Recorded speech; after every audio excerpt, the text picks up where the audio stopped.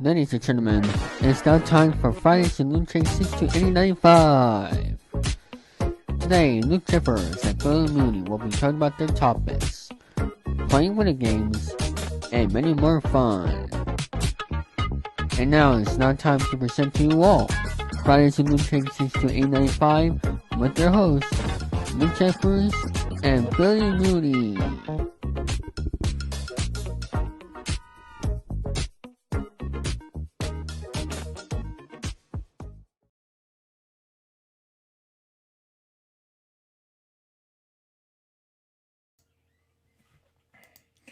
Thank you, David 3000. Hello, people.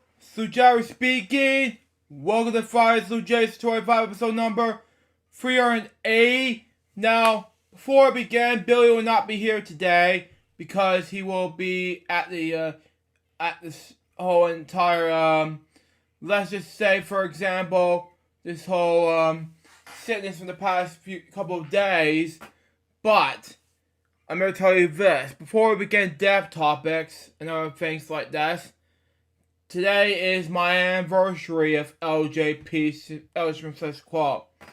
So, it is a big day for me. So, there you go on that. And Remix will be there any moment now, but he's in the chat right now, so, in a few moments. So, I'm not sure if he's going to be there or not, so there you go. So, there you go on that. I'll have to send him a link through and give him more info on this. Hang on. So, hold on. Before we get any topics and other things.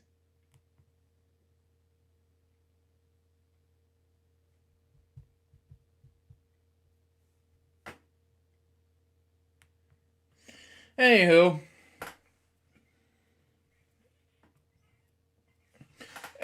sorry about that. I'm texting Remix something anyway. Now,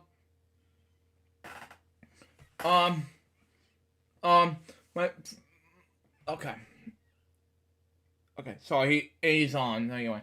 My first dev topic has to do with Wizard, Richard, Belcher. Anyway, born Richard J. Belcher. We're gonna have 4 dev topics, one of which is a dev topic we have to do for, one of them has to do with, a family member of ours, so it's called family. The other one has to be, and then the other one for game segments, my end. The other one had to be, like, let's say, notes and Josh topics. And unfortunately, I haven't even topics for this week, so, except for the fact it's my anniversary today. So, it's going to be a big day for us for Squab, so, there you go on that.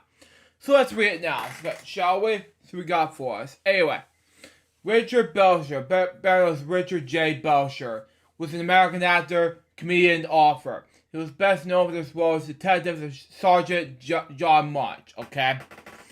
Whom for 23 years has portrayed in the NBC police drama series Homicide Live in the Street, Lawyers for You, and several guest appearances. He was born in Bridgeport, Connecticut on August 4th, 1944 to a Jewish family, okay? Let me see the chat and see. None of the above. Okay, makes sense. Anyway, he described his mother's frequently, sexually abused, okay? He declared in his comedy career began that was trying to make, his mother laugh to distract her from abusing him and his brother. After graduating from Farfield Ware High School, Belcher worked as a reporter for the Bridgeport Post, okay? He attended Dean College, where it was then known as Dean Junior College in Franklin, Massachusetts, but was expelled. Wow. Stand-up. His career began with stand-up after first divorce. Belcher relocated to New York City, moving in with singer Shelly Ackerman, okay? And began working as a stand-up comic as Peps. Hi everybody. Happy anniversary, Luke. Thank you, Remix. Much appreciated. Anyway, he improved and catch a rising star, okay? He participated in the Channel 1 channel group that starts as the television and become the basics of the cult music movie, cult movie, The Groove Tube, in which Belzer played for the co-star in the Earth's TV show, The Dealers. Belzer was then the audience warm-up comedian for Saturday Night Live and made 3 guest appearances for the show between 1975 and 1980. Yep, Richard Belzer, stand-up comic and the guy made famous into Law & Order SBU. Exactly, Remix. Anyway, he also opened for musician Warren Zellin, I haven't pronounced his last name, sorry, during his tour supporting for the release of the album Excellent Boy. His film career began in the late 70s and early 80s. Belzer became an opportunity film actor. Short skit of Young Belzer can be found on Sesame Street in season 9, episode 1978, when 2 young men attempt a picnic and boat ride, only to be torn by a dog who eat their food. He is noted in minor roles in Fame, Cafe, Flesh, Night Shift, and Starface, okay? He also appeared in the music videos for the Mike Plus, the Manic song Taken In, and for Pat Banner song Lay Bell Age. It was known as a Kansas video, Can't Cry Anymore. He also in a very brave sequel as a LAPD detective. Okay? Radio began when he was addition his film career.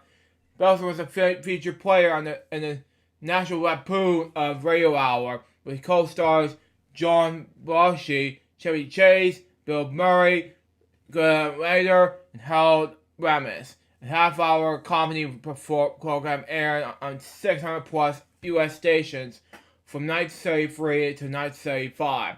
Some of his sketches were released on the National Lampoon albums, drawn from the Radio Hour, including several bits from in which he portrayed a pitchy call-in talk show host named Dick Valentine. I pronounced his last name, sorry. In the late 70s, he co-hosted Brink and Belzer on the WNBC radio 660 AM in New York City. He was a frequent guest on the Howard Stern Show, followed by the departure of the Ronnie Robes for Air America Radio.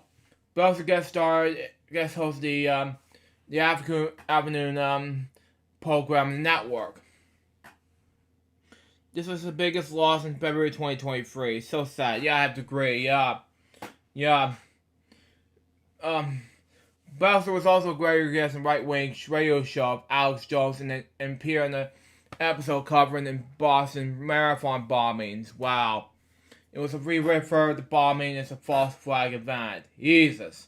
In television in the late 90s, Belzer appeared in the figure on television. He was regularly on Flash as a news anchor and reporter. In several episodes of Lewis and Clark, the New American Metro Superman, he played Inspector William Henderson.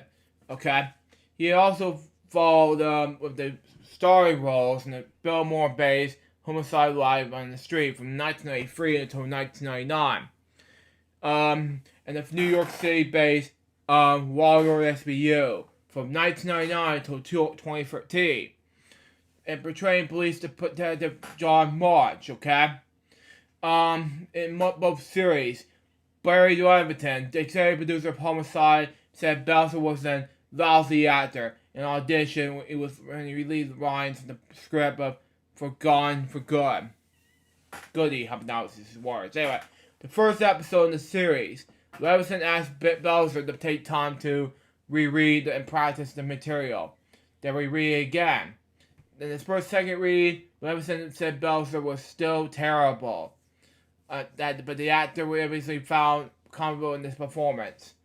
In addition, Belzer played much of this in episodes in several other series, in a sketch and in one talk show, making Munch an only fictional character to appear on 11 different television shows played by a single actor.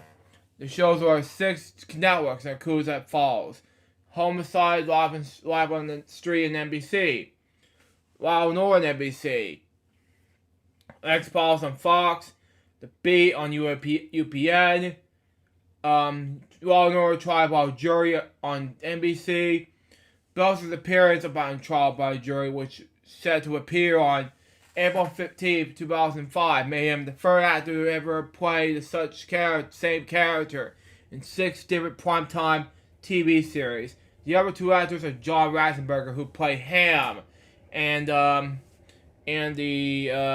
other characters in Pixar movies, and George Wendt, who played Cliff Clavin and Norm Pearson, respectively in Cheers from 1982 until 1993. Staying Elsewhere, 1985. Toros in 1987. Wings in 1990. The Symptoms in 1994. And Frasier in 2002.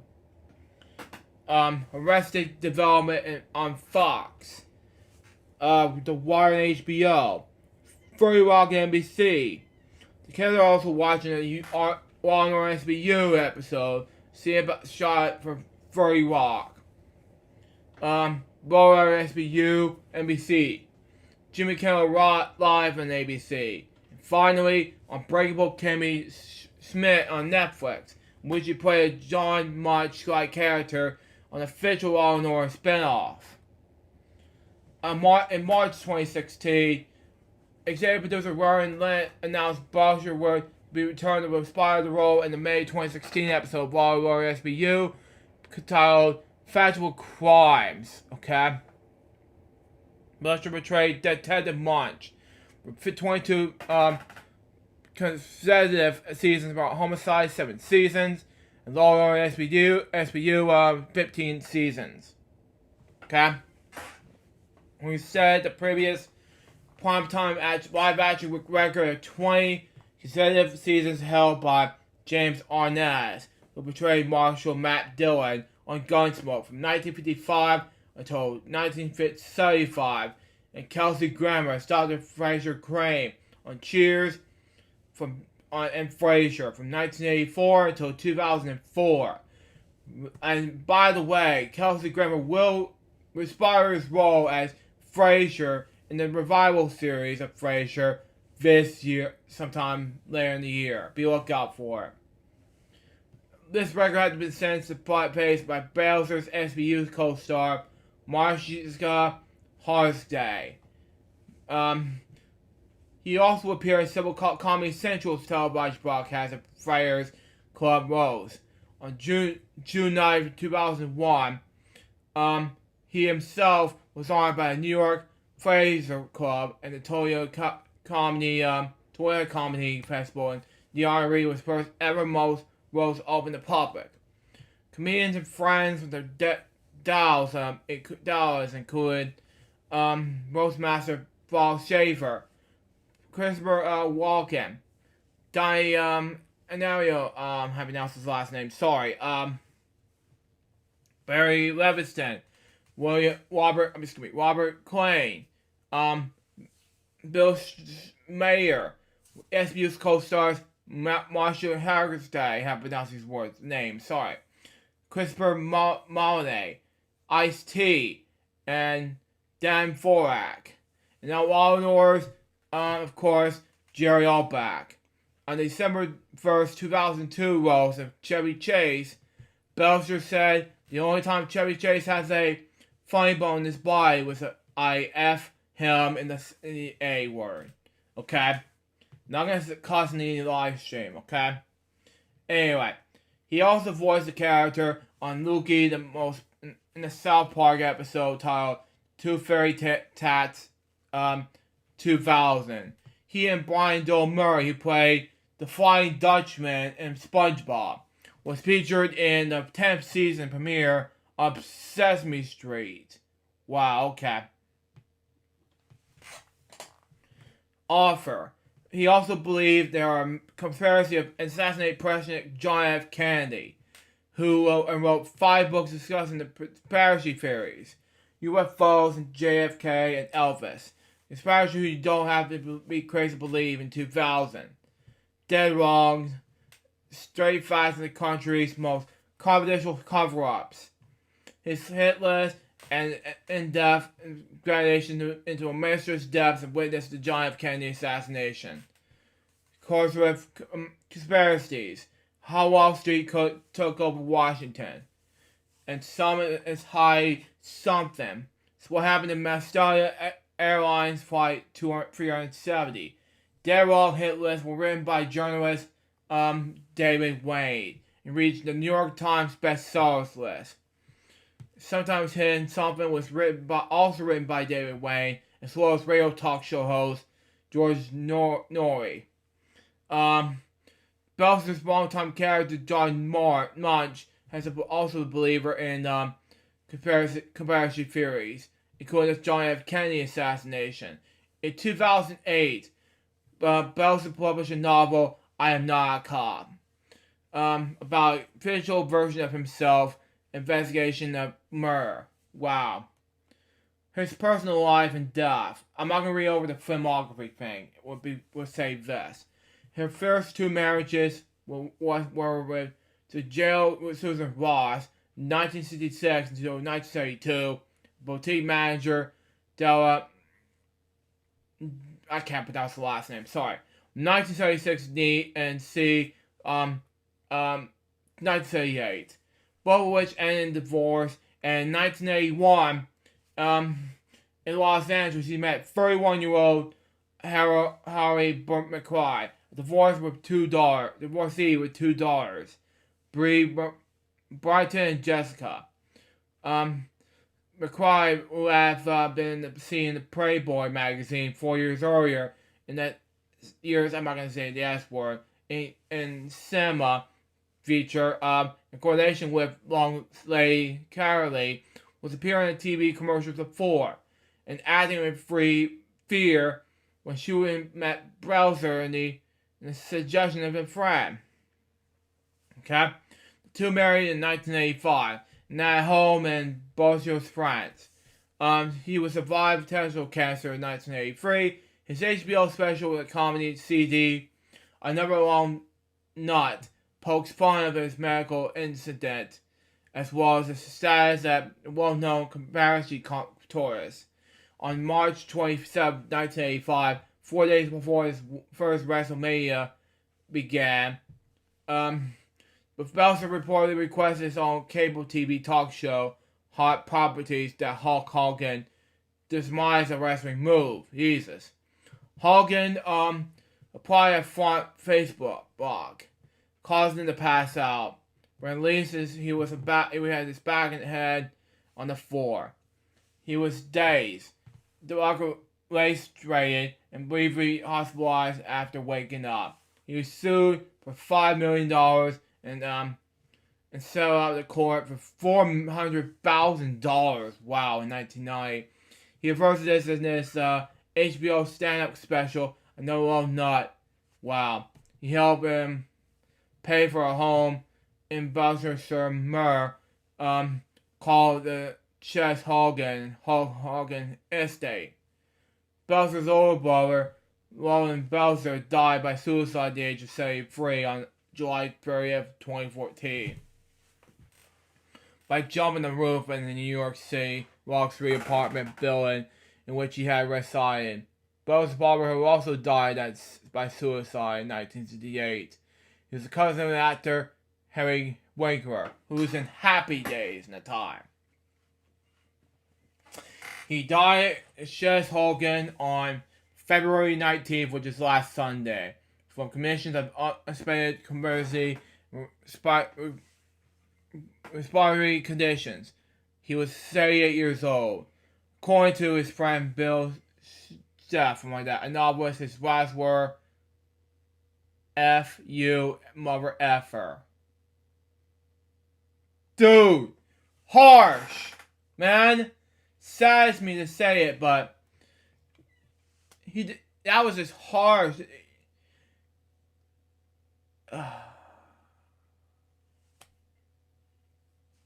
Jesus. Anyway, my next step topic has to do with Jason personally, okay? Best known as Jason Lorraine Connery, okay? He was an American actor, okay? He was known as his roles in films such as The Secret of Jonathan Sperry, The Perfect Game, Ice Age Meltdown, My Resort Kid, and How High 2. His older sister is actress Hayden Personari, I pronounce his last name. He was born in Pasadena, New York, to Ashley R. Vago, former soap opera actress, and Alan Lee Skip Parnay on September 25th, 1994. A fire department lecturer and something like that. I don't know. See. Yeah, that was uncalled for, God. Thank you! Thank you! Thank you, Remix. Anyway, Jason had a supporting role in the Disney Channel original movie Tiger Cruise in 2004, okay? Which also starred his sister, Hayden. That is one of only two productions he was, which includes both siblings featuring on screen. The other being the Fergus, something like that. Jason led his role in Racing Stripes, which Hayden appeared. Which I watched by the way, and recording the men's pay-per-view, by the way. But anyway, he portrayed the voice of Truman X in The X's. He starred Lucas Malley in the made-for-television Nickelodeon film The Last Day of Summer, which was first showed on July 20th, 2007. It was released on DVD on August 28th, 2007. And just a reminder, he was also Periwinkle in the final season of Blue's Clues. And Kupchak's son on Even Stevens in one episode, The Big Splash. Anyway, his next film, Perfect Game, was going to be released in theaters on August 8th, 2008, but Lionsgate Films decided to push it back to spring 2010. The Perfect Game is directed by William Deere, okay? But based on a true story how a group of boys from Monterrey, Mexico, become the first non-U.S. team to win the Little League World Series. He was also co-starred with Gavin McLeod in The Secret of Johnny Sperry, a film directed by Rich Crisino about faith and friendship. He also appeared in Martin Sheen, Jamie Lee Curtis, and Christine Lafferty, and as Ellen Perry in Dustin Land Black's play called 8. A reenactment of the film called Perry v. Schwarzenegger Trial, something like that, and the, I don't know, at the Westry Albert Theater on March 3rd, 2012, excuse me. The performance was broadcast on YouTube to raise money for the American Foundation of Equal Rights. In 2019, he also guest starred in ABC network series The Walking Dead and co-starred in MTV's How High 2. He died in special causes on February 9th on last Sunday. He was 28 years old. He was also working on 4 films at the time of his death: American Game, Justice Angel, Horse, and Roach. We'll dedicate Blue's Clues jokes 2 episodes at least. Blue's Big City Adventure and The Legend of Blue Puppy, which he was in as Periwinkle, dedicated to him. Rest in peace, Jason. My next topic has to do with Dylan Lines, okay? He was a television news reporter from Centrum News 13 in Orlando, Florida. Watch this, Billy. He was fairly shot when reporting from the scene and homicide in the Pine Hills neighborhood. A graduate from University in Central Florida with degrees in journalism and political science. Okay?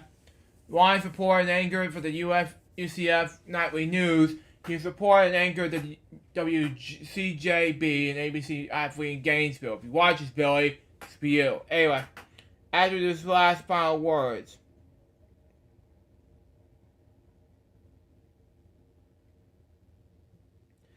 Yeah.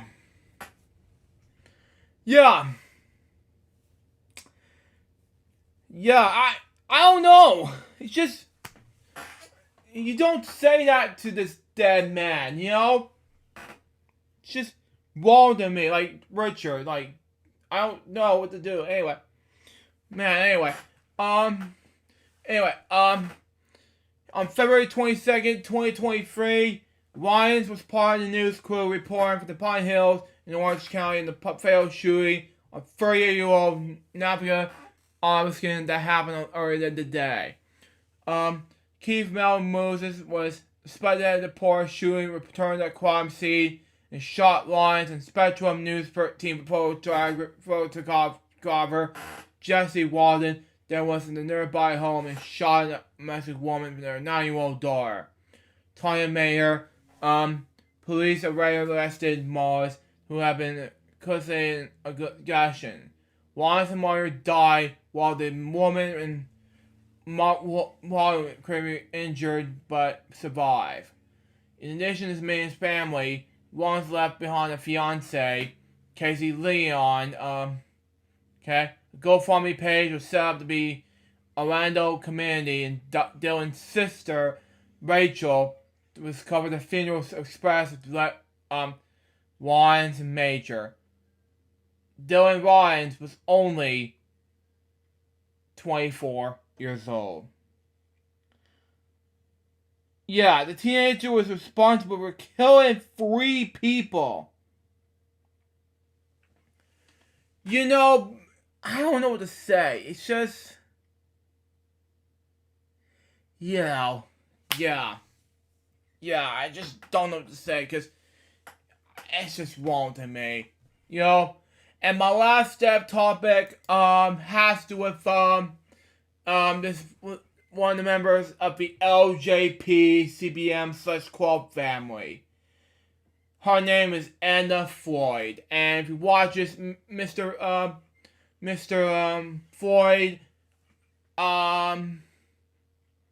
we know it's hard for you, and it's hard for you to say this, but I'm gonna miss her very much, because when my stepdad told me that Miss Anna passed away, my jaws are flopping in the wall.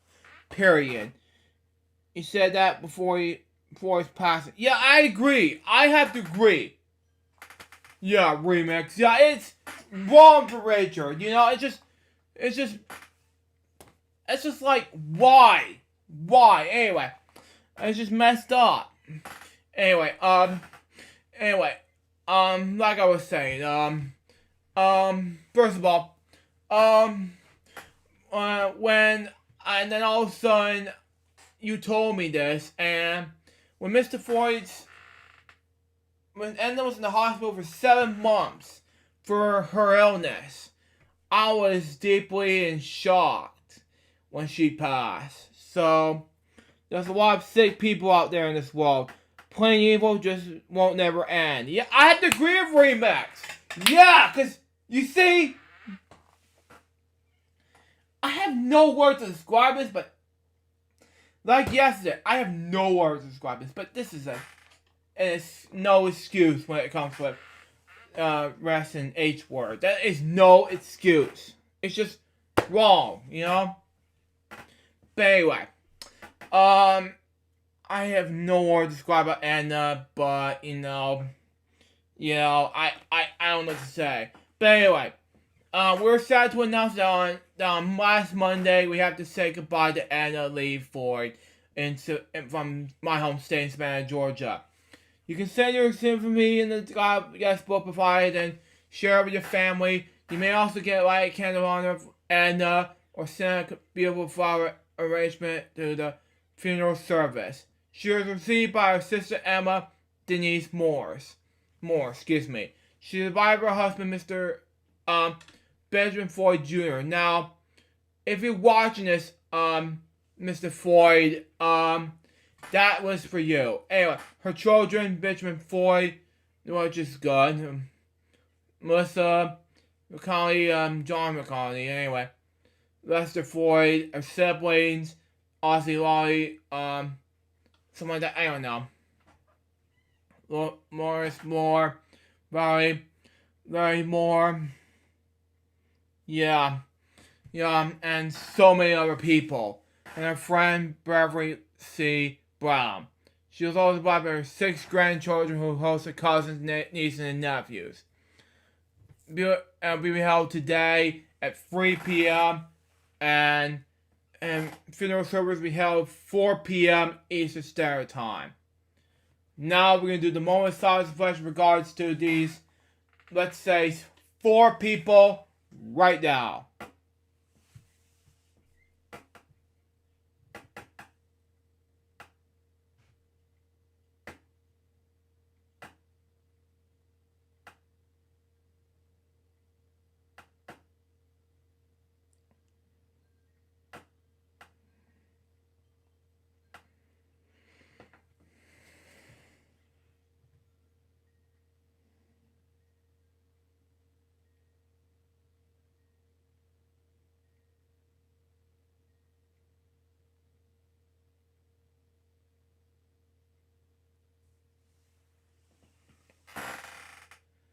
Thank you. Rest in peace, these 4 people that I mentioned on this show.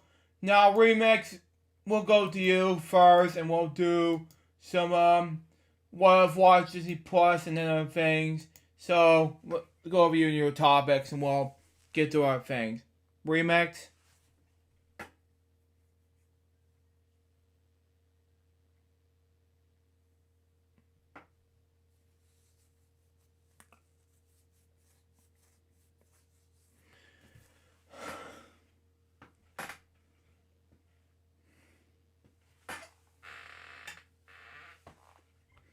Okay, so I'm going to do this in the notification bell. I have to read this, and that way I can show up topics around here.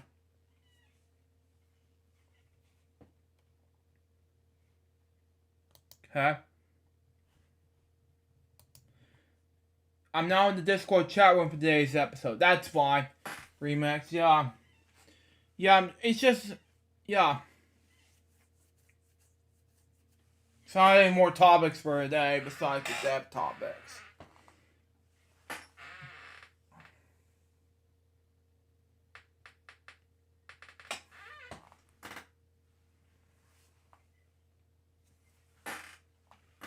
I'm discussing where we go.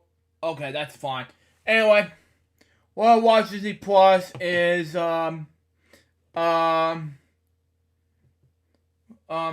we should do for episode the 34th edition of FWO next week. Anyway. Okay. That's fine. What I watched Disney Plus this week is Proud Family Flower and Power season 1 episode, season 2 episode number. Yeah, I know, Remix. I know you're in the Discord live chat. But I'm reading this right now as we speak, so there you go. So, but anyway. What I watch Disney Plus is, anyway, what I watch Disney Plus is Paul Family Live Power Season 2, Episode 4. That's all I got for what I watch Disney Plus. I have no idea what to say here. And, yeah. I'll wait for Remix to type in. Anyway.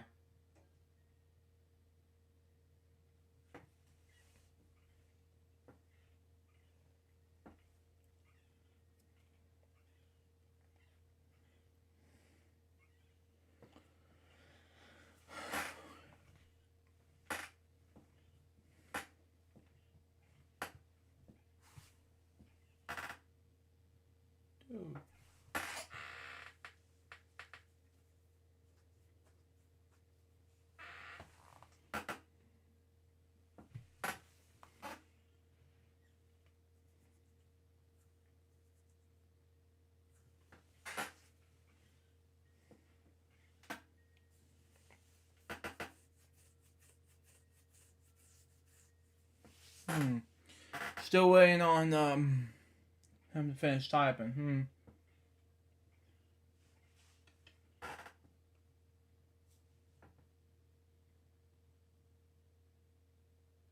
do that while I come up with the topics. Okay, that's good. That's good. Okay.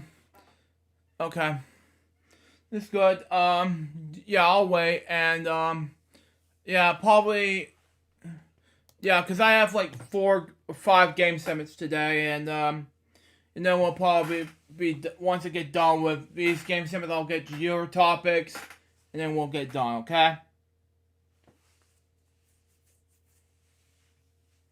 So anyway, let's see, Hangman first, because I'm not going to be able to do much, you know?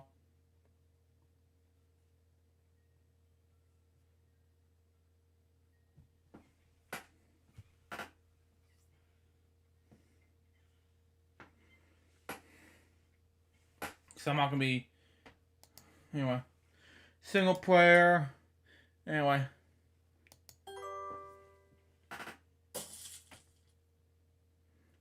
Old-fashioned things. I-E-A-O-U.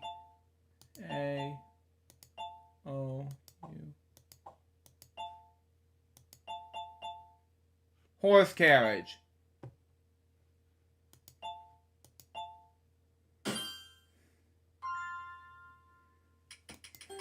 Category is science.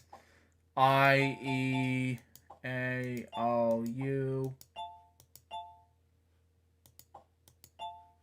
Telescope. There we go. Gotta turn up a little bit so we can hear this. New games category. I-E-A-O-U.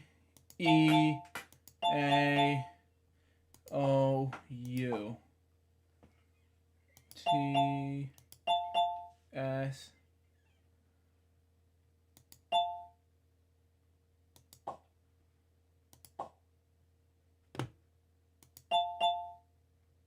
Okay. There we go. Categories animals.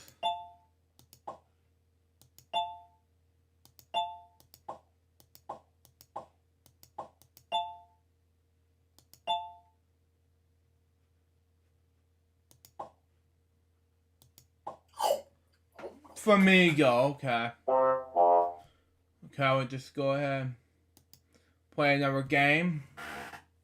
Only way on Remix to do his own topics. But anyway,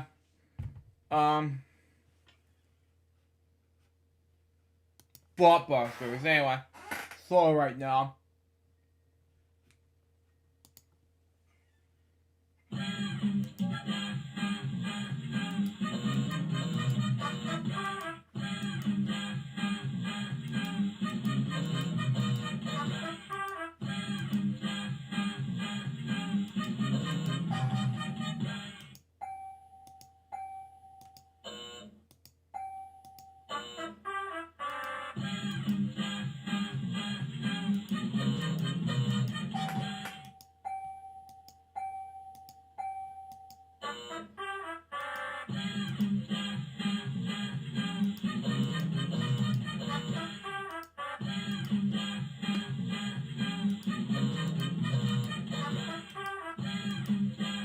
Wow.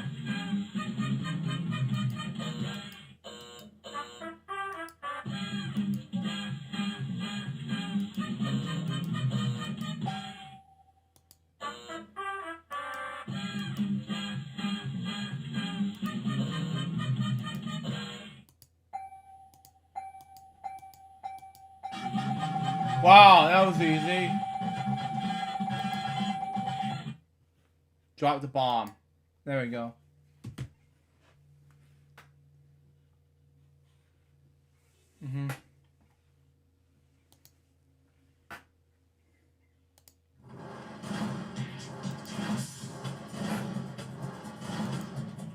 Travel to quest 800.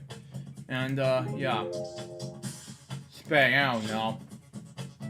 There we go. 800. Chinese mushrooms. Chinese seed, no idea. There we go. Sorry, I'm a bit too slow. I'm doing it for along the show. That's good. TV, 3 questions per 1,000. There we went. 24. 26. Books, 3 questions for 400. Okay. Animal Farm, no idea. 1984. History, 3 questions for 700. No idea. Andrew Jackson. But 1600 is not bad. Not bad. It's okay. It's okay. Anyway. Okay. Okay, next fight, 381, we can play this live. It's not bad. Wheel of Fortune for the okay, that's not good. It's not, it is a good idea. Okay. In Real One news, we made some huge breaking announcement made last night on February 23rd. We're gonna extremely happy to announce that Real One is restoring Real One Arcade to nearly decade. They'll now place Game Shark and polls, okay? Now staying put. In the further use of Real One name behind Real One Jr. will launch in December 2022. Do extreme positive reactions, okay? Hang tight. Supply details of what we expect the return of Real One Arcade. As or maybe one new slogan tag one for Real One Arcade as well. Level up. Wow, okay. Makes sense in any way. Very exciting stuff. Anyway.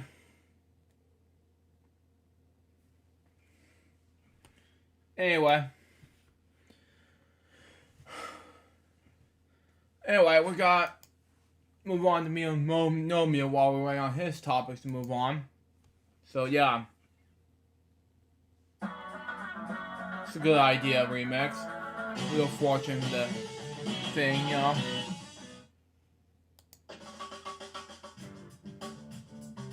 Meal. Let's go with 24 Ultimate Year. Anyway. 26. $50,000, not bad. Spicy meatballs. Docking, okay, not bad. Go with 1. Okay. Secret bots. Happy Bunny Cake. 4 up in the tray. Wow. At least the ones in one of these trays. Chef make me offer a bubble tea.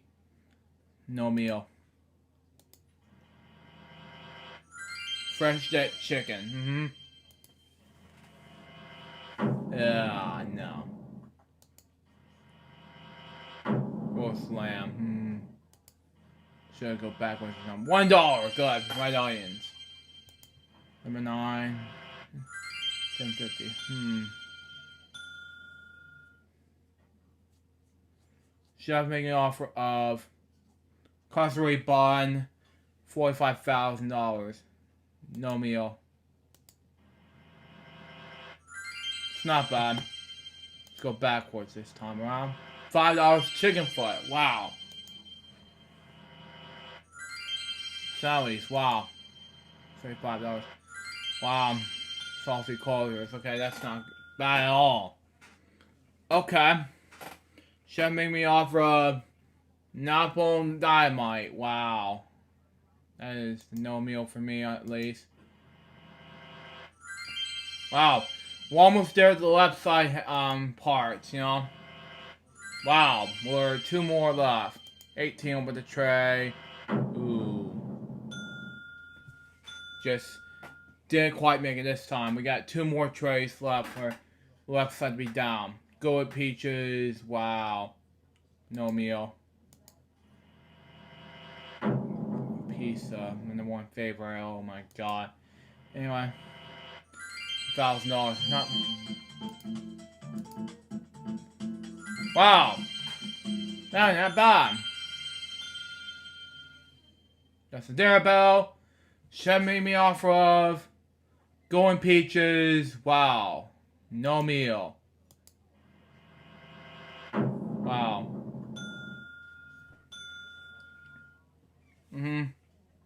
It ain't that bad at all. It's just stupid, you know? 223. No meal. 11. Let's go forwards or something. $1 million. You know what? I'm gonna say meal. It's that way more easier. Otherwise, I'm just gonna quit right now. Because I don't know what to say. That is good. Let's just not play again. This disgusts me. Anyway, 26,000 meal. I don't care. You know, I want to let it go. But anyway, let's play deal or no deal. Let's see how this works. Anyway. Okay. Let's go with the number pick with the say 24. Let's go 1 over the case. Excellent. $200. Good. 5 over the case. Nice one. $300. Good. 6 over the case. Nice one. $10. Wow. We're just getting close to the website. That's good. Excellent. $500. Not on the website though, but okay, that's okay. 3 over the case. Oh my god, everything that caught fire. Wow. We want arcade returns tonight. We have a topic for Super Mario movie. That's not bad. Oh, very brave. Time for the next round. Wow. Nice one. Penny, okay. Okay, makes sense. I'll give it half a deal, no deal. Excellent. $25. Nice one. $25,000. Wow. 25 in the case. Wow. Excellent. Wow, no. Deal or no deal? Oh, very brave. Time for the next round. Excellent. Wow. Nice one. Wow, $1, okay. Wow. Excellent. $1,000. Deal or no deal? Oh, very brave. Time for the next round. Nice one. $75. Good. Nice one. Nice one. Deal or no deal? No deal. That's the spirit. Time for the next round. Excellent. Wow. Wow. Deal or no deal? No deal. That's the spirit. Time for the next round. Wow. Deal or no deal? Screw it. What? Oh, wow. Anyway, okay, he has make market counters, everyone. March 9th, it's all new Nintendo Direct, no games to be announced, but instead focus on extremely high anime movie to be 50 times better than 1993 movie. In March as well. We won't be following along, we'll be extremely tight and everything, but here's the link, Nintendo.com/Nintendo Direct, for that thing. That's very exciting, okay, makes sense. Well, good thing you know about it, Remix, but that's very exciting. Anyway, that's all your topics, Remix?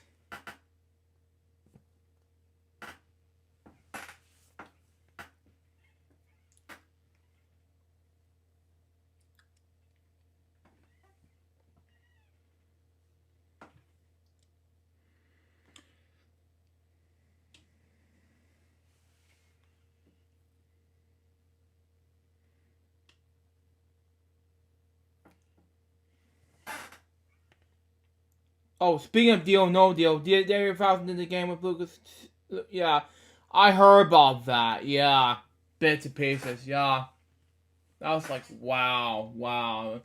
I was even in shock. You know, I should have done it anyway. So yeah, David 2000 episode. Yeah, it was like it's just one of those things, you know. But anyway, phase 2 of Tabik live stream will be either today or tomorrow. It all depends. Well, radio shows at 5 p.m. tonight and movie presentation at 8 p.m. Hope you enjoy like the brand new OBS template of Tabik Live for YouTube. It's a fresh new start and it's hopefully Billy movie show up in the episode one day. Our former co-host, the show steals the spotlight. Hide that press. Yeah, exactly.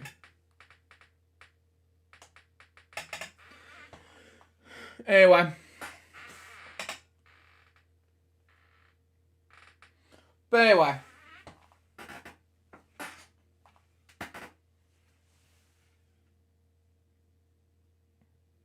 I have one more. That's good.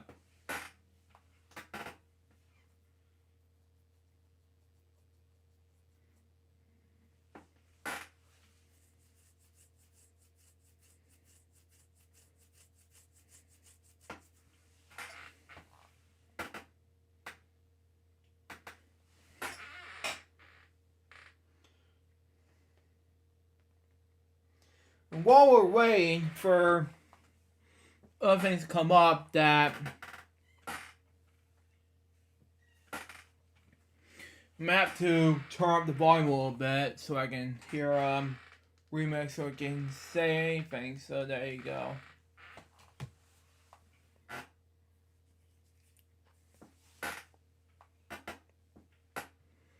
Yeah.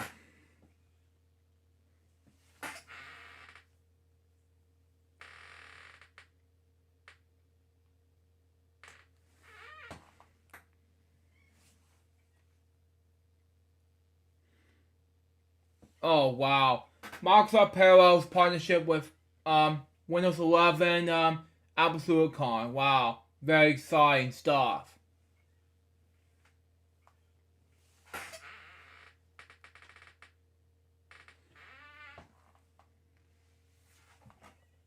After your workarounds, Parallels Desktop are now officially Windows 11 to RM support.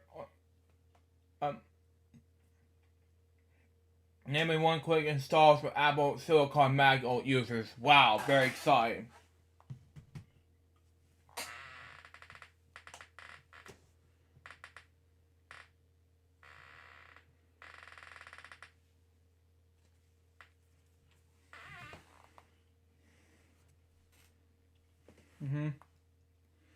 Yup.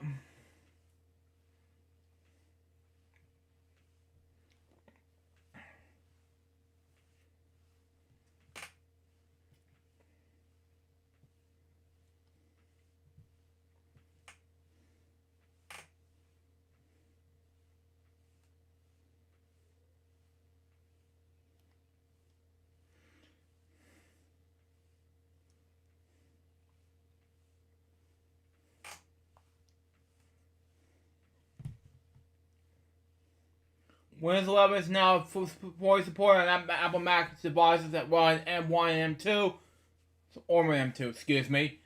You'll probably want the 16 gigabyte of RAM if you plan on running your favorite Windows apps that you rely on, or you needed that, or on a window only on Windows. You can't use it on the Mac. Exactly. For example, Media Player Classic, which is highly customizable. Something like that. I hate pronouncing this word. Sorry. Unlike VLC. Sorry, VLC on Mac. Ugh, the power of entertainment is for the future ahead. And that is who we are at Will 1. Exactly.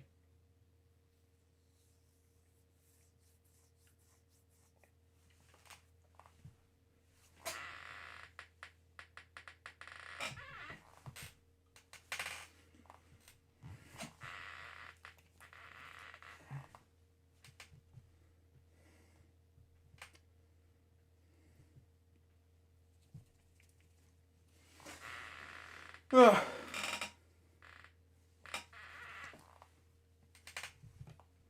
And that's it all for today. Next week, I'll be joining Lou Jeffers for a special game of Tiger Electronics Wheel of Fortune, the 1995 game. We'll be doing an art, like... That's not... Hold on. It's Kyla. Hang on. Kyla the Grand. Hang on. Add message. The Grand. And, yeah. Sorry if it's not how you spell her, announce her name, but I'll do it in her own honor. Yeah, exactly. Yeah. Yeah. I agree with that remix. Yeah, we gotta do something on with her. Yeah, we'll do something. Yeah, but yeah, this week was not a good day for LSBM either, because we lost Edna Floyd because she then passed away this week, and I have no way to describe this, unfortunately. So that's all for that. So now let's continue the dev topics. No, excuse me. Let's continue on with the game segment, shall we? So we got Paris Production Group to deal with, and yeah, let's do that. Anyway, open up the card. That is a 9. Change the card. That is a 2. $1,000 higher. It's a queen.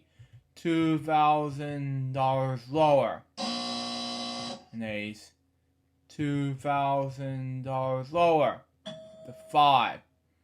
$4,000 higher. The 7. I hate this. No. 9s and 7s. Oh boy. What we're gonna do next? Higher? Not bad. $12,000. The only gonna hurt me is an ace. Lower. It's not bad. $24,000. Gotta turn down this volume a little bit. Anyway, super scratcher time. Okay. 11. Bluebird. 13. Really strike 1. 15. Oh boy. 12. Okay. One more is 25,000. 14. Go! 9. Seriously? 8. One more is $10,000. 7. Oh, man, we got this anyway. 6. One more is $100,000. 10. Oh my God, $25,000.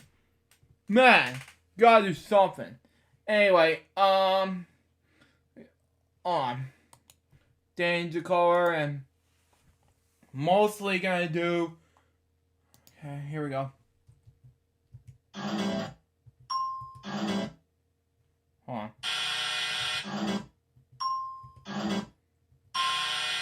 Okay.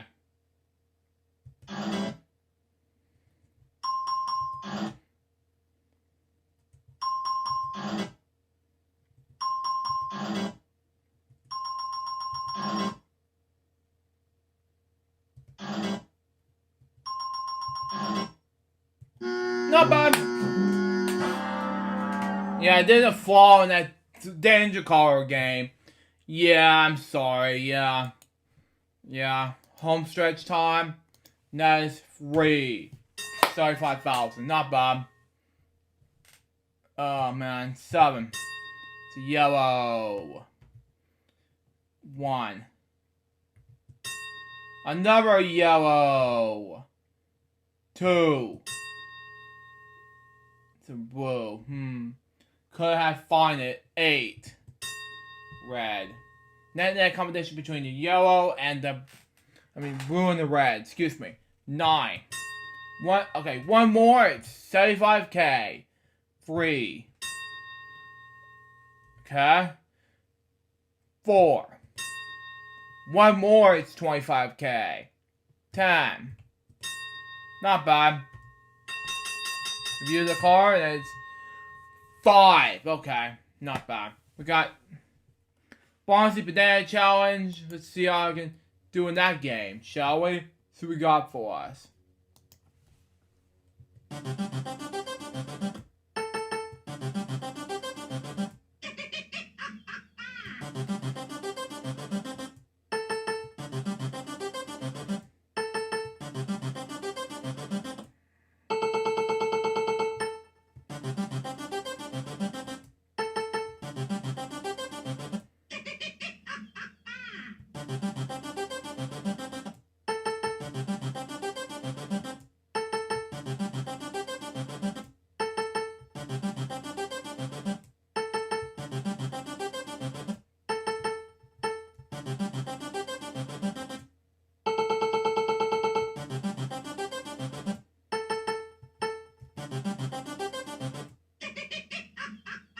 Okay, I have enough with this. Anyway.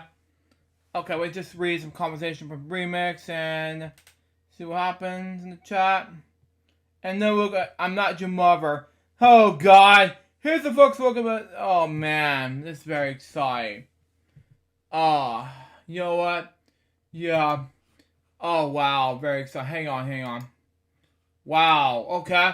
So there's the first look about Real One Arcade. Wow, I'm very excited about this. So, here, I'm very excited about this if you guys are watching this. And for FWO viewers out there, here's your folks look about brand new OBS template. Take Live, let me know what you think. Yeah, I was very amazed. Wow. I'm very excited about this template. And I was like, wow. Oh man, I was like, wow. Very excited about this. Even though it's like, oh wow. Even though it's like, it was like, I'm joyful for this. You know, it's just like, wow. Anyway, I'm gonna do one more game in OpenMU. And then, if he's done with his topics, then we'll just call it done. We got invitation from the NES, shall we? So we got for us.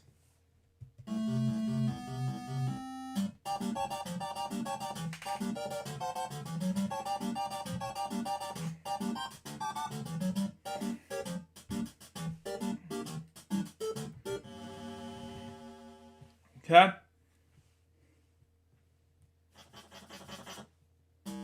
Math, I know this is.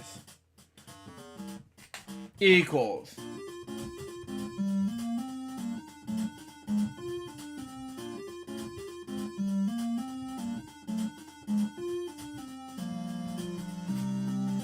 Got it.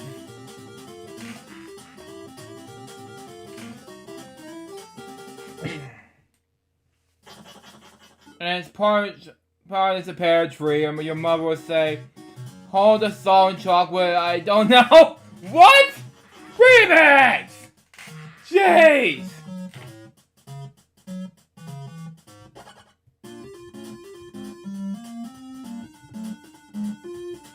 Help me!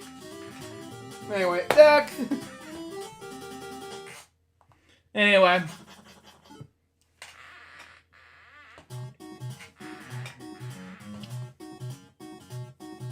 Oh man.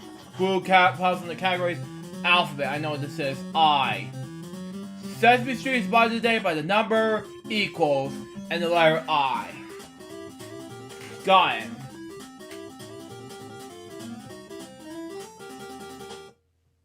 I don't know if that's possible. Okay. We play basketball for the bunch of 85 years.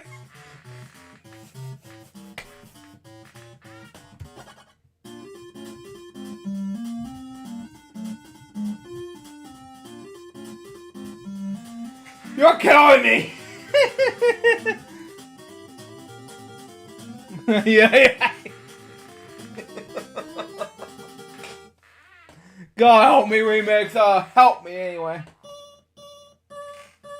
190 points. Jesus.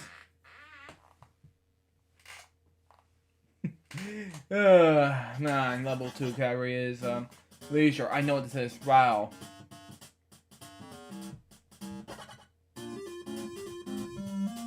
What? What's a pile? Okay.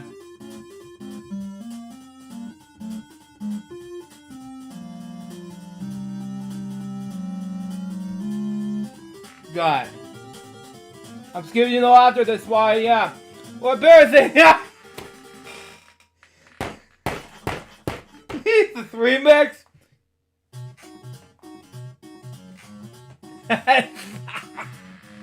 You're killing me on my anniversary! Oh, yeah. I know what this is. Snowman.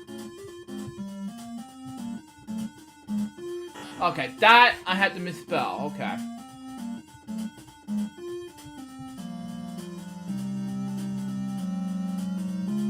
Try again, Mr. Noodle! Thank you. Wow, remix. Wow.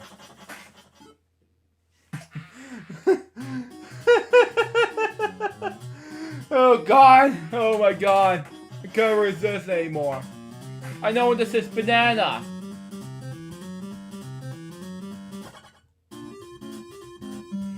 See, that's what you get. You got a blue banana, peel it, and eat it. There you go.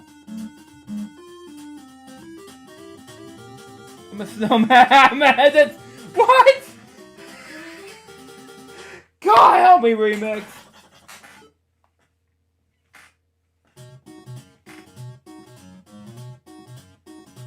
Oh God. Paint puzzle. You know what I'm thinking? Okay. Umbrella.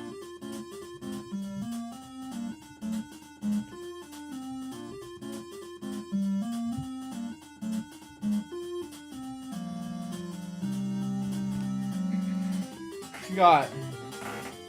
Banana. God, the remix. Oh man, you killing me. Level 3, and the category of blue puzzle is office. I know what this is. Desk.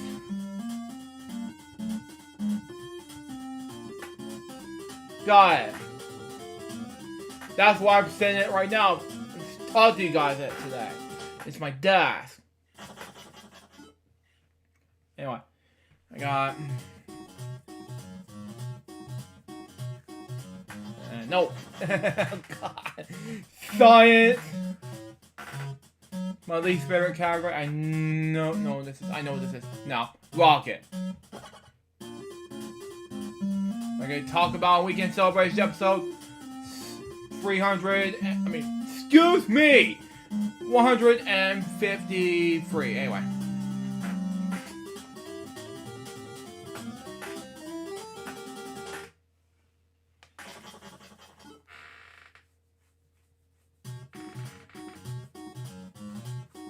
Anyway, the yellow puzzle in the category is tool.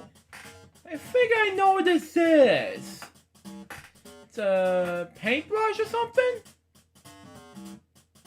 Yeah, I think it is a paintbrush.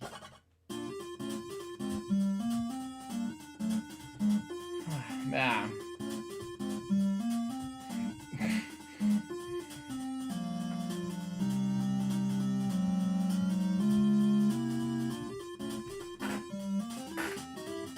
In the gray puzzle, you'll find categories of weapon, music, and thing. Very low 3, you can find food category. It doesn't show up in level 2. Yeah, exactly. Exactly. What you call it? I know what this is. Blue Moon. This was easy.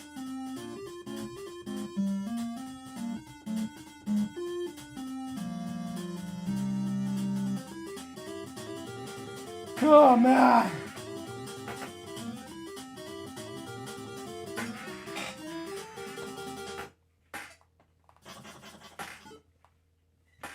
$530 points. Take away the shoes.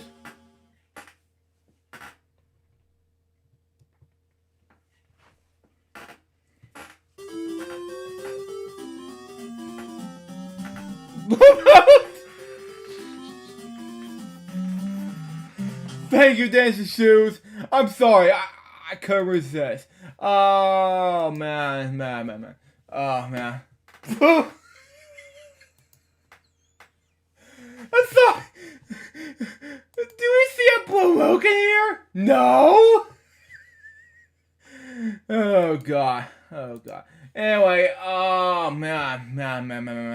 Oh man.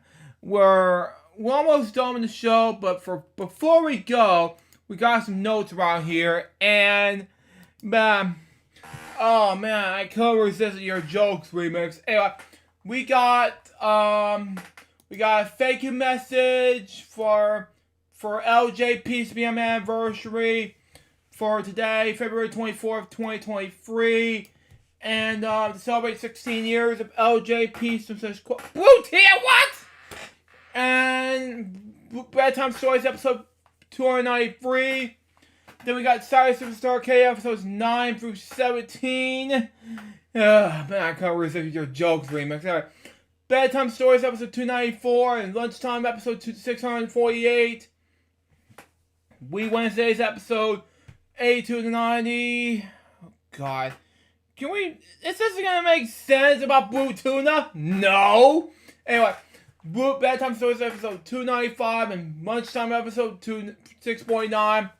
Ripley, continue on Ripley's on Monday. And then Bedtime Stories Lunchtime. And then PS Wednesdays and Switch Saturdays on Tuesday, followed by Bedtime Stories Lunchtime. Then Weekend Celebrations on Wednesday, followed by Bedtime Stories Lunchtime. And followed by Eligible Reacts on to Thursday. Bedtime Stories and Lunchtime. Hold on. Got a message from Facebook. Okay, Messenger, okay.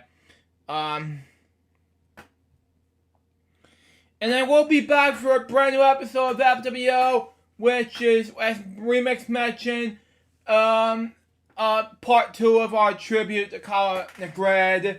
And it's also be the gameplay of Wheel of Fortune for the Title Electronics game 1995 with Remix and special guests. And that was FWO episode number 308. Hope you enjoyed that. Stay tuned for the next one's gonna be FWO episode number 381, which is going to be about the part 2 of our tribute to Colin Negred, and of course our bedtime story. Our Wheel of Fortune game segment for Title Electronics game for the 1995. And it's going to be very special for FWO. Why? Because I want to do it. And we're going to get back to 3 p.m. starting next week. Until next time, through Giants and Bob, so baby, we get more episodes, guys, be soon. Till is it out. See ya.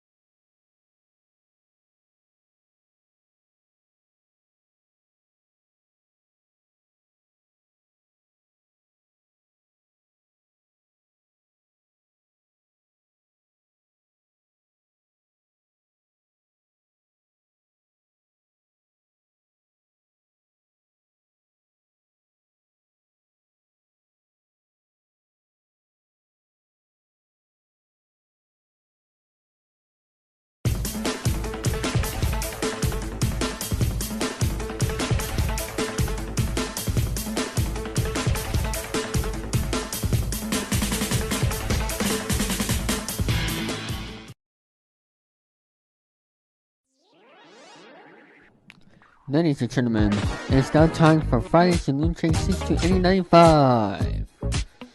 Today, Luke Jippers and Billy Mooney will be talking about their topics, playing video games, and many more fun. And now it's now time to present to you all Friday's LukeJ62895 with their hosts, Luke Jippers and Billy Mooney.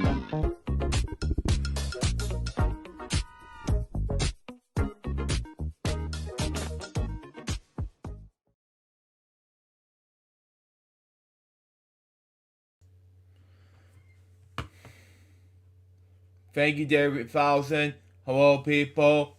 Salute Jerry speaking. Welcome to this very quick after video episode.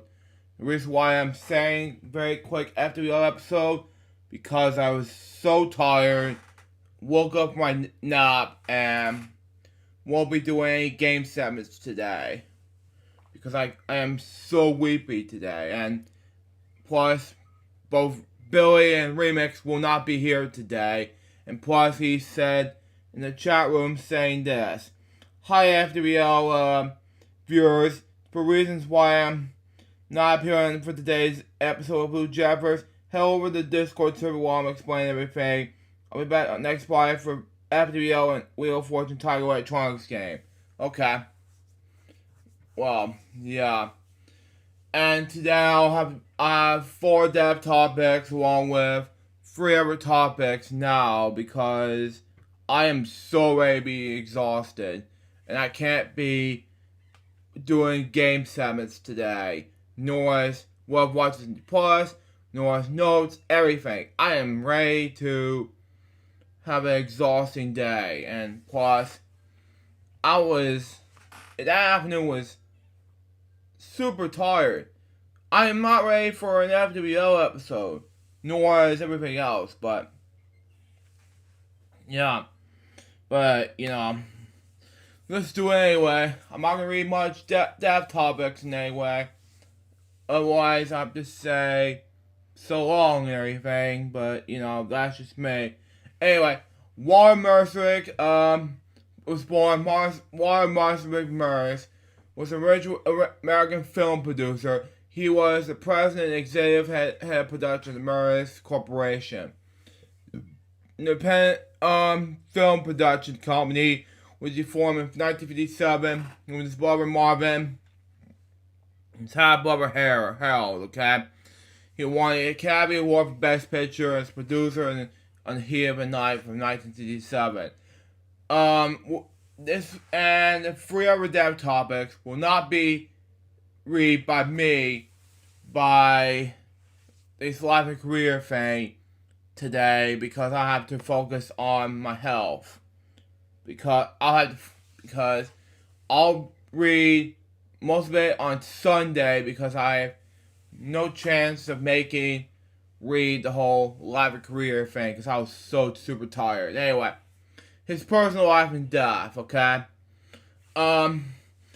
he was married to Park Patria Cayenne, 1924 to 2005. They had 3 children: Anne Masrick Sandberg, Andrew Masrick, and Lawrence Masrick. His son Lawrence is the founder of Masrick Agency. He turned 100 on November 8th, 2021, and died of natural causes in Los Angeles on February 24th, 2023. He was 101 years old. My next dev topic has to do with Philip Ziegler, okay? Best known as Philip Sandrin Ziegler, CVO, FRSL. He was a British biographer and historian. He was born in Wingward, Hampshire on December 24th, 1929. He was educated in the St. Caution Church, Eastbourne, and went to the school and merged in the Summerfield School, Oxford. He attended Evan College and New College, Oxford. Graduated with a degree with George Boyan with highest honors before joining the British Guardian Service. Okay, in the coronation service. He served as a goddess brothers in Bulgaria, as well as the negotiation with the NATO in Paris. I'm not gonna read his writing career right now because I'm super exhausted. He died from cancer on February 22nd, 2023. He was 93 years old. My next step topic has to do with Rio Browning, okay? He was an American film director, actor, producer, screenwriter, underwater cinematographer, and stuntman. He was best known for this underwater stunt work, especially the 1954 film Creatures of Black Lagoon, in which he would portray the spectacular Gillman. During the film's underwater scene, actor Ben Chapman played the creature on land. Okay? Browning inspired the world with the underwater scenes in the film sequels Revenge of the Creature in 1955 and The Creature Walks Among Us in 1956. Browning has also co-created Flipper with Jack Gwaltney and directed a number of episodes in the 1960s television series. He made his feature film director debut in Sally in 1973, which is also co-wrote with Colin, and went on to direct Mr. No Legs in 1978. Okay? Browning directed the underwater sequence in 1965's The Thunderball, okay? The fourth James Bond film by Eon Pictures Productions, something like that, excuse me. So well as the Bond films, Bond film Never Say Never Again in 1973. Okay, he also directed the underwater scenes in the comedy films Hello Down There in 1969 and K-Shack in 1980. For Native Valley was inducted in the Foreign Artists Hall of Fame in 2012. In 2019, he was inducted in the Royal Hun Classic War Awards Monster Kids Hall of Fame. Prior to his death, Browning considered the last surviving original actor to portray any of the Universal Classic monsters. He had a son, Rio Browning Jr., who was also a Marine coordinator, actor, and stuntman. He was also had 3 daughters, Renee, Kelly, and Kim, along with 10 grandchildren, 11 great-grandchildren. His wife, Fran, died in March 2020. He died in his home in Southwest Ranches, Florida, on February 27, 2023. He was 93 years old. And my last death topic has to do with Jay Weston, best known as John Martin Weinstein. He was an American film producer and restaurant critic. He's also known for producing Billy Wilder's family final comedy, Buddy Buddy, and the Academy Award-nominated Lady Sings the Blues, as well as a popular restaurant newsletter that focused on the film Los Angeles dining scene. He was a regular contributor to the Obscene Post.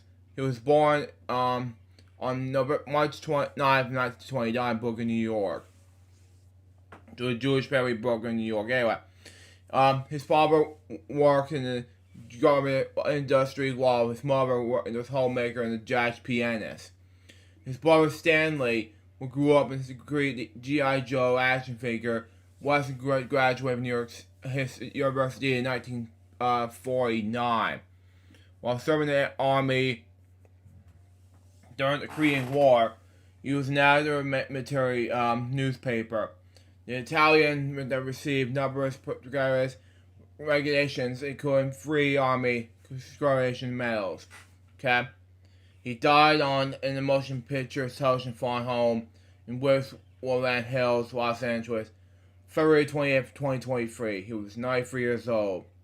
To be honest with you, I'm not going to be able to do much more on the side of veteran today, because I'm not going to be, I'm so tired right now. Anyway, anyway, I'm going to read 3 more topics and we'll wrap up the show. Anyway, Courtney Love makes Nevada 2023 announcement, okay? The late legendary Nevada frontman Kurt Coleman's widow, Courtney Love recently talked to her Instagram account and posted a statement for her and her daughter, Frances B., comment regarding the Recording Academy Lifetime Achievement Award. The caption reads, "Read at Recording Academy Nevada Lifetime Achievement Award. The most fun I've ever had with ad copy. Wars are fun. Here's me in 1992 telling Kurt, that's fun so much." Anyway, and come on, we will have to want to look like a bumblebee. Yeah, anyway. We took a ass smack in the middle of the Grammy program, so everyone will have to know us. I guess they did. Thanks. #crush. Anyway. Well, I received Lifetime Achievement Award for Recording Academy and their Special Merit Awards, which are held in the Wilshire Elmer Theater, Los Angeles, on Saturday night. Dave Grohl, Chris Novoselic, Pat Smear were on hand to accept the honor. Their stand to Kurt was witty, okay? That maybe he was a smart A-word. He said teenage answer and pay off well, which he has. He said, in the expert in his speech, I do fan mail, old fashion fan mail, and I get letters from around the world from Nirvana fans and a lot of young people, this new generation of Nirvana fans, and I just I'm so very grateful for that, okay? While they were an active band, Nirvana received 6 Grammy Award nominations, but only one after Kurt Cobain's death, when MTV Unplugged New York won for Best Alternative Music Performance. Also honored the Special Merit Awards with Supremes, and Nancy Wilson. Only Nancy attended the ceremony. Wow. Nile Rodgers, Sick Rick, Bobby McFerrin, Ma Rainey, Auto-Tune Career, Dr. Andy Hollenbrad, and more. So watch some video from the event below, which I'm not going to watch due to copyright reasons. Anyway, wow, Pat Sajak, almost 77 lived like this. Okay, makes sense. My next topic has to do with Elmo, okay? Police warns Californians of evil Elmo's return to the streets. Wow, okay. Just one of you things are getting what we hear. Evil Elmo decided to return to the streets of California. The mysterious individual referred to as Dave Sander is known for supposedly showing up in the streets across the country, dressing up as Sesame Street characters to find an individual walking by. According to SF Gates, Sarah dressed as a Cookie Monster this time. Was recently shot at locals and tourists in Santa Cruz. The masked individual chase caused such a scene that police argued that nearby for the population to avoid him. The Santa Cruz Police Department took a Facebook warning followers of Verge. Santa Cruz Police warned, do not engage man in the Cookie Monster costume. Recently, a man dressed up like the Cookie Monster in Santa Cruz, causing the caution concern about beach and wharf areas. Santa Cruz Police Department investigates the costume, claimed man as Adam Sandler. Wow. And he has no relation to the actor. Santa Cruz Police Department had received calls and emails from people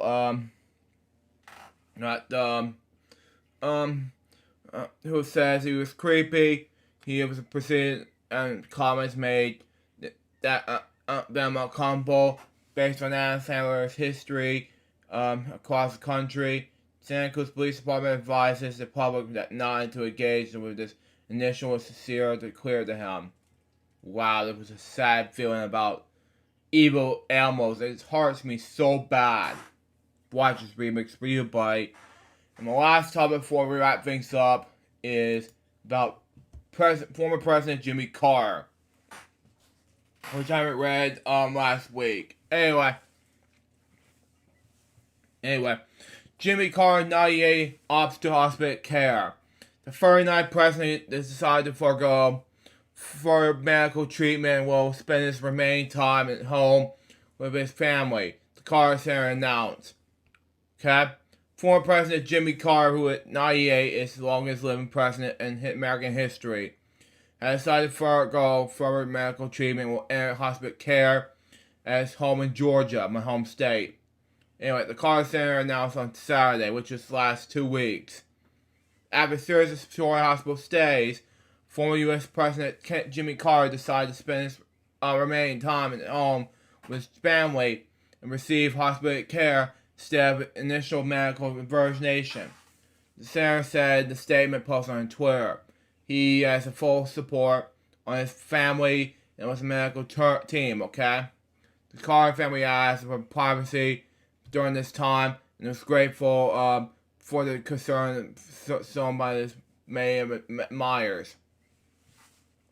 So did not embroider on what conditions of promoted the recent hospital visits or organization to enter hospital care. Mr. Carter survived a series of health crises in recent years, including bout of skin cancer pneumonia, which spread to his liver and brain. Oh boy. And as well as the repeated falls. Oh god. Jason Carter was one of Mr. Carter's grandchildren, and the chairman of the Carter Center's Board of Trustees said he was seeing the former president and First Lady on Friday. They're also at peace and always their homes and full of love, he wrote on Twitter. Hospital is the family's care and terminally ill patients. When the priority is not to provide treatment, but to reduce pain and disproportionate toward the end of life. The former president lives with his wife, Roseanne Carter, 95, in the Moss Ranch house that the couple built in the Plains, Georgia, in 1961. Mr. Carter has defied illness and death for years. Wow.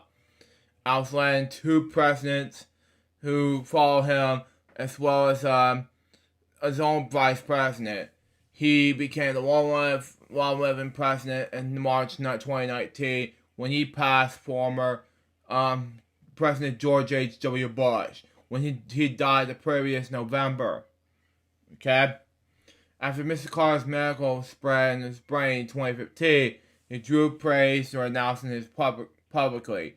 Even as underwent treatment, he continued to teach Sunday school to a Monumental Baptist Church in Plains and Spartans. Within months, he announced that he was cancer-free. In 2019, Mr. Carter felt at least 3 times, at one point breaking a hip and another requiring 14 stitches.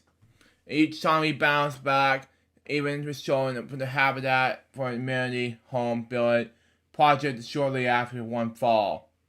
But it was slowly retreated from public life lately, making fewer and fewer appearances and statements. He cannot attend President Biden's inauguration in January 2021 when former presidents were trying to conference, but Biden made a privilege to put the planes in April of that year to pay respects. First sitting president was to visit Mr. Carter with Georgia home, my home state. Anyway, at one of his last public acts, Mr. Carter filmed a brief last year supporting a appeal by coalition group seeking to overturn a court decision promoting the grateful to be appealed through the Domestic National Wildlife Refuge, something like that. He argued that the coalition would undercut the Alaska National Interest Lands Conservation Act, okay, which helped sign into law. He has said to be working on that issue that's recently last month. My name is Jimmy Carter, he wrote in this brief. In my lifetime, I've been a farmer, a naval officer, a Sunday school teacher, an outdoorsman, Dominic Avitus Buller, governor of Georgia, receiving the Nobel Peace Prize. And from 1977 to 1981, I have been privileged of serving as 39th President of the United States. Mr. Carter was a presidential citizen in this day, and new generation Democrat who, after a single term as governor of Georgia, stalked the political world by being the host of better-known rivals to capture his party's presidential nomination in 1976. Ben Allison, the ominous Republican president, George R. Ford in the fall. Over the course of 4 years in office, he sought the resource treat in the governor following the Vietnam War and the Watergate scandal, which, by the way, 50 years from now, Watergate hearings, Robin and Jim, by the way, ushering the reforms that were meant to transfer politics.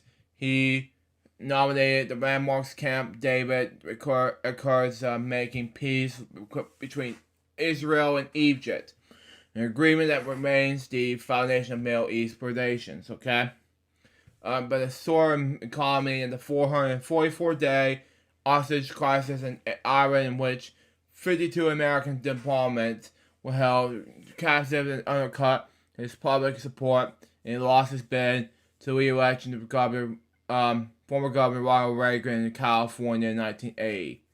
He spent his post-presidency, however, in a series of troubling causes around the world, like building houses to the poor, commanding war, promoting human rights in the places of repression, monitoring elections, and seeking to end conflicts. His work as a former president in many ways came in eclipse in his time in the White House, eventually earning him the Nobel Peace Prize and rehabilitation his image in the eyes of many Americans. And that was the story of our topics for today. And unfortunately, that has to wrap it up for FWO episode 381. Because I was so super exhausted, I am ready to be busted because I'm not going to be able to do much FWO today. So, there's your answer to that question.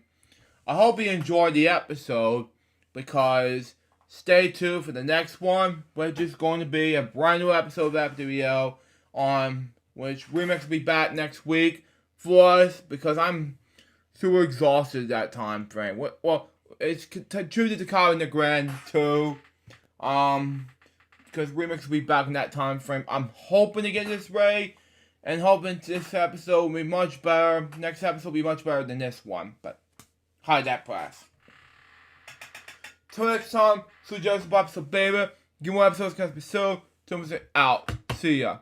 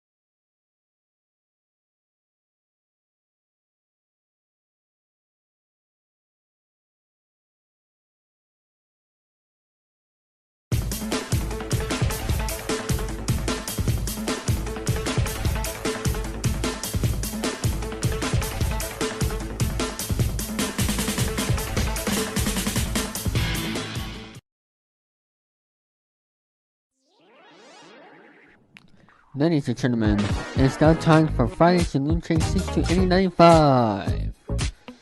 Today, Luke Jippers and Bill Mooney will be talking about their topics, playing video games, and many more fun. And now it's now time to present to you all Friday's LukeJ62895 with their hosts, Luke Jippers and Billy Mooney.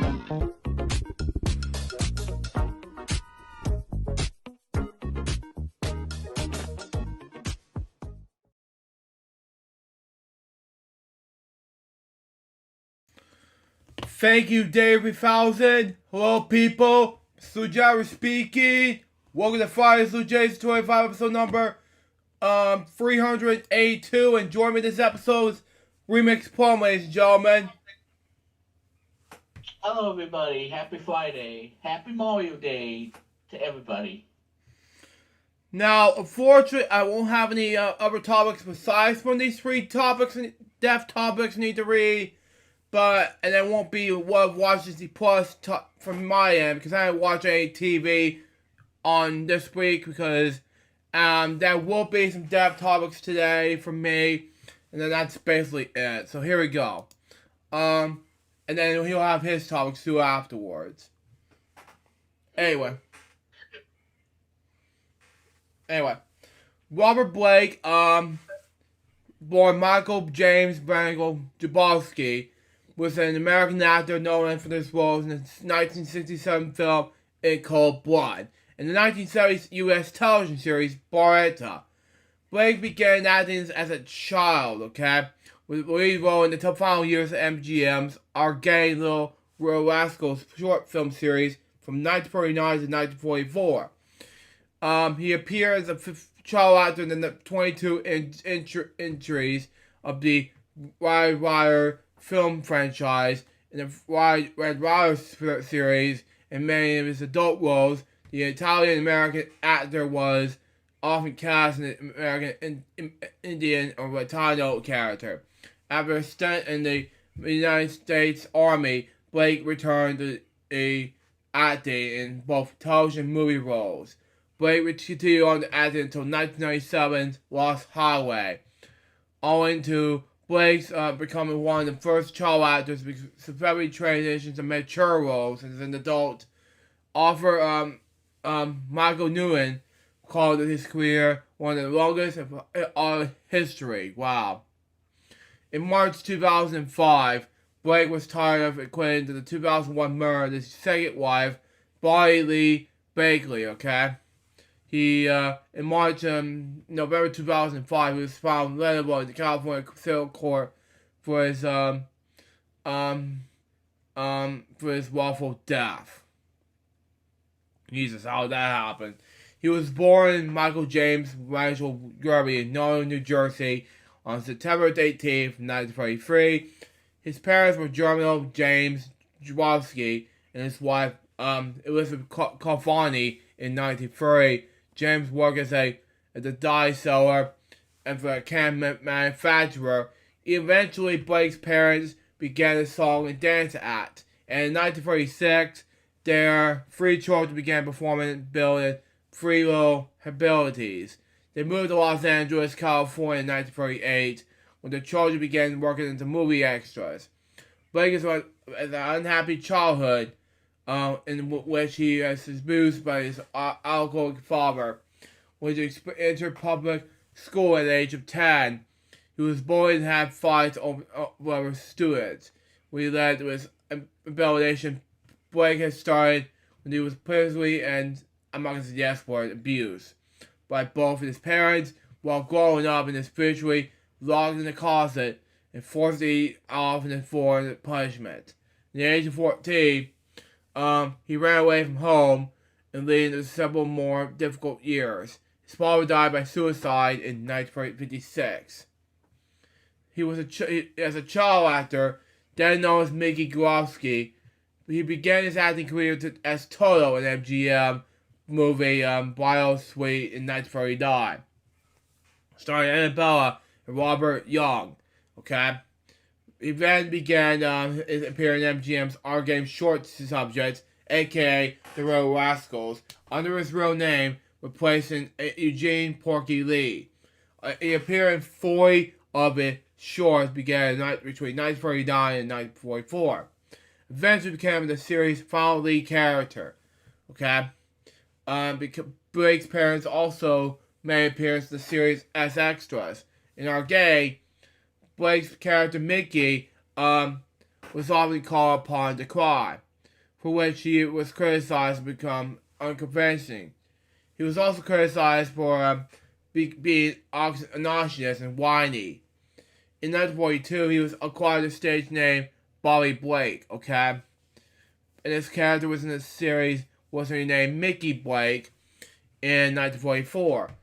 MGM discontinued our game, releasing their final short in the series, Dancing Up Romeo, and in 1995, Blake was honored by the Young Artist Foundation with his former child star Lifetime Achievement Award for his role in Our Gay. And in 1942, Blake appeared for Tookie Statement Annie Hardy's Double Life.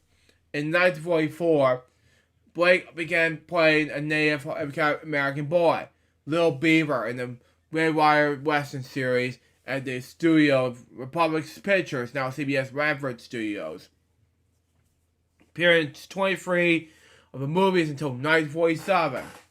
He also had roles in one of Laurel Hardy's later films, including A Big Noise in 1944.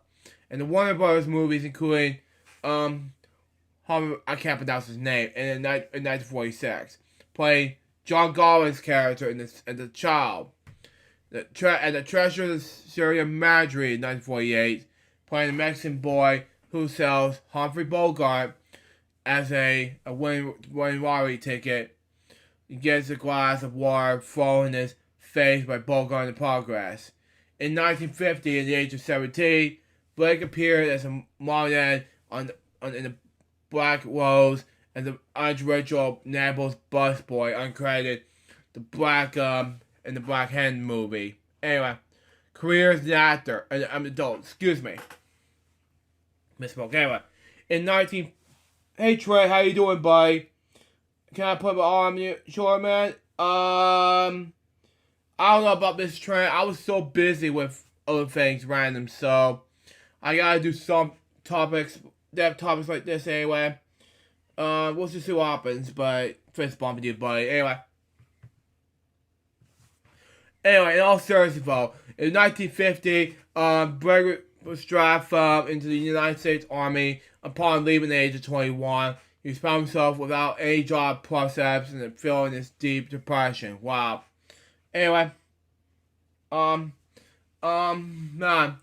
this led to a 2-year addiction to heroin and cocaine. Wow. He also sold drugs. Blake entered Jeff Corey's acting class and began working on improving his personal and professional life. Anyway, he eventually became a seasoned Hollywood actor. Anyway, playing that number dramatic roles in movies and television. Okay. In 1956, he was billed as Robert Blake for the first time. In 1959, Blake returned down for roles of Joe Cartwright, excuse me, okay. A character immediately portrayed by Michael Landon on NBC's Western television series Bonanza. He did appear that year as Tobe Hackett in the episode Trade Me Deadly on the syndicated Western series 26 Men, which dramatized true stories on National Rangers. Blake also appeared twice as Alfredo in the syndicated Western Cisco Kid, and stars a Hot White Hat episode of Men in Bosnius. Another syndicated series, he also appeared in 3 different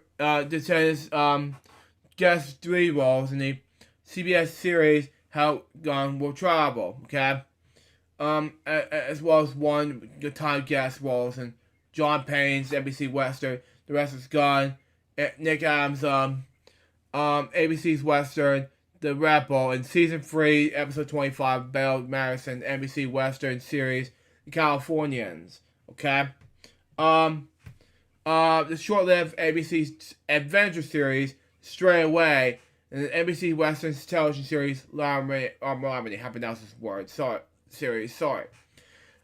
Blake performing in numerous motion pictures and adult, including the starring role in The Purple Gay in 1960, a gangster movie featuring roles in Park Chop Hill in 1959, and one of the 4 U.S. soldiers portrayed in the gang rape in Austria, Germany, in Town Without Pay in 1961. Okay. He appeared in the John F. Kennedy war biopic PT 109 as Charles Bucky Harris in 1963, same year that John F. Kennedy got assassinated. He was also in Signed Brother in 1964, The Greatest Story Ever Told in 1965, and other films. Blake Jarrett's future Foresters and a member of the expired cast in 1963 acclaimed but short-lived The Richard Bones Show. Appeared 15 of the NBC series, 25 episodes. In 1967, Blake experienced a career breakout due to his work in the film In Cold Blood, Blake played real-life murderer Perry Smith. Richard Brooks, received 2 Oscar nominations for the film. One for this direction, one for the adaptation of troubling Colville books, In Cold Blood, Blake was the first actor under the experience BS. I'm not going to say the word, sorry. The mainstream American motion picture, Blake played a Native American figurine in Tell Them What While Willie Boy Is Here in 1969. Starring the television movie adaptation of Mice and Men in 1981, and playing motorcycle highway perforation and coordination. I've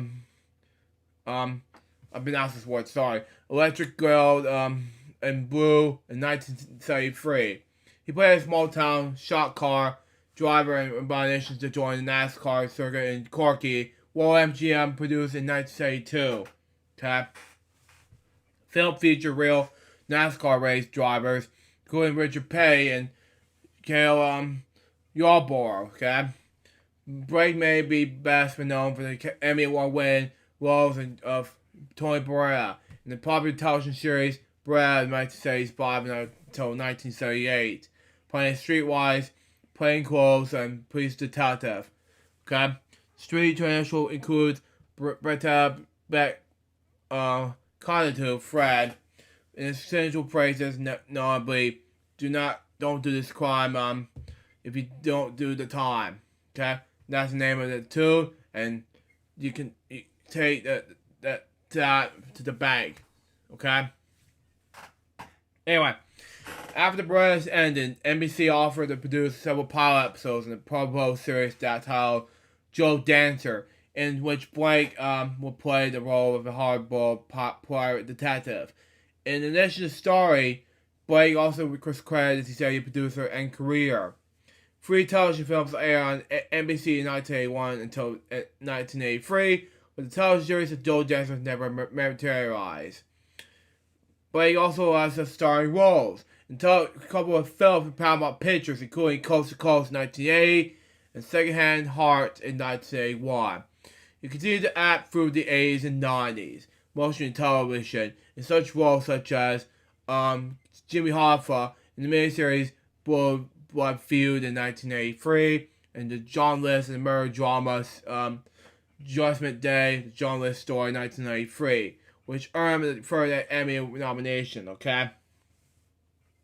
Blake starred in 1985's television series Helltown, playing a price working in a tough neighborhood, and wrote the screenplay for pilot as Raymond P. Doctor, and he also have characters parts in the Fraggle movies such as Money Train, Year I Was Born, 95, playing the Mystery Man, David Lynch's Lost Highway, 97.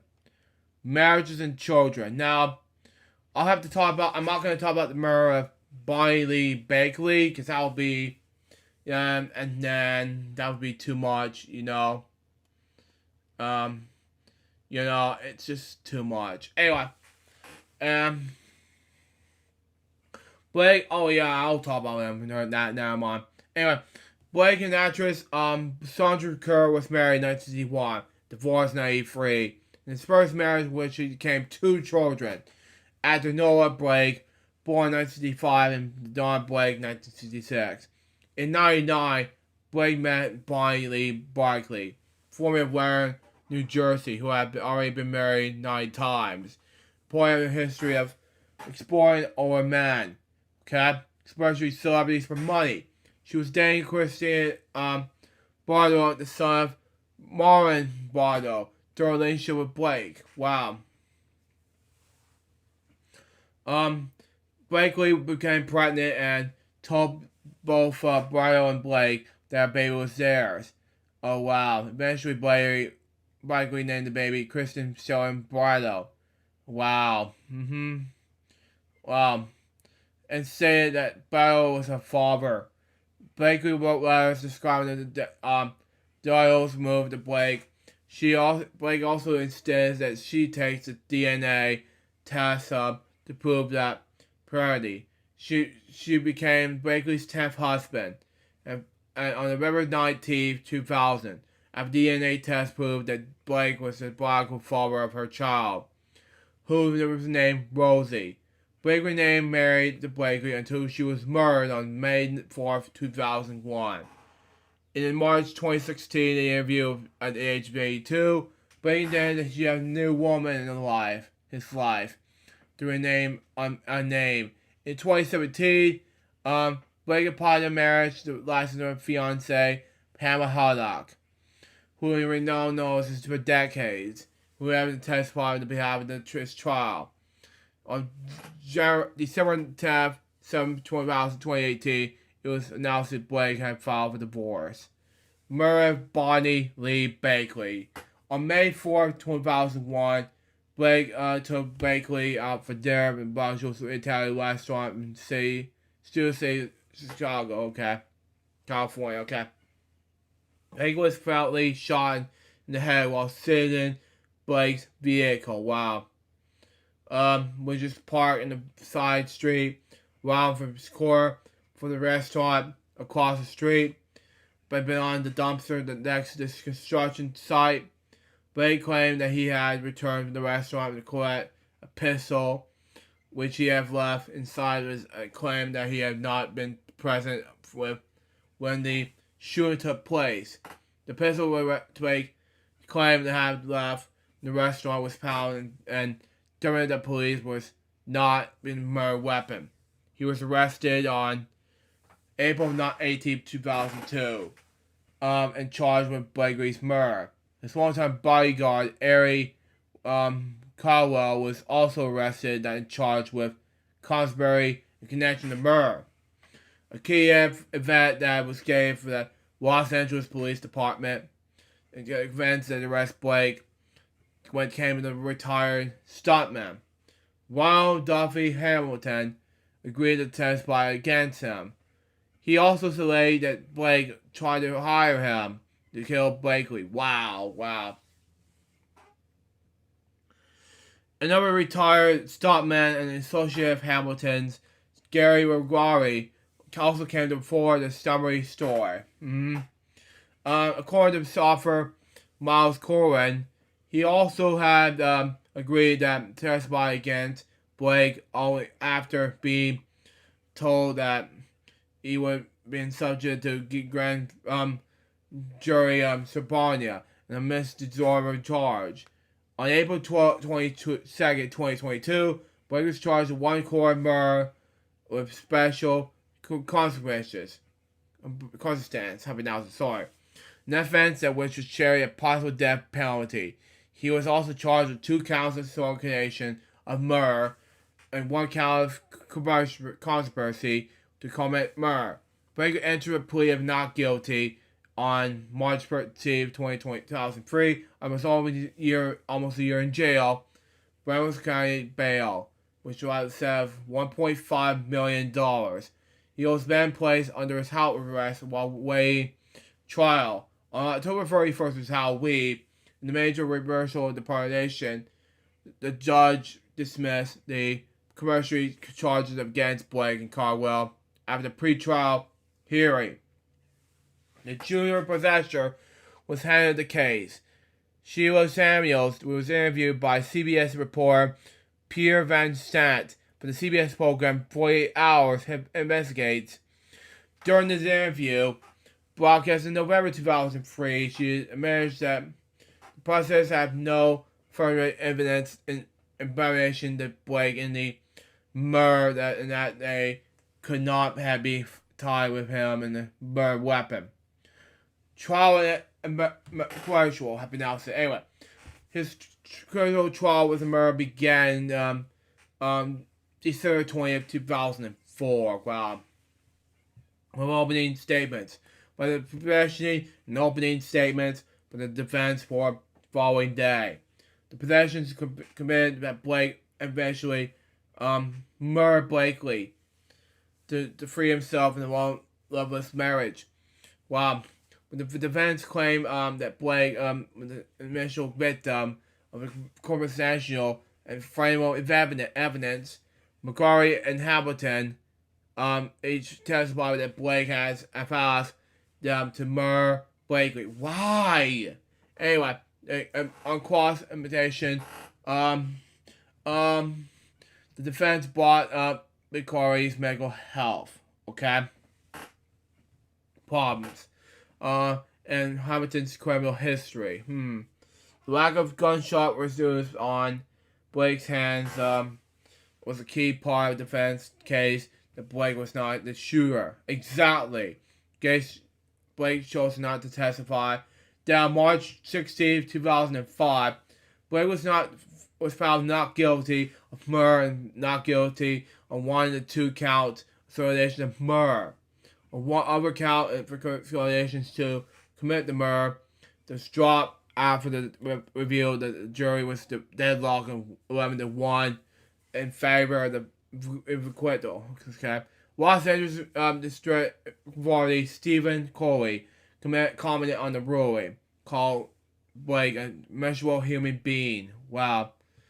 And jurors miserably incredibly stupid. Yeah. Exactly, to follow this vendor's claims. Public opinion regarding the virtual was mixed, with some feeling that Blake was guilty. But many felt that there was not enough evidence to convince them. On the night of the vehicle, several fans celebrated Blake's favorite hut on the scene of crime's rituals.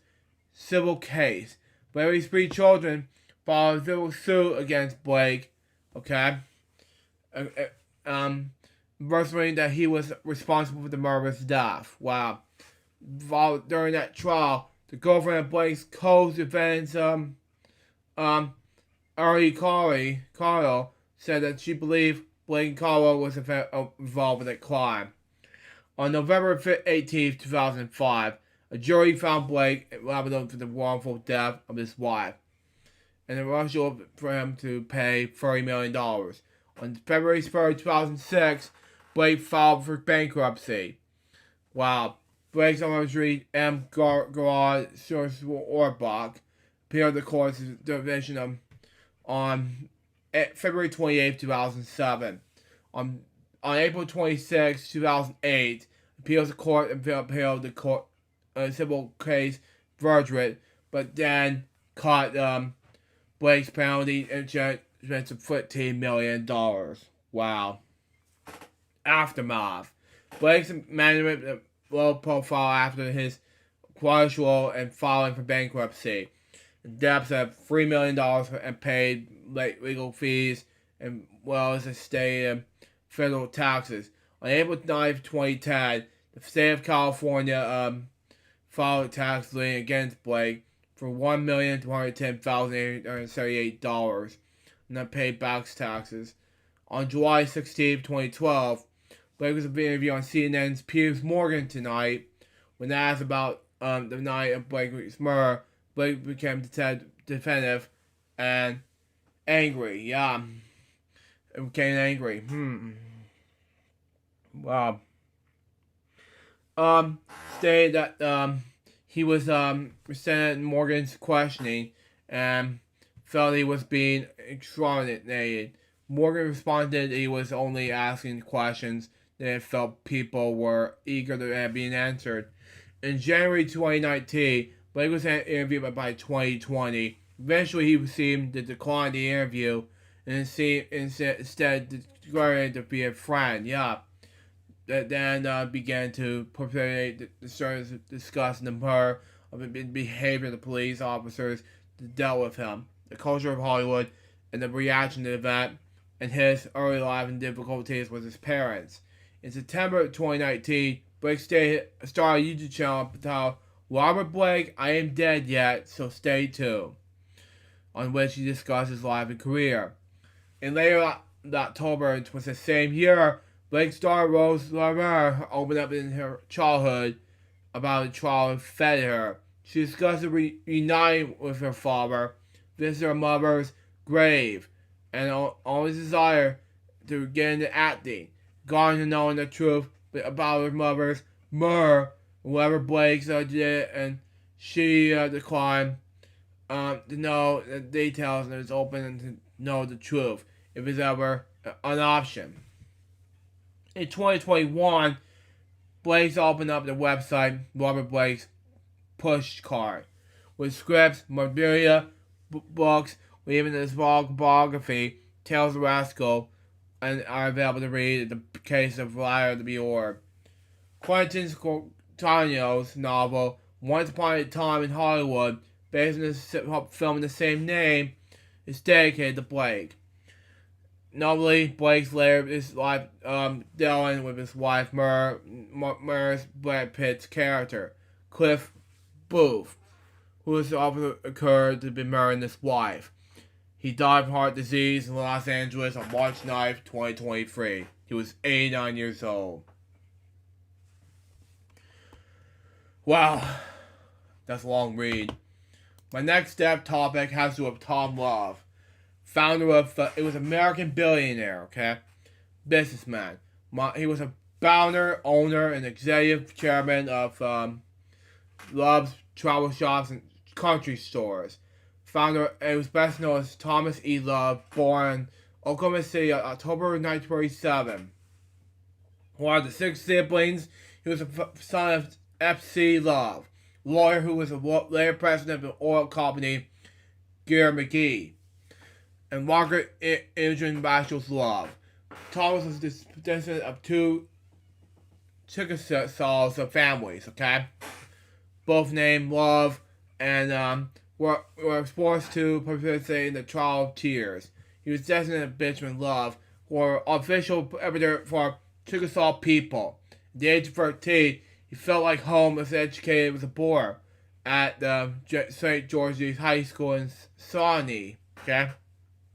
When he was standout football player. Love attended St. John's University in St. Cloud, Minnesota, but left after less than 1 semester. He then joined the U.S. Marine Corps after one of a 3-year career, rose the ranks of corporal. After leaving the Marines, he married and decided to try college once more. He dropped out of the University of Oklahoma in 1994. Wow. Eventually, Love owned restaurants and car washes. Until he discovered eventually opening gas stations. In 1964 January, Love was in life Dewey and leads a self-service gas station in Montana, Oklahoma. Love went on to open a number of 30 gas stations. Then in 1971, he decided to merge service gas stations with convenience stores, and the business continued to grow. Today, Love's Travel Shops and Country Stores is a national chain with more than 600 locations in 42 states. Tom and Julie Love married on December 26, 1961. They have 4 children and live in Oklahoma City. Three of the children work at the company. Frank Love and George Love are co-CEOs, and Jay Love, mayor, is a vice president of Communications.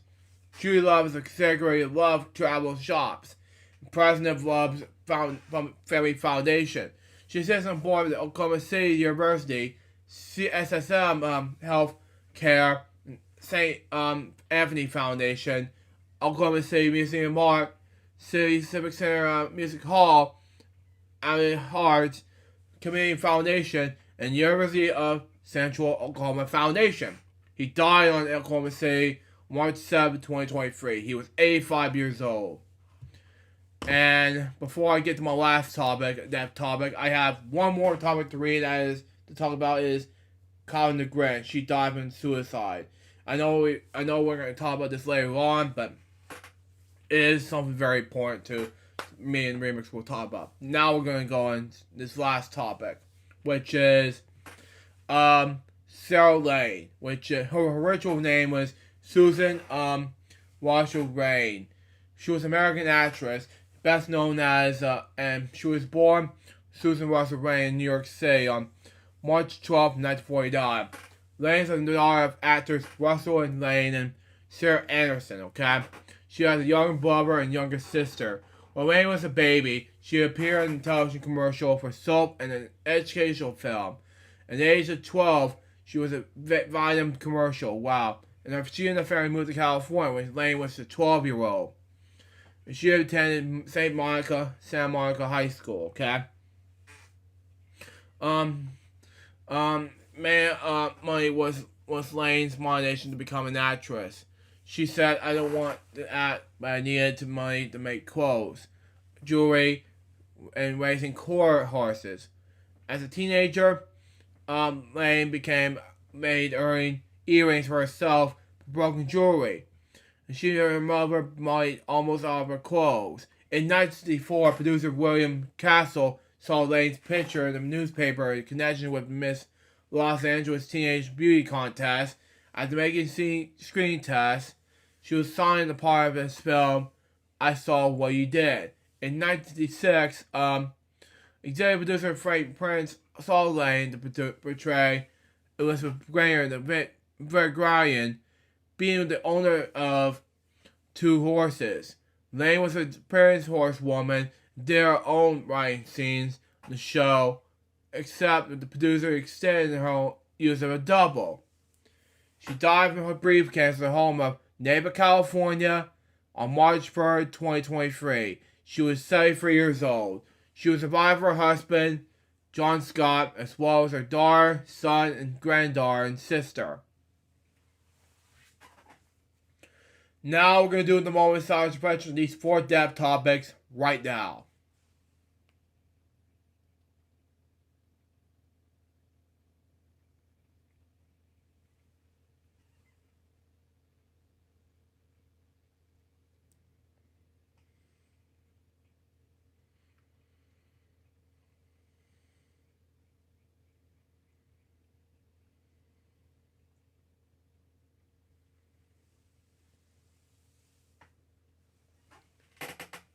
Thank you. Rest in peace, these 3 people I mentioned and Colin DeGrant. Now, Remix has some topics for us. Remix? Yep, I'm here. As I'm being careful from eating the peanuts. But anyway. Sorry. You're fine. And yes, folks, Luke can't have any peanuts. I don't want to choke on it.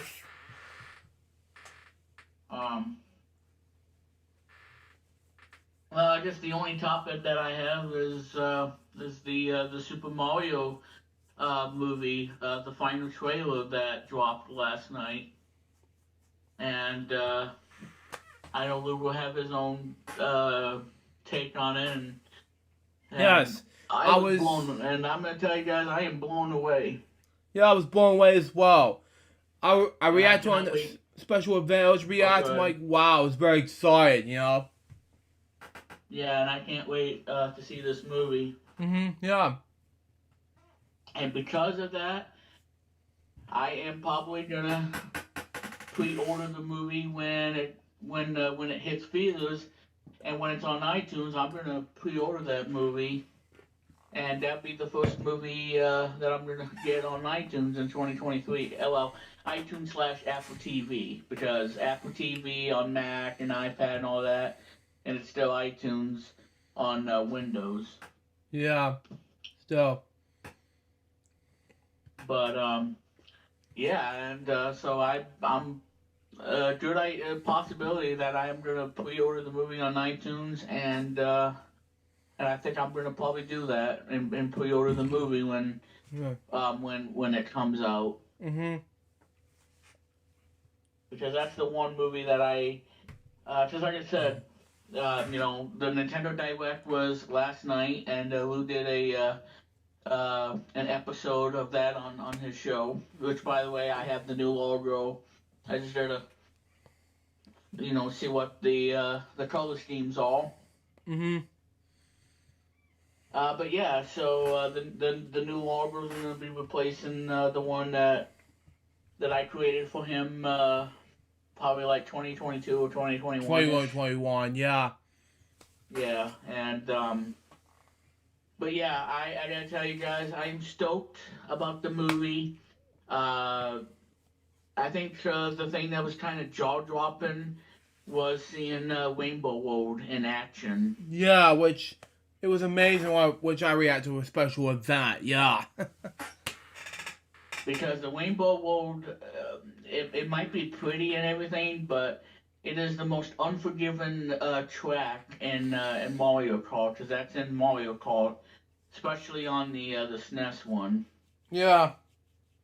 And Rainbow Road has been a staple ever since, and now it's on Mario Kart 8 Deluxe, which I'm gonna have to get the US copy instead of the other copy. Mm-hmm. But yeah, Rainbow Road, and it's gonna be awesome, and it looks phenomenal. I tell you, I cannot wait to see this movie. I'm hyped. It's gonna be out on April 5th, which I won't be able to see, by the way, because I won't have the money, because I'm gonna be getting something really special. Mm-hmm. Yep. Yeah, so it's gonna be out on April the 5th, and excuse me, and I can't wait to see the movie. So I am blown away. I cannot wait to see this movie.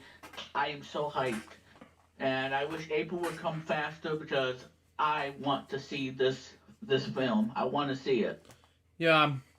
Same here. I wish. And I am most most definitely gonna buy it on iTunes. Just the fact that I'm looking forward to see Billy in person this April 13th.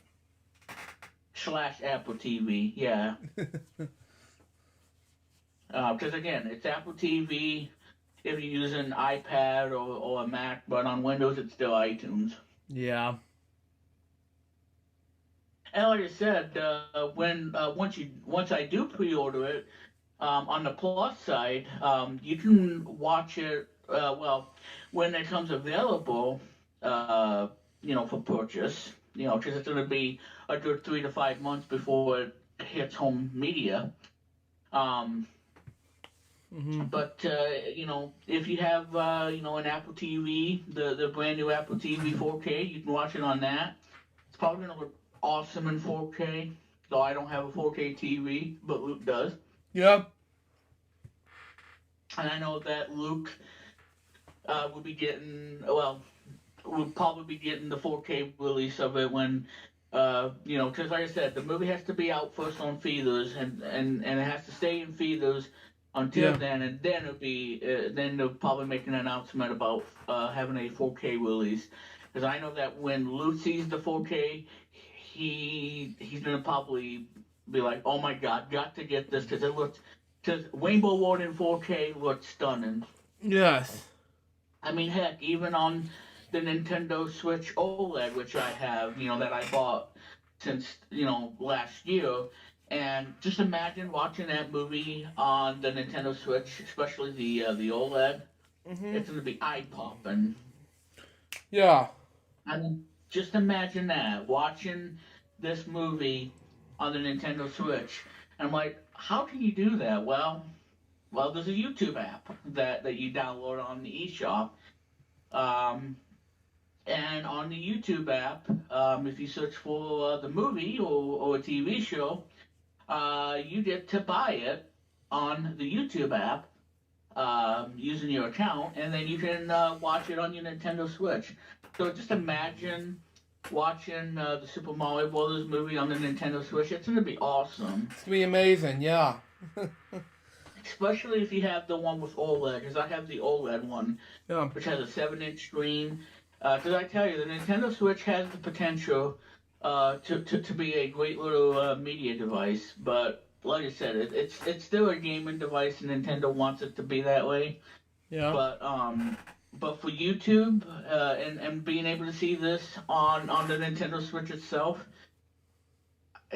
I tell you, I wanna really test it out, because I think when the movie comes out, I wanna rent the movie, and I wanna on Google Play, and then I want to see how it's gonna look on the Nintendo Switch, especially Yes. the OLED. I want to buy it. Phenomenal. So I can't wait. I can't wait. Yeah. For the movie, especially on let's say Apple TV. And like I said, it'll be available on Peacock as well. Yeah, same here. Yeah. About 45 to 50-ish days, so it'll be on Peacock as well. Mhm. Yep. So that would be great. So, but yeah, just seeing it on the Nintendo Switch, it's just insane, because we got a Mario movie that's coming out, and you're seeing it on the YouTube app on the Nintendo Switch. It's just awesome. I mean, amazing, oh my god, yeah. Amazing. Like, I am totally blown away. Yeah, you but are. Yeah, that Rainbow World is awesome. Seeing Donkey Kong and Mario powering up and whatnot, because they used to be former rivals. In case if you guys don't know, they were former rivals. Yeah. Especially because they got the start in Donkey Kong on the arcade machine. And then in 1994 they came back, and this time it was made into a really fun puzzle game that has a lot of learning. You have to learn how to play it, but oh my god, it is the best game on the Nintendo Game Boy, and I'm talking about Donkey Kong 94, just Donkey Kong GB. Wow. It is the greatest game out there. It is the greatest game ever created in 1994.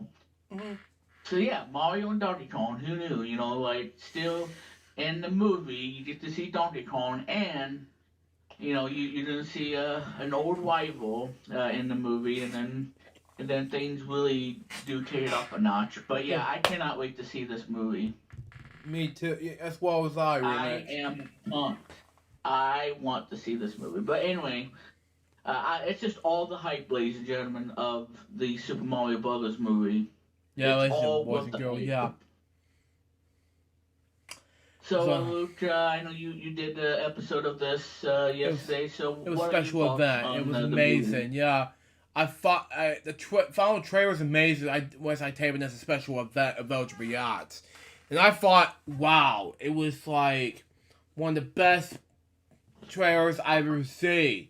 And let me tell you something. It was like the best trailers next to the two trailers I've ever seen, and it was great. So I gotta go see it on the 5th, because with Mom's permission, of course. Because if I tell Mom, hey, we gotta go see it on the 5th of April, and she'll tell me we'll do it, because I gotta go see it, because I have to do it, because it's gonna be a great movie, no less. Something that she needs to do after work, because I gotta do something. I gotta text Mom after my Friday show's over. Then I gotta do something. It may be something I really want to do. Super Mario Bros. Movie on April the 5th. That'll be my reaction to that. Well, and I'm gonna say too. This is without a doubt 50 times better than the 1993 version. Oh, And we no don't even doubt. talk about Yeah. that. I mean, at the time, yeah, and I was at Wilmington, North Carolina back in 2021. It was a good thing that you mentioned it after I got home from Wilmington to Georgia. Because you said the Mario movie was taped in '93, taped in North Carolina. I was like, F you, movie, you know? Yeah. Well, that's what it said on Wikipedia. Yeah, because, yeah. But yeah, the 1993 one we don't talk about No, because thank God for that. No. it's a movie that is guilty pleasure that you can sit there and watch, but at the same time it made the whole story plot made no sense whatsoever. Yeah, In the original. Mario! Luigi Mario! Like, the hell? Excuse my language in stream, but that's just me anyway. It's more like the Mario twins rather than Mario Brothers, but Yeah, I was watching the Star Critic review of that. It was very hilarious to watch, you know? Especially the James Wall video, you know? But yeah, I mean, like I said, the movie, the 1993 one still has its faults, and yes, this year marks the 30th anniversary of the movie. Yeah, we'll be doing this crap. And like I said, it tries to do everything, but at the same time, it just the whole story was weird, and it was supposed to be a film for the entire family, but it ended up being just a weird movie that the story made no sense, and No. and even the late Bob Hoskins said it was the worst thing he's ever done. In the '93 movie. I mean, the same thing happened in the Sully movie. Disaster for him. It was a disaster for Bob Hawkins, you know?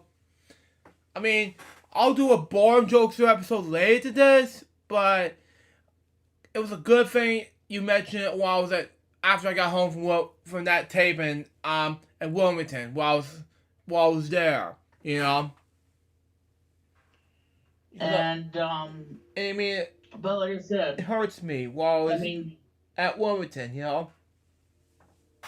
But it's like I said, this is a movie that, yeah, I mean, like I said, that's why I said that the Super Mario Brothers movie this year, I think is way better because, like I said, it's fully animated, it looks nice, especially in 1080p, and I think the film will be even better in 4K. 4K! It's going to be stunning in 4K. Yeah, because you see, much better than the 93 version. No doubt. Yeah, the 93 version, and has its ups and downs, the silliness and all the stuff that didn't make sense, and Bowser, being a goofball, but and like I said, there was some reference to the game, the bombs, Koopa, played by the late Dennis Hopper. Wow. And of course, in the film, the two brothers were holding a Super Nintendo accessory known as the Super Scope, which is one of the worst accessories on the SNES, because I remember using it and like, oh my god, this is so big and heavy, and it takes batteries. So if you don't have batteries, forever, man. You can't play the game, which came with the accessory. But yeah, so they ended up using the Super Scope in the movie. Yeah, it's too so bad. If you guys are wondering what that thing was, it was the Super Scope. Super Scope, yeah. Yeah, and it was a Super Nintendo accessory, and it wasn't that good. No, it's like any other. It's just like it's like a gun, but it's different. Mm-hmm. And you use it to play the compatible games. Mhm. Wow. And like I said, the Rainbow Road, is in many Mario Karts. especially in Mario Kart 8 Deluxe, which I think is my personal favorite of the Mario Kart because it has, because it adds some variety to the game, and it's just makes it a lot of fun and competitive, and everything. Yeah, Mario Bros. That to movie, me is hands what down. makes the difference. Yeah, hands down for Super Mario Bros. Movie, yeah. And the one thing that I'm excited for this movie is, well, probably the musical score, and being able to hear, the iconic Super Mario Brothers theme. Yeah. And it's by that same guy that composed music for other films like Despicable Power Me. Rangers in 2017. Oh, yeah, that too, yeah. And I think he's also the guy that composed the Universal 2012. Yeah, that too, yeah, 'cause... 2015. Yeah. For the 100th anniversary. Yeah, 'cause... Yeah. Yeah. Exactly. So overall, folks, me and Luke, we're so excited for the film. Yeah, I'm It'll excited. be out on April the 5th. And that's all she wrote. All that she wrote, folks. And again, it'll be out on April 5th. And they're going to be showing it, 10 miles from here. Wow. Well, I won't be able to see it, but I'm sure Luke will, because I will, but just I I don't know have. he's I pretty do hyped for it understand. as much as I am. I'm hype. It's just I need to save money for the movie. It's just too much As long of as information not on the whole thing. where you are. It's not expensive where I am. No, it's just tickets are very cheap. You know, that's just me. And if I'll tell the mom about this, we'll see what happens. And I can tell you guys too that the filming is complete. Which I saw in my reaction video special event. Yep. Yep, and now all we gotta do is wait till April, and you guys can see the epic movie. And again, and I hope that I'm right, because I am hoping that Rotten Tomatoes is not too harsh on, because I'm really hoping for this to be a success. And if Rotten Tomatoes says anything otherwise, yeah, well, we'll see what happens when the film comes out. Yeah. So I don't want to speculate it. And I do not want this to copy the 1993 movie at all. Yeah. Yeah, it's like, where's your Mario? Mario. What?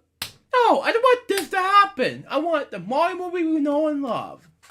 From Nintendo emulation. Anyway. I didn't want to sound like Minions. Anyway. I know that's all your topics. Yeah, so it'll be on Peacock 45 days after. And then it'll be coming to Netflix later this year in 2023. I am very hyped and excited, yeah. And,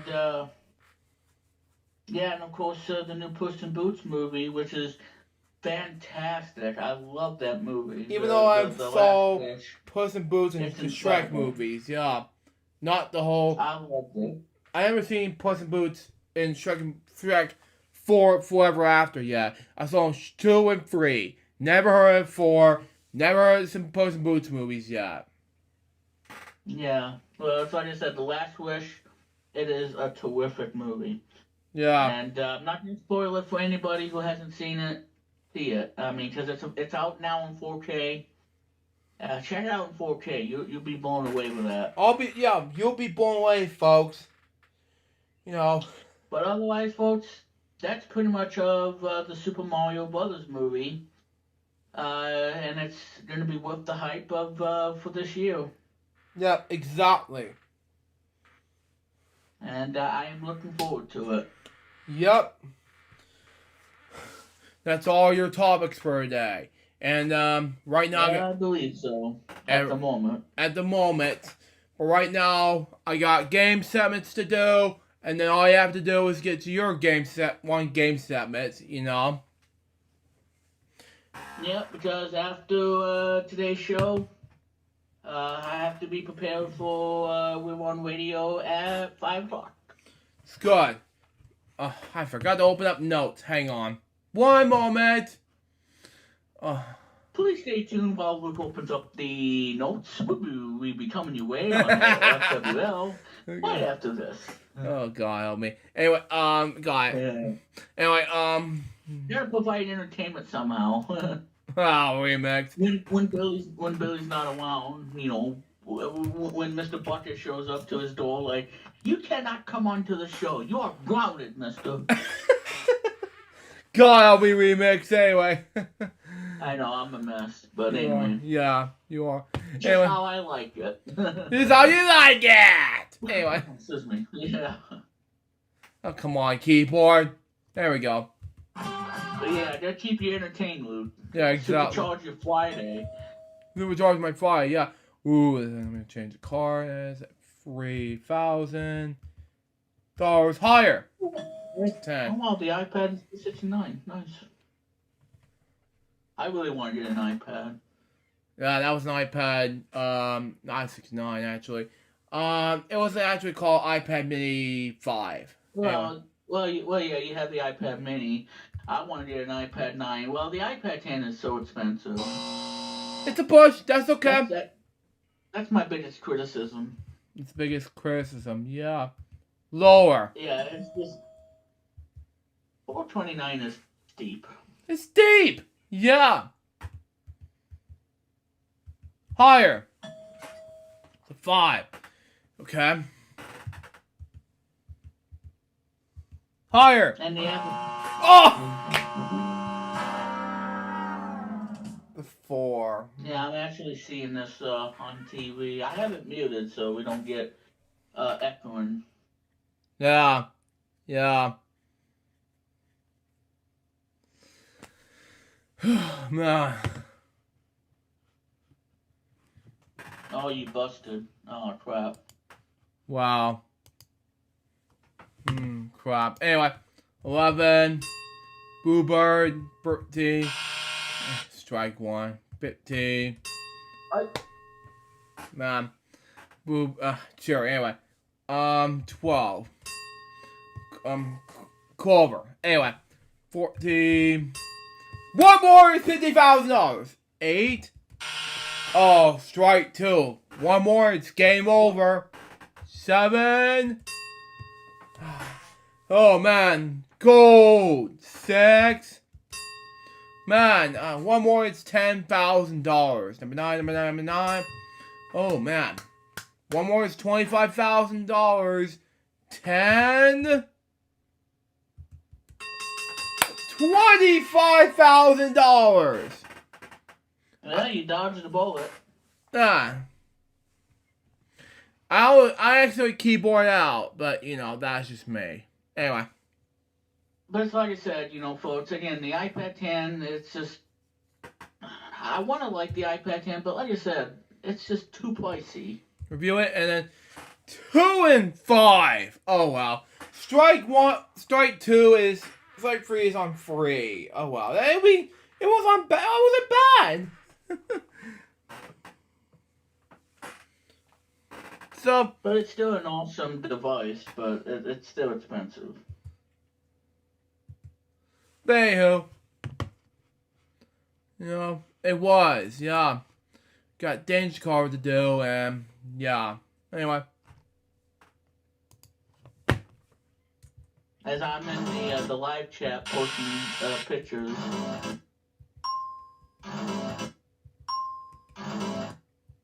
But yeah, I mean, heck, the iPad 9 is $269 for the 64 gig. Oh, game over. Really? Let me guess, green is the danger color? Yeah. Wow. Your color, and then, oh my god. Ouch. Well, the actual retail price is, oh my god, I failed. Oh god. 2. $50,000. What's wrong with these people? Anyway, one. Yeah.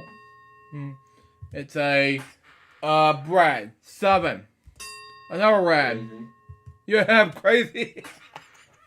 Oh man. 8. Okay. Blue. 2. Another. Imagine watching that on the iPad. That'd be great too. It'd be great. Oh god, America resist. The Super Mario movie on the iPad. That'd be great. Wow. 9. One more. It's $25,000. 4. Okay, not bad.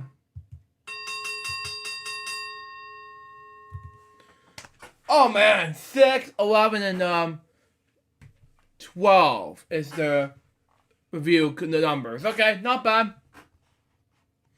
Got the Bonzi Banana Challenge done, and all we have to do now is just get that completed. Hopefully get this ready to go. I wonder if Blue is gonna show up. No. Oh, shoot. Oh, I'm talking about DC Comics. Sorry, DC Comics. Well, he was been sleeping all the time. It's like, sorry, I'm late, guys, blah blah blah thing, you know. But he's probably been put on a sleeping spell by Cookie Monster. Wow. He messed me up by Bonzi. Oh, Bonzi, you never know.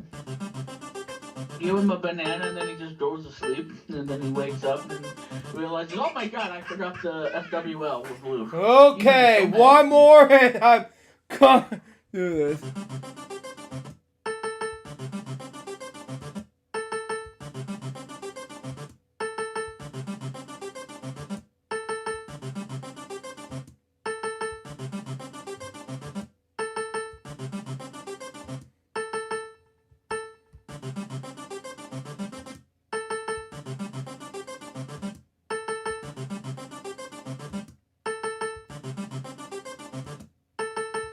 Wow!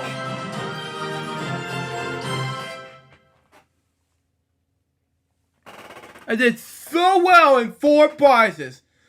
And if this happened to 2 Bonzies and I'm out of the game. Let's see what happens. Well, I did so well. Oh my god!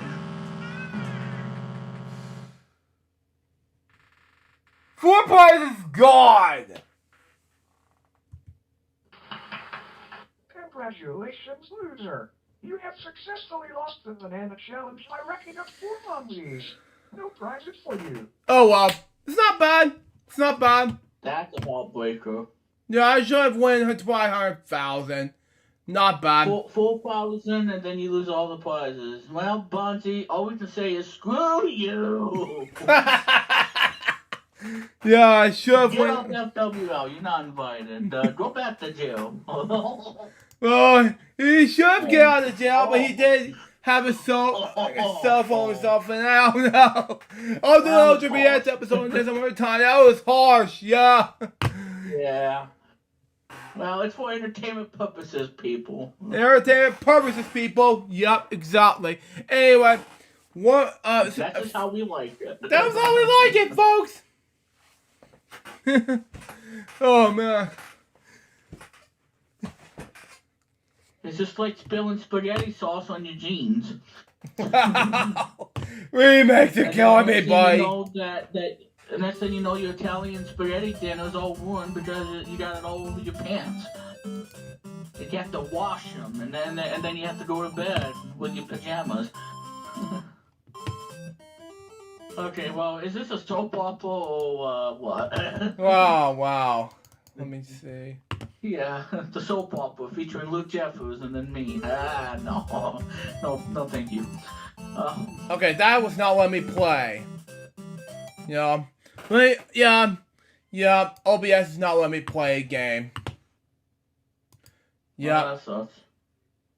Oh, maybe you won't let me play a game. Well, you know what? Screw this. Let's play Wheel of Fortune Title Electronics game. Okay. Well, sorry we can't play Anticipation because of the problems. Yeah, difficulties on my end. Yeah. Yeah, that sucks. Okay, well, ladies and gentlemen, boys and girls, children of all ages, here we go with the game that you guys have never ever seen before on YouTube. You haven't even seen it on my YouTube channel, which will be coming in the near future. And now you get to see it here on FWL for the very first time. Okay. And normally this would be a 3-player game, but since it's just the 2 of us, we unfortunately are going to have to do a 2-player game of this game featuring the computer player, and hopefully we can beat against the computer player. But anyway, this game is very simple, and all you gotta do is, well, try to win and beat the computer player. Now, this is not going to be, you know, a champion game or anything that, you know, it's up for grabs and whatnot. This is just basically going to be an exhibition game. Yes. Which means whoever wins, wins. And that's that. Yes. You know, and we're doing it to pay tribute. Yes, But with like I Kyle and the mentioned Grand, yeah. In the group. Yes. The PCBM group. Which we mentioned, yeah. So anyway, without further ado,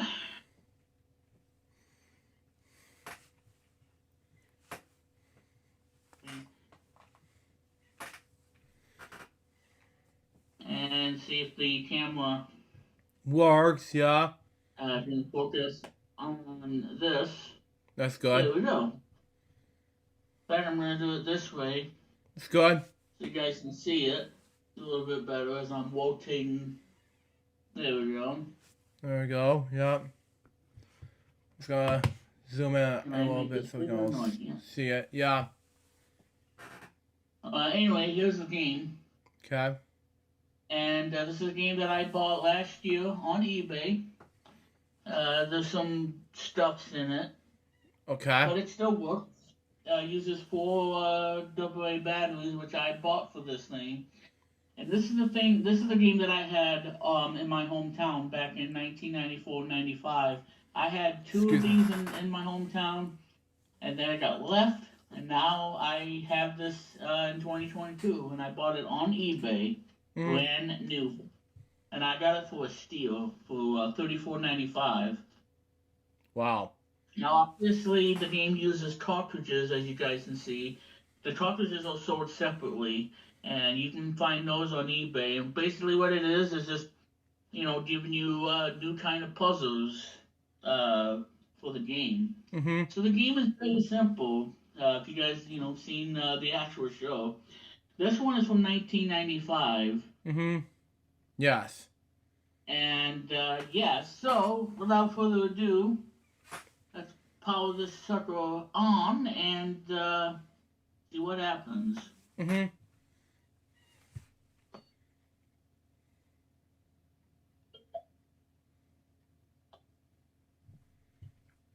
And I know you guys can hear the game that's inside, or the music that is. Yes.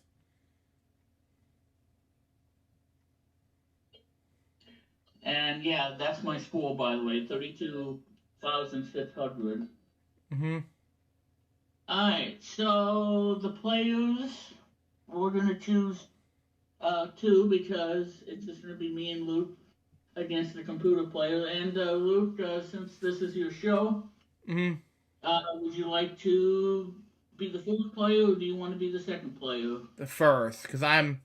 this has to be me versus you remix. Okay, well, like I said, you know, because this is your show and I get to ask you. If it was my show, I would probably, well, it don't really matter because it's just, you know, it's just an exhibition game, so it's pretty much just for fun and just to enjoy the game as it was meant to be. Correct. Alright, well. Alright, so the game works, you know how to play Wheel of Fortune. If you guys are a bunch of situos, then well, you probably don't know how to play this game. Yeah. Yeah. But anyway, so it's a simple game, and now here's the thing about the game. Okay, so in the instruction manual, You always have to spin by or whatever, because you're on a timer, and you don't have a lot of time. You only have about 25 to 30 seconds to make your decision. And if you run out of time, then you lose your turn automatically, and then it goes to the next player. Yes. So you have to spin the wheel or buy or solve if you know what it is, but you have to make sure that you figure out what you decide to do within the time limit, because again, if you run out of time, it will make that awful noise, and it will let you know that you went out of time and you lose your turn, and then you have to wait till your next turn. So there's a time limit in this game. Mm-hmm. And then I'll explain how the bonus round works, or the Venus round. Alright, so Luke, if you are ready, let's begin the game. Okay. And the category is a people. Okay. And I guess that you, Luke, I guess you get the spin. Spoon? Alright. It is, I believe, 500. R. In all? Mm-hmm. Yep, 3 of them. I like to buy a vowel, an E. There is 2. Oh, man. Spoon? Alright. And it looks like 250. S. An S? Mm-hmm. Yep. Okay, I like to buy an O. No O. Mm-hmm. Wow. So I get the spin. Oh, got out of the loser turn. L. Spin. Okay, 400, Y.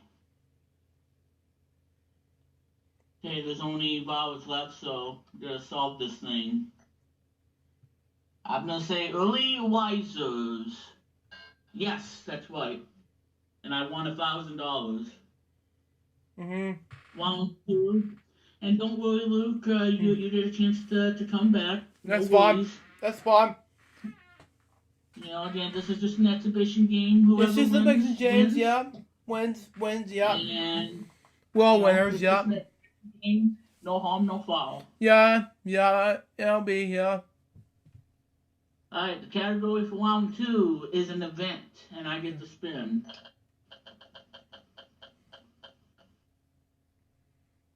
And I get a free spin. If I can get the letter right. F. Yep, I get the free spin. So I gotta spin again. There's 2 F's, by the way. Wow. S. Nope. But I get the spin. And I think that's 300. It's hard to see. I don't want to pick an S, because I wouldn't pick that.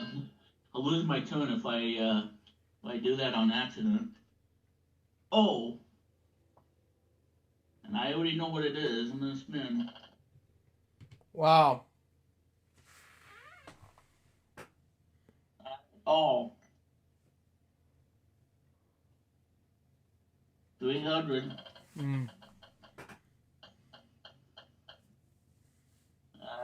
400 looks like H. Let me know if you can see the... Yeah, I can see it just fine. Okay. And for the viewers out there who's watching this, 950. Ooh, get out of that bankrupt. Make sure I don't push the one button, otherwise I'm gonna end up not getting it. Oh, well. It can happen, though. If you accidentally push a letter that's already been called, you're gonna end up messing up. Alright. Looks like I'm gonna get it here. Yeah, it looks like it. Yeah. 4th of July. And I got it, $29.50. Yeah, you got it. Alright, the third and final round. The category is a title. Okay. Or tittle. Or tittle. God help me. And player 3 gets a loser turn. Sorry, we gotta skip you. Alright.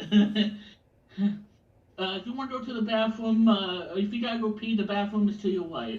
Just don't pee on the floor. Okay, anyway, Luke, it's your turn. Spoon! God help me, remix. Anyway.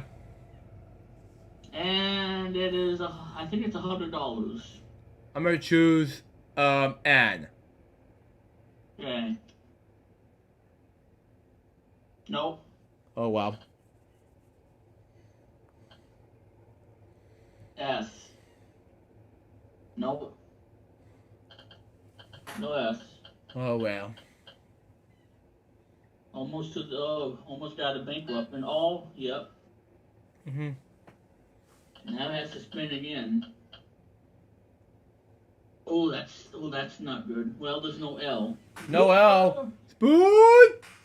And I believe that was $2,500. That would have been a problem. That wouldn't have been a problem. And you, Luke, you got the bankrupt. Oh my God! Mm. Yeah, you got a bankrupt. Sorry about that. You're fine, remix. No harm, no foul in anything. F. Yep. Yeah, man. And E.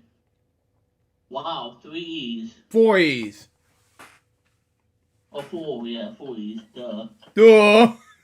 I know how to count. Okay, V. No, V. Oh, crap. Oh, okay, now I know it now. Oh, crap, I screwed up. Yeah, there's a T. There's 2 of them. Wow. Mm. I think that V's gonna get me. Bite me in the butt. G, yep. Alright, the tiger, yeah. He's gonna get me. Oh, well. Well. Nope, no M. No M. Alright, Luke. Spoon! Yep, there's no M. There's no, whatever letter he chose is not there. Why? Yep. Spoon? Gotta get initial money for something. Oh, well. H. Okay. Alright, there's only vowels left. I have a tiger. Yep. Mentioned an orange video on YouTube, which I saw. Like, That's right. wow, 700, You yeah. got 700 and I win the game. Yeah. Congrats, What a Remix. fun game. What a fun game. What a fun game, yeah. Alright, I get to go on the bonus round, which is... Oh, I gotta pick a letter, I think. I gotta go for L for Luke. Of my name, yes. Tiger. And it's T, L, and E, and I think I know what it is already. Okay, Y. Okay. Well, there's no C, but, do an O. For your eyes only. I got it. 27,950. I got 25,000. Oh my God. You won anyway. How about that, ladies and gentlemen? I win big.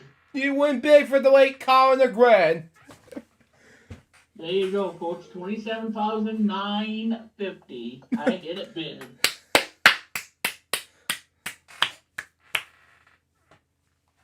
Good job, Remix. Good game, anyway. Thank you. It was a good game. Well, Luke, at least you did one thing. You smoked the computer player. The computer player did not win. You didn't win. So that's a good thing. That was a good thing, yeah.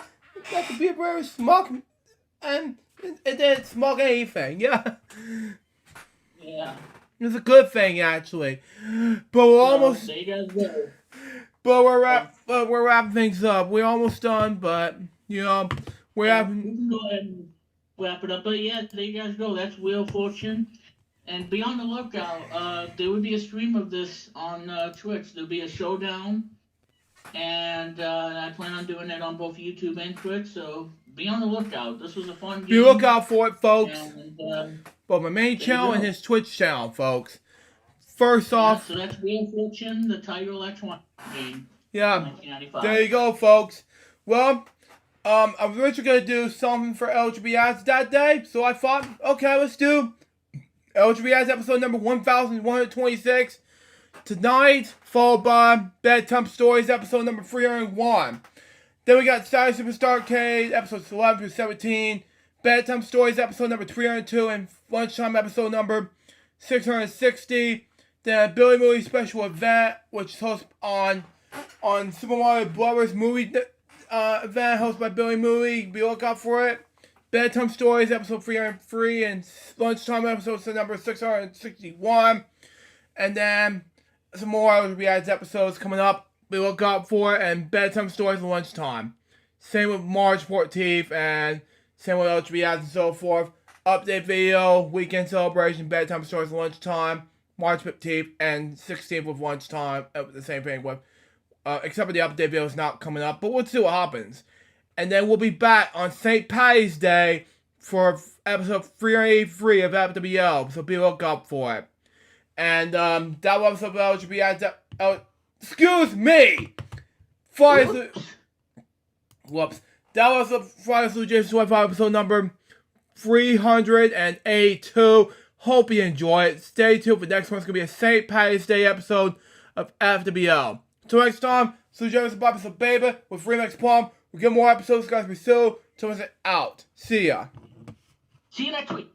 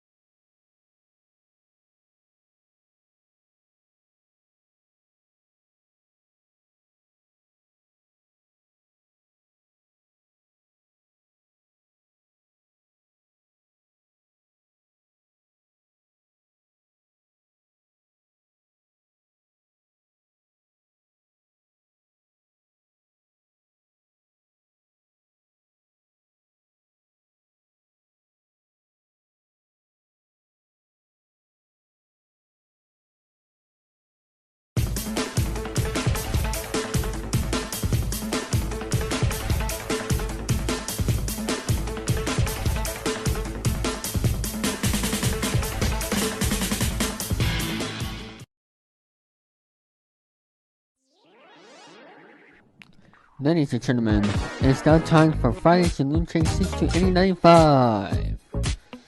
Today, Luke Jippers and Billy Mooney will be talking about their topics, playing video games, and many more fun. And now it's now time to present to you all Friday's LukeJ62895 with their hosts, Luke Jippers and Billy Mooney.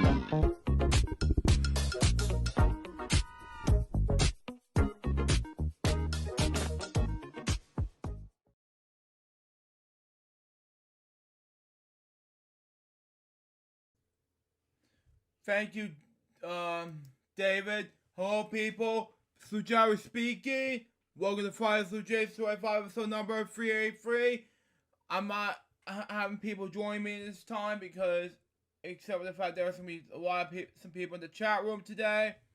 But, however, I don't know what's going on. It's just things are going difficult for me today. Except for the fact I was tired, and last night was horrible. You know, but anyway, I got not one, not two, but 4 topics, and then we'll do a St. Patrick's Day story, and then we'll wrap things up. So let's do it now, shall we? So we got for us. His name is Bobby Caldwell, born Robert Hunter Caldwell, was an American singer, songwriter, and musician. He released several albums spanning R&B, soul, jazz, and adult commentary. Wow. He is known for his soulful and virtual vocals, okay? He released his hit single and his signature song, What You Won't Do for Love, for the double platinum debut album, Bobby Caldwell in 1978, okay? After several R&B, smooth jazz albums, he turned to singing standards from the greatest American book, songbook, something like that. I don't know. He wrote many songs for other artists, including the Billboard Hot 100 #1 single, Next Time I Fall by Amy Grant and Peter Cetera, something like that. Caldwell's music is fairly sampled by hip-hop, which I mentioned, and R&B hit artists. He was born in Manhattan, but grew up in Miami, Florida. His mother sold lingeries, and one of her clients was reggae singer Bob Marley. Wow. He and Marley became friends. Grew up in Miami, exposed Caldwell with the variety of music such as Haitian, things like that, Latin, reggae, and R&B. Okay, makes sense anyway. His parents hosted a local reality television show called Supper Time. He grew up listening to music of Frank Sinatra and Ella Fitzgerald, and something like that. When he was 12, he started playing piano and guitar. He been drawn to rock and roll, jazz, and rhythm and blues. Wow. He was a member of the Miami band called Carmando, who wrote much of their material while also performing traditional standards. He played multiple instruments and sang. At the age of 17, he wrote with the band in Los Vegas, like that. I don't know. Then moved to Los Angeles. He got his first career break at rhythm guitarist with Real Richard. Wow, in the early 1970s. Okay. Then his band eventually left Real Richard. Okay. Caldwell went solo, and by 1977, he had spent 6 years in Los Angeles playing different bar bands and trying to get a record deal. He eventually signed with TK Records in Miami in 1978. After songs for his first album was recorded, executives told Caldwell they enjoyed the album, but volume was lacking a hit. Caldwell returned to the studio for 2 days, something like that, and wrote What You Won't Do for Love. TK was mainly an R&B label, popular among African American listeners. Okay, says the label want to tell the fact that Caldwell was white, so they kept his face off of the album. Cover or something like that. When he toured the Nights of a Call to support the album. Okay, most of the audience was black. Okay. And many were surprised that Caldwell was white, okay? What You Do for Love on Bobby Caldwell's reached the top 10 of Billboard Magazine Hot 100 number 9, R&B number 66 in the Billboard charts, and adult commentary number 10 charts. Okay, the song has been covered, remade, sampled many times. Caldwell remade in 1998. It was covered by Go West, Phyllis Hayman, Roya Ayers, Michael Bowen, Intro, Boyz II Men, and Snow. I can't pronounce the last name. Sorry. And it's sampled by Toleka Strider or something like that. I don't know. With his hit "Do for Love." It was covered by Ilya Yaman during the fifth season of American Idol in 2006. Caldwell's track "My Flame" is sampled for "Sky's the Limit" for the Notorious Big, the late Notorious Big, that is, featuring R&B group 112.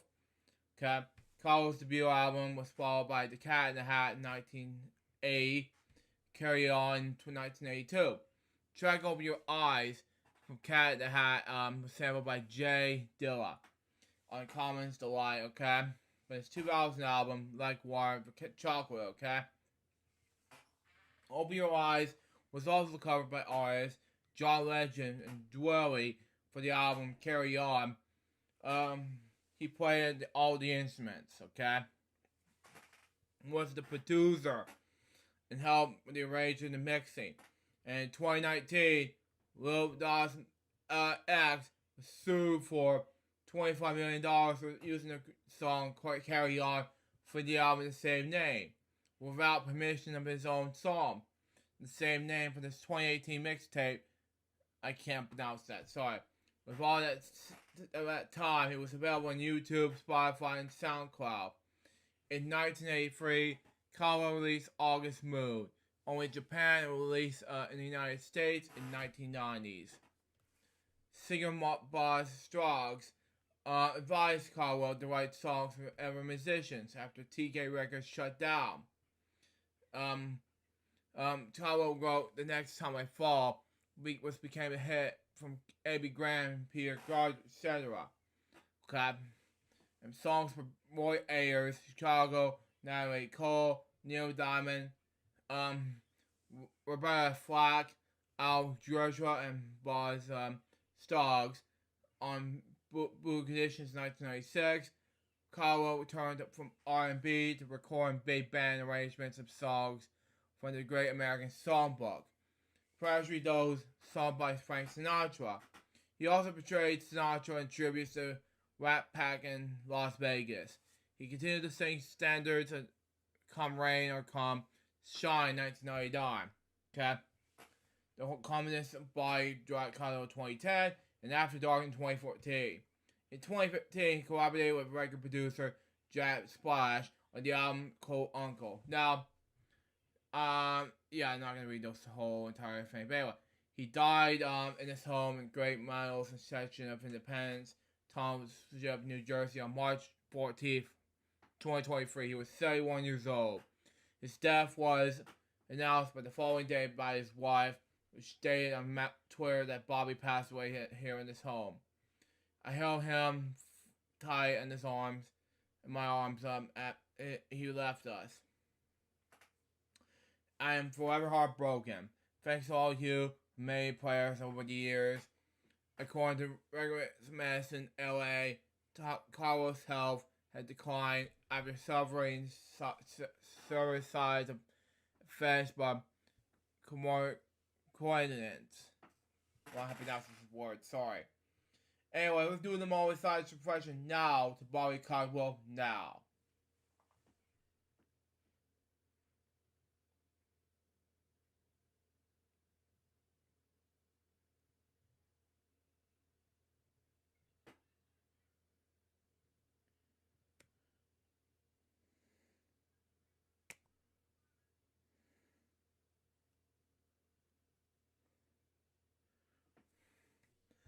Thank you. Rest in peace to Bobby Caldwell. Now, I got 3 more topics to read. Now, it's from Disney Plus Informer. Now, it's a rumor that Recess Revival and Reboot is in development for Disney Plus.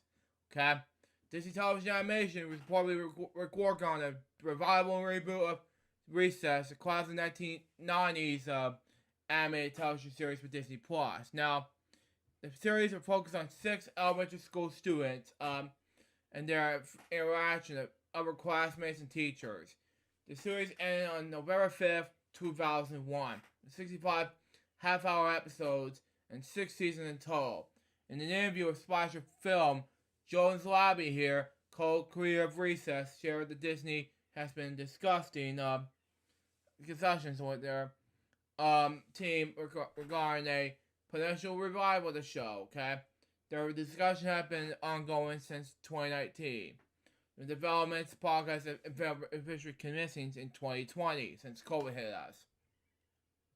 Anyway, we come up with several different angles, and we've been trying different things.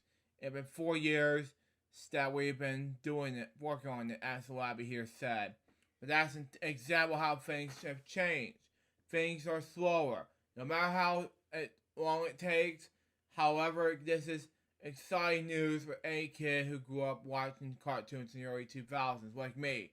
I was born in the mid-90s, but I grew up with Recess, Pepperland, Lloyd in Space, and everything for 2 Disney stuff. That's just me. Disney has a history of reviving old shows, and they continue to do so with popular titles such as Power, Family Law, and Plower. Okay? It was returned for 2 seasons on the Disney Plus app. Anyway. Initially, fans of the hit series, which is what we do on that, Phineas and Ferb, can expect to see 2 more seasons, which is stupid, of the show that recently announced. It's just, why have to do that? Disney is also reporting the process of working to reboot another fan favorite show, Kim Possible, which I expect to be excited about. Recess, it was a hugely successful franchise for Disney, which expected to be 65 episodes. Wow. Very good film based on the series Recess Schools Out, which I'm a huge fan of, by the way. It was followed by a direct-to-video second film entitled Recess Christmas, Miracle on 3rd Street, that same year. And in 2003, 2 more direct-to-video films were released. Recess All Grow Down, Recess Taking the 5th Grade. The characters made their final appearance in the 2006 episode of Lilo & Stitch series. And, as always, since nothing has been confirmed by Disney, we'll treat this as a rumor for now. That's just the topic. Now we'll move on to the next topic, which is late Power Rangers star Jason David Frank, which I saw him in person in 2021. Final film, which is Legend of White Dragon sets ball release. Bad in the Sun Productions, Basel Productions Ltd. has said North American theatrical release for the late Power Rangers star Jason David Frank's final film, Legend of White Dragon, okay? Picks, release of, will consider with him, with what happened the 50th birthday of the actor and material artist, Jason David Frank, who tragically died suicide, months ago, at the age of 49. Scott Kennedy's following 4 films, released and exclusively in theaters across the top of the 25 market this fall. The fantastic action directed by Aaron, I can't pronounce his last name, it starts with an S, and Sean Stonick follows Eric Reed, aka the White Dragon, Jason David Frank, who after being a forsake on the run for 3 years, has returned to the city he fought to protect. He must now clear his name and save the family he keeps in secret before the mysterious dragon Prime, Aaron Stonick, unleashes his own revenge. Frank produced a pick, alongside the Smokies, how to pronounce his last name, sorry, and then Christmas, anyway, Christopher J, with Mark Dawson, Chris King Bog, something like that, Michael Madsen, David Ramsey, Jason Ford, the Power Rangers, by the way, Rachel Brooke Smith, Curry Hanna, Kevin Porter, maybe Ni and G's, my dad. Okay. Corey Vincent and Frank's daughter, January Frank, which I haven't met yet. Rounding out the cast. Cast was best known for playing the Power Rangers franchise Tommy Oliver, which I saw in Power Rangers Dial Fund as a kid. Anyway, across numerous film and television projects for over 25 years, began in 1994. We are actually here, which I have to talk about in FWL next week. We talk about on his own life late last year.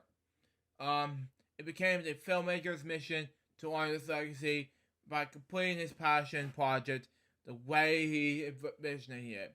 We are proud to have worked with such a talented actor, and we are grateful for the opportunity to share his final performance in the world. Aaron Sharkey told the Deadline. Have been on this journey with Jason for 10 years. I know he would be beyond excited to know that the Legend of the White Dragon will be opening in the theaters. Yes. Sean Sorgens added that, despite the tremendous loss, the production team had worked tirelessly to complete this film and ensure that it met the high standards that Jason sets for himself. Okay? The result is a powerful, moving tribute to his talent and dedication. Yes, we are honored to help him to bring the last film in such a talented artist to worldwide audiences. And foreign forward films, Kennedy. We are hope that fans of the Jason J. Frank like me, ever since the Power Rangers Down Fund days, will love to see a collaboration of May celebration actor together in Legend of the White Dragon. If you're having thought suicide, which is too much to ask, it will be too much prayers for all of us, you know. My last topic, if you watch this, Billy, has to do with Boo's Big City Adventure. Now, if you watch this, Billy, I have no words to describe this, but well, I am a huge fan of Blue's Clues per se. You know, I'm talking about this, and he was telling me that he's saying Blu-ray, and no, it's not on Blu-ray. It's on DVD. So there you go. And what am I gonna talk about it? Well, you're gonna talk about it anyway. Blue's Big City Adventure is out on Paramount Plus ever since November 2022. I watched it on the way to Atlanta. It was amazing, and I thought, okay, let's go give that a shot, and it was successful. But I watched it, and it was pretty amazing stuff.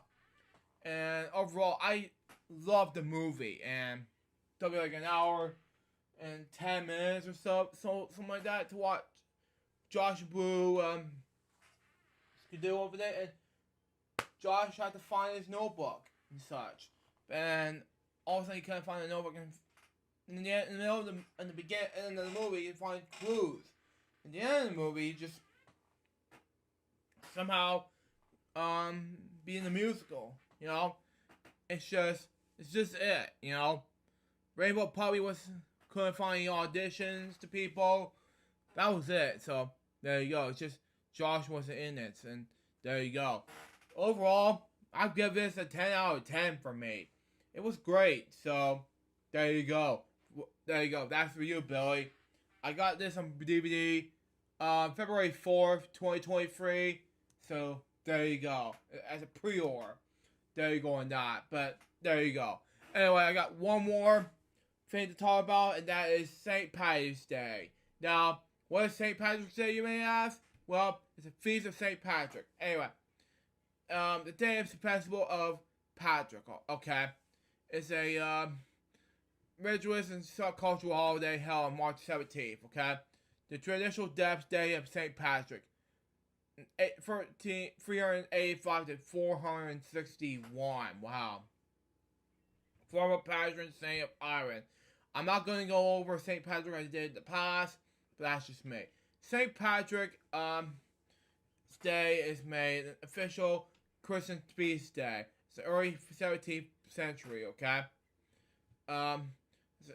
observed by the Catholic Church, the Judicial Commission, especially the Good Church of Ireland, the Eastern Orthodox Church, and the Wesleyan Church. The day commemorates St. Patrick's arrival of Christianity in Ireland, and by addition, celebrates the enriched culture of the Irish in general.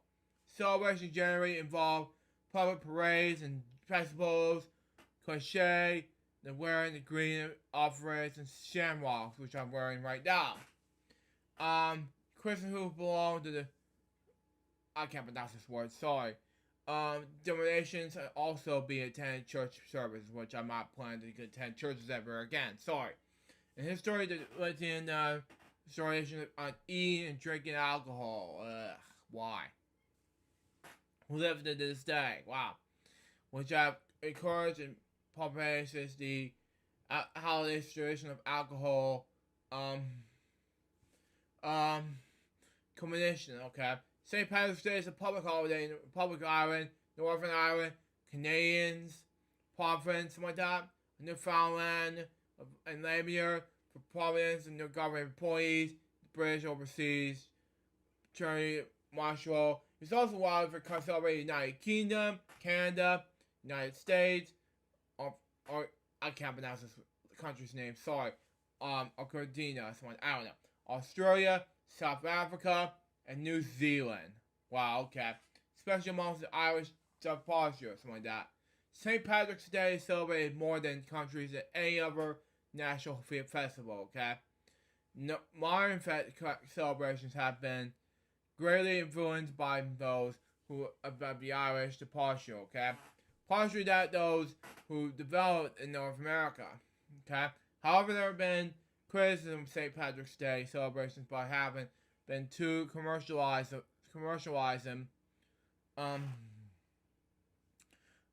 and for fostering negative stereotypes of Irish people. I have to agree, it's too much, you know? Yeah. I don't know who's gonna say in the chat. Okay, no, that's just it, okay. That's all it is for the topics for me. I don't have anything else to say, so yeah. Okay, today, well, we got notes, and then we'll wrap things up, but I'm not gonna play any games today, fortunately, so there you go. Anyway, Bedtime Stories episode number 308, followed by Elsham Reacts and on episodes 1232, 1231, Bedtime Stories, Lunchtime, and Crazy Bunch Web Show, a thing I want to do from Ryan Boy if you watch us now, but anyway. Racist jokes, Bedtime Stories, Lunchtime. I'm going to fix these things up in between those episodes, but anyway. Weekend celebration on Wednesday, and something like that, but anyway. We'll be back for a brand new episode of FWL, which is the tribute to Zach Piers. And, yeah, there won't be a Watch Disney Plus segment, and things like that. But that was episode of FWL, episode number 3. Hope you enjoyed that. It's going to be very short, but sorry I have to do this. Anyway, stay tuned for the next one, which is going to be the Zach Piers tribute episode 8 memorial episode of FWL. Till next time, so Jones by episode baby. You get more episodes going to be soon. Thomas out. See ya.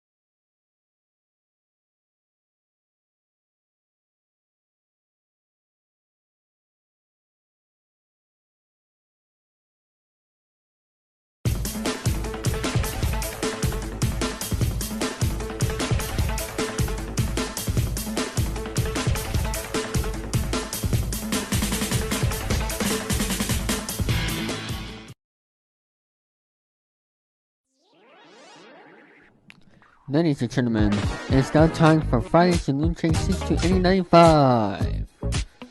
Today, Luke Jippers and Billy Mooney will be talking about their topics, playing video games, and many more fun. And now it's now time to present to you all Friday's LukeJ62895 with their hosts, Luke Jippers and Billy Mooney.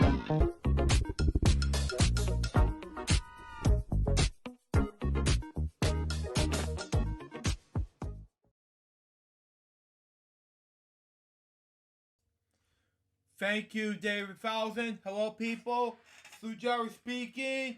Welcome to FWL episode number 384. And today we're doing not one, not two, but hold on, let me close this tab out.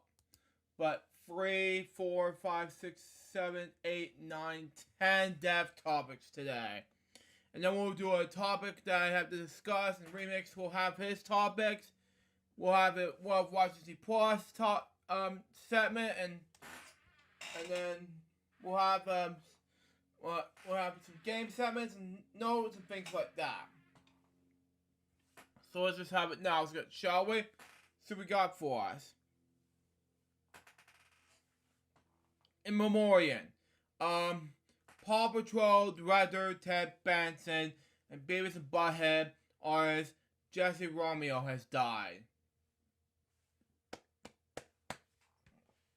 Excuse me. Anyway, Ted Benson, the Canadian Screen Award-winning director of Paw Patrol, several of his hit franchise animated specials for over 7 years, has died from cancer. The news of this passing was shared by Guru Studio in the statement. Ted was a dear colleague and friend to many of us at Guru, okay? Throughout his illness, Ted fought bravely to a strong creative leader to his team, and to always keep everyone's spirits high. Ted started with Guru back in July of 2015 after a remarkable 31 years in Nevada. Okay? During his time at Guru, he led over 100 plus Paul team for many creative adventures across several series and specials. Ted would always be remembered as sharp wit, charm, and bright sense of humor, passion with independence, and his standard of wavering. Anyway, there was a virus contributor to Paw Patrol's international success, the kids' entertainment in Canada and around the world. Hearts go out to the entire family and to everyone who has been the pleasure of working alongside with him. He would be greatly missed by all of us. A graduate of starting in college, graduate animation program. Bastian credits Charles E. Bennington lent his skills as director. Storyboards as designer to many beloved anime classics such as cult favorites, including Babar, Stupid and Magic School Bus, But Little Bear, Jacob Tutu, Brave Face, which is one of my favorites. Stupid Hey Mandy will be doing that. Mike the Knight and Clone High. Guru Studio President and Creative Director Frank Regron told Animation Magazine this is a tragic loss for Toronto animation community, okay? Tells a kind-hearted general giant of the soul and the tower giant talent that led who with great passion. Grab and Troyer, this lovable grad old grump presented us. Believe in sweat, generous, gold nature, but and his razor sharp wit. That twinkle in his eye told us that he should have much more than offer us. Recipes, Ted, we lost it far too soon. Now, Jesse Romano, the animator, laid out storyboard artists who have been working with acclaimed LA animation studio Titmouse for the last 2 years, died after a prolonged illness. Animation Pop magazine learned about his passing from the social media post by colleague Yavit Petkobin, okay? It pains me to my core to write that one of my kindest, most loving, most beautiful souls that I have ever known as left this world. Suddenly and way too soon. Cameron wrote, Romeo's wife, okay? Lizzie and the children were his inside. Romeo's credits including Emmy Award-winning series Bob Burgers and Emmy Award-winning nominated American Dad, which is two of my favorite shows. Both the 2011-2022 revivals of Beavis and Butthead, as well as Paramount Plus movie Beavis and Butthead Duel of the Universe, King of the Hill, and Bless the Hearts. Okay. Animation veteran Kaplan, Beavis and Butthead Do America, and Zach the Quack and Quack, something like that, who worked with Romeo and King of the Hill, told Animation Magazine, we worked together when I moved to LA. It was a hard tradition to me, and I kept to myself, but he was warm and kind, okay? The most accepting, loving smile, okay? Paw Patrol the Mighty movie is scheduled to hit theaters on September 29th. Of course, everybody can enjoy Paw Patrol on the Xbox and, of course, PlayStation. Exactly, remix. Anyway, with the most accepting, loving smile, okay? I think he knew somehow it was my feeling, okay? And this is the most telling thing during the 18 years since he was always reached out to ask how I was. He was truly love, light and joy in human form. He believed strongly in God, and unlike too many, he really lived in his truth every day. The world was Lester for his leaving, but I guess he will need elsewhere, okay? John Rice, supervisor director of Beavis and Butthead, noted this. Jesse will always wants to to those rare people who make you feel good, but just being around them. Okay, can't wait for the sequel. Exactly, yeah. He was always encouraging, yeah, always smiling. We are so blessed to have him on our Beavis and Butthead team for the last 2 years. It hurts to know now they will no longer have him in his presence. Precisely, okay? But I will know that everyone who counted him, myself included, will continue to carry his positive energy within them. Jesse's spirit will continue to remind us that our days aren't just about drawings and deadlines, something like that. We're here to listen to each other, to give encouragement, and to make each other smile the way Jesse did. The way Jesse always did. That's all for these 2 depth topics in this one simple topic. My next depth topic has to do with Joe Guria, Wikipedia.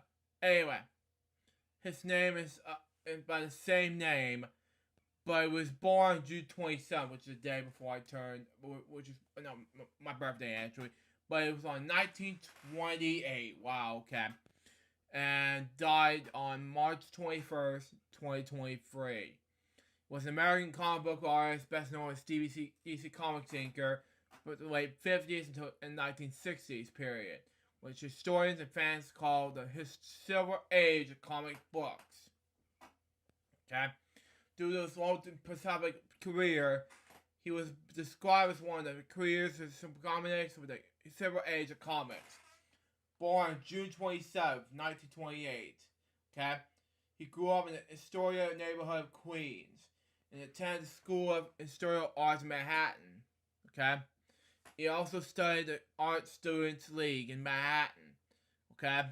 Alongside featured comics professionals Mike Skrowski and Joe Kubert.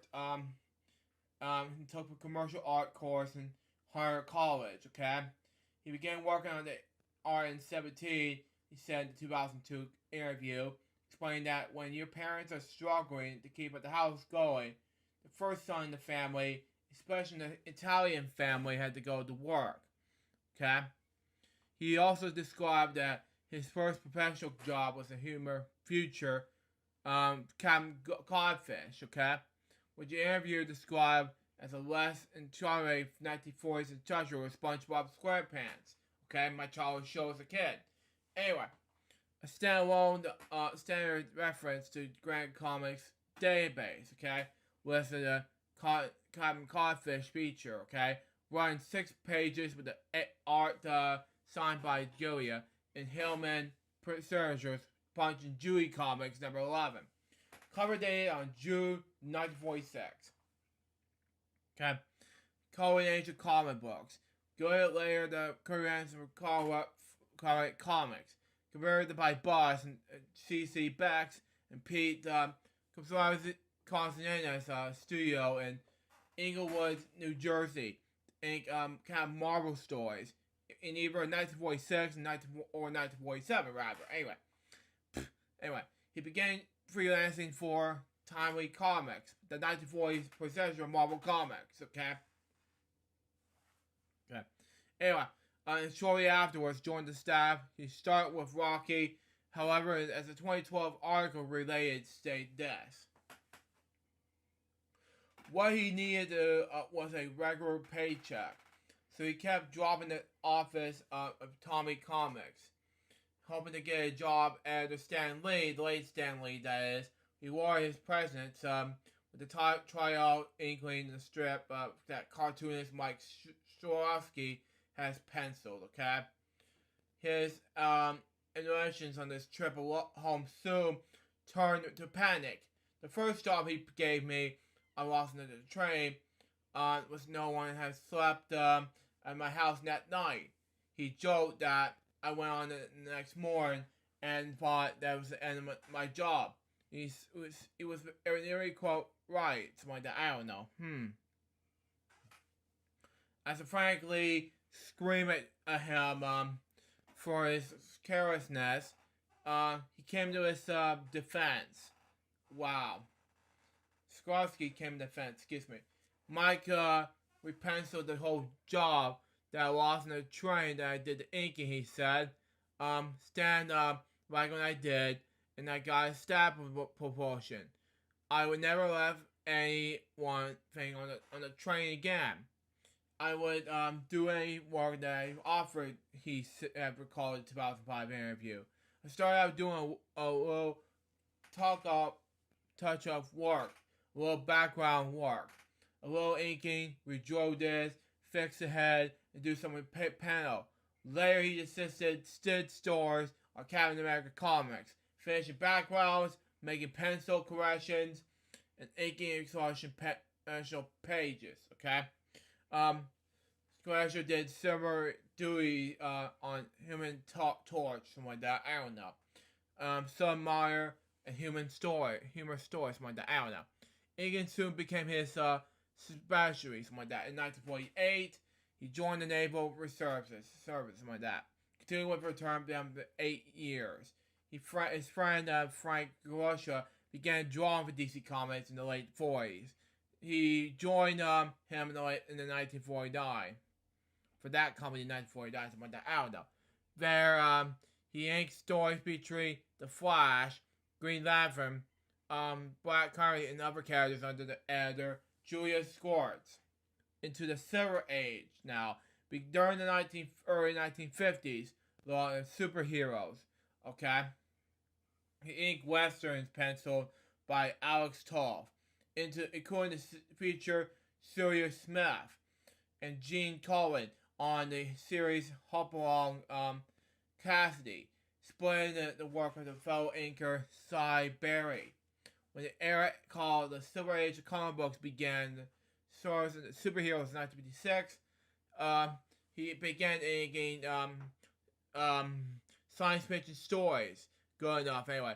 Including the feature Strange in Strange Adventures and Batman stories penciled by the likes of Sharon Madoff, Ghost of Bob Kane, and Carmine Infano in the 1960s. He promised to ink Carmine Infano in the reboots of The Flash and Gil Kane in a series called Green Lantern, okay? Makes sense in any way. But anyway, comic strips and began with this. He also assisted on such King-figure syndicated comic strips as Flash Gordon, inking Dan Barry 1970, and The Phantom, which he worked for 17 years. Wow. Sometimes helping Cy Barry with penciling with deadlines. Became too concerning with Barry. In 1991, he succeeded Bill Ziegler as artist on the Mary Wharf Daily on Sunday newspaper strip. He retired Mary Wharf in 2016, with his last strip appearing on July 23rd, 2016. Outside of comics, he did commercial art for advertising agencies such as McKay Anderson and Scotty something like that. Publishers such as Doubleday and Simon & Schuster. As of 2010, he lived in East Middle, New York, on Long Island.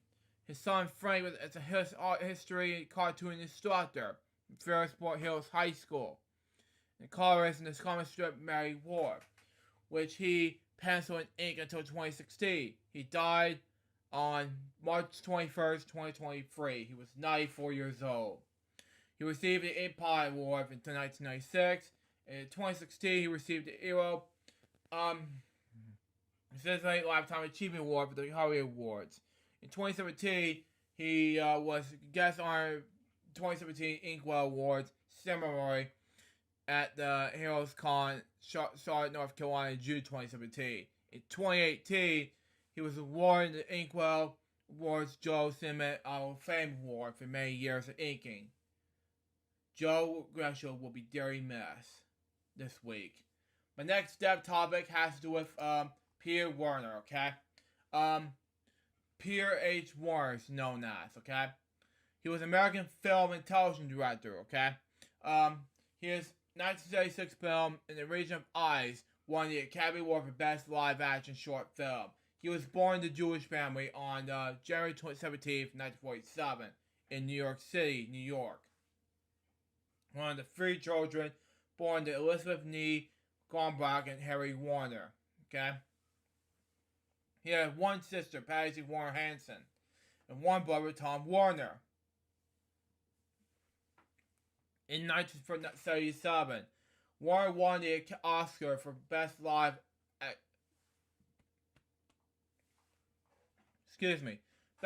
Action Short Film for directing the short film In Region of Eyes. Since then, he worked on primarily directing the television, and making a number of television films, including Mama for His Family, Two Mothers for Zachary, Call Me Claus, I Married Casino Ford, Gracie's Choice, Mama 16, Tambourine Fate, among other films, including Spawn the Class 2008. His television series credits including Ghost Whisperer, Medium, Law & Order CI, A Different World, The Wonder Years, Moonlighting, and for the Grand Yo series, Boomtown and Justified, someone, I don't know, among other series. He also directed a television movie in 2010 called Bond of Silence.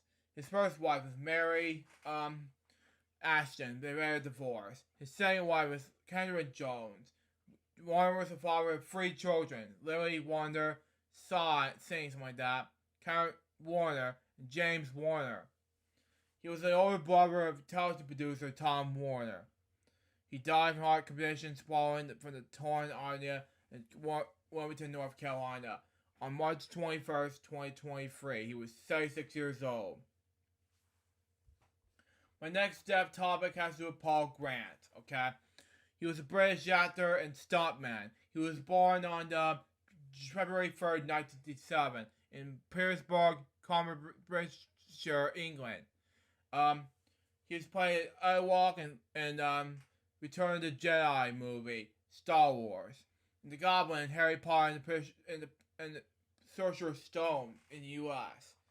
Anyway, in the UK, it was played Professor Stone. Anyway. And in Labyrinth, he played a member of the Goblin Corps in a stunt double for Hoggy. Anyway, Grant also appeared in Legend and Willow. Okay, he died prior to his death. Grant revealed he had a struggle with drug and alcohol problems.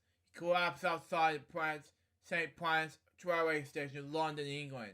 On March 16th, 2023, he was taken to a hospital. He pronounced dead on March 20th, 2023, but had been previously declared brain dead. He was 56 years old. He was survived by his girlfriend at the time, 2 daughters, a son, stepchildren, and grandchildren. My next death topic has to do with Michael Reeves, okay? Born James Michael Reeves, he was best known as an American writer, known for his contributions as scriptwriter and story editor for the number of 1980s and 1990s animated television series, including Gargoyles and Batman the Animated Series. He was written science novels, children's books, and ritual fiction. He was born on September 14th, 1950 in San Bernardino, California. Anyway, he was often collaborated with Steve Perry and won a 1993 Emmy Award for Outstanding Writing in the Animation Program for this work on Batman the Animated Series. Reeves has Parkinson's disease, and the time the blog concerning his experience with dealing with the disease and the effect, which included difficulty typing and loss of coherent speech. Reeves worked essentially with co-authors between 2004 and 2015, including his daughter Mary Reeves. He died in Los Angeles on March 20th, 2023. He was 32 years old. He was in so many novels, and he was in short stories, and of course screenwriting these following movies, animated television series and live animated television series, including New Archie and Sabrina Hour in 1977, and as I mentioned, Gargoyles in 1994 until 1996, and He-Man was his last show for animated television series, 2002-2003, so forth. There's a lot of shows he's been doing for animated series, but his most bigger is Batman the Animated Series in 1995. Anyway, excuse me. But anyway, my next death topic has to do with Gloria D. Best known as by her stage name, born as Gloria Manser. Well, best known as her stage name is Gloria D. Was an American actress, dancer, artist, musician. Okay.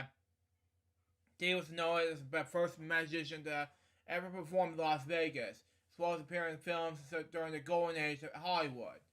She was born Gloria Master on August 25th, 1922 in Oakland, California, United States, to Martha Nee Heyman and Leo Manser in World War II. Leo Manser was served at the 363rd Infantery Regiment of the 91st Division. Then returned home to become a paint salesman and own a chain of paint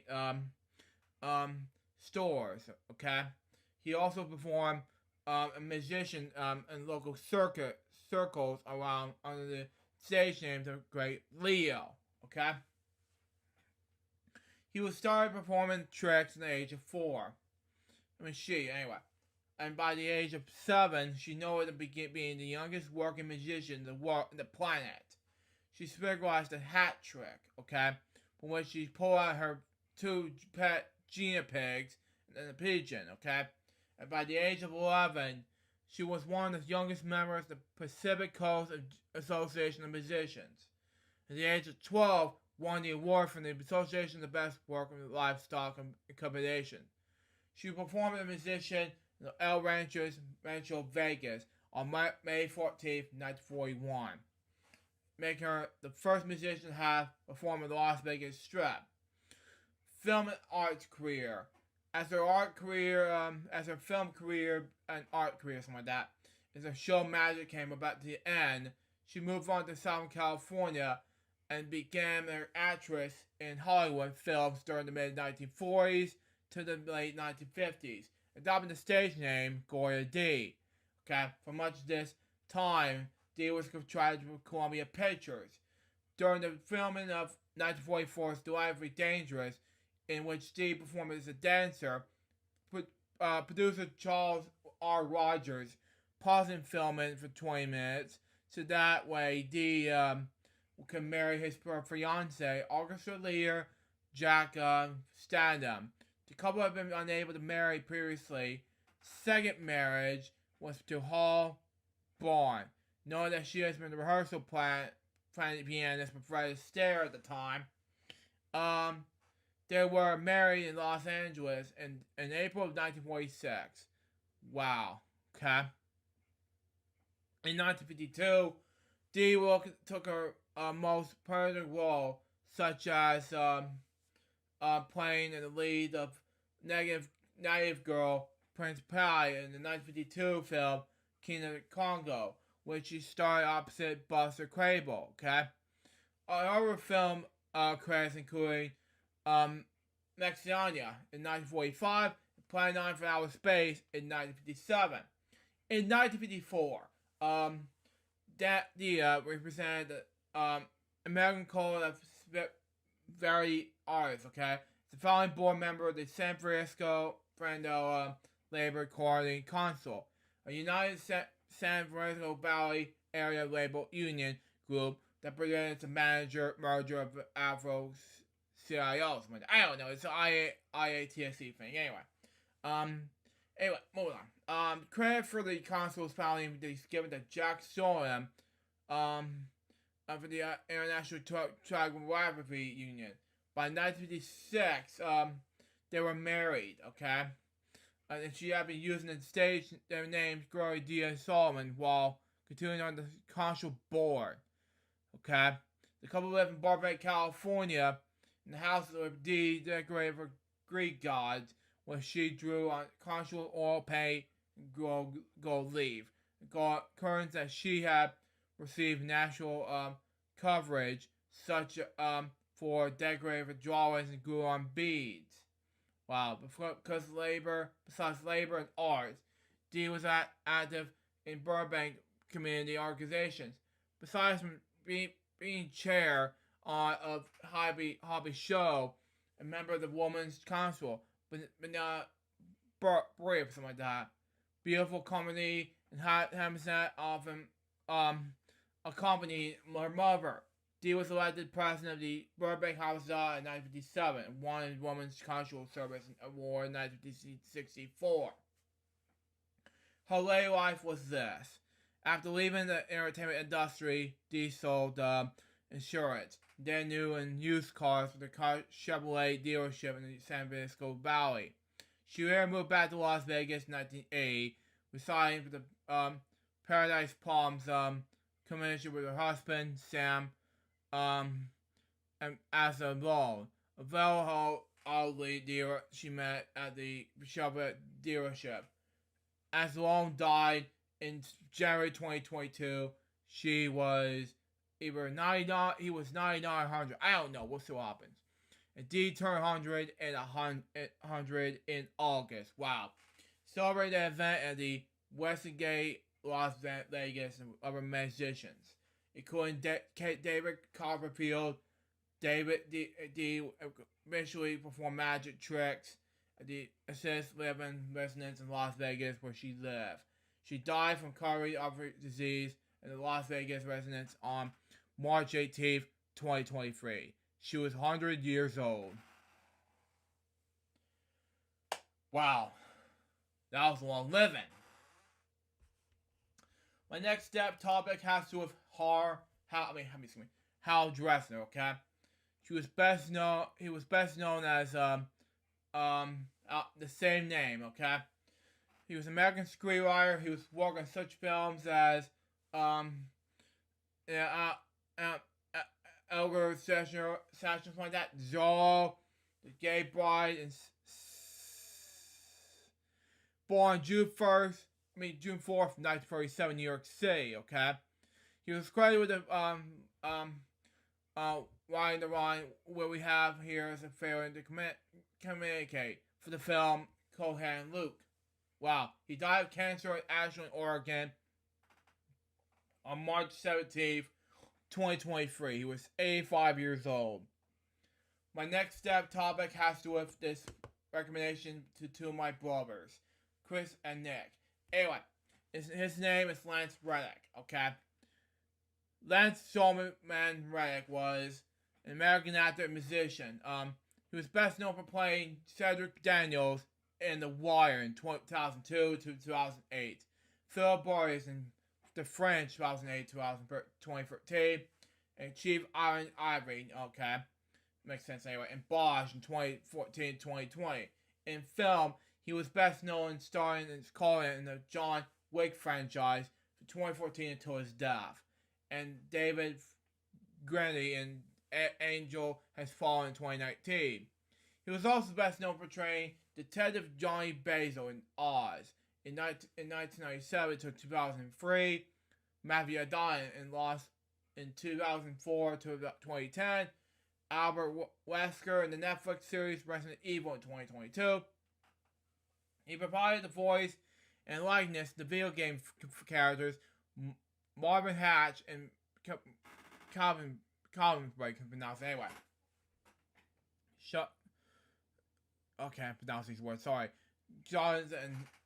Horizon Zero Dawn and Horizon Forbidden West and Commander Zarya in the Destiny franchise. He was born in Baltimore, Maryland on June 7, 1962. The son of Dorothy Gee and Solomon Reddick. He attended Friends School at Baltimore and as a teenager. He studied music at Peabody Poverty Institute in the summer program teaching music party in combination with the Watson School. He studied classical music composition at the University of Rochester's Eastman School of Music. Okay. Earned a bachelor degree, music degree. He moved to Boston, Massachusetts in the 80s. He also attended the Yale School of Drama in the 1990s. Okay. Received a Master of Fine Arts in the degree in 1994. His career began in 1983.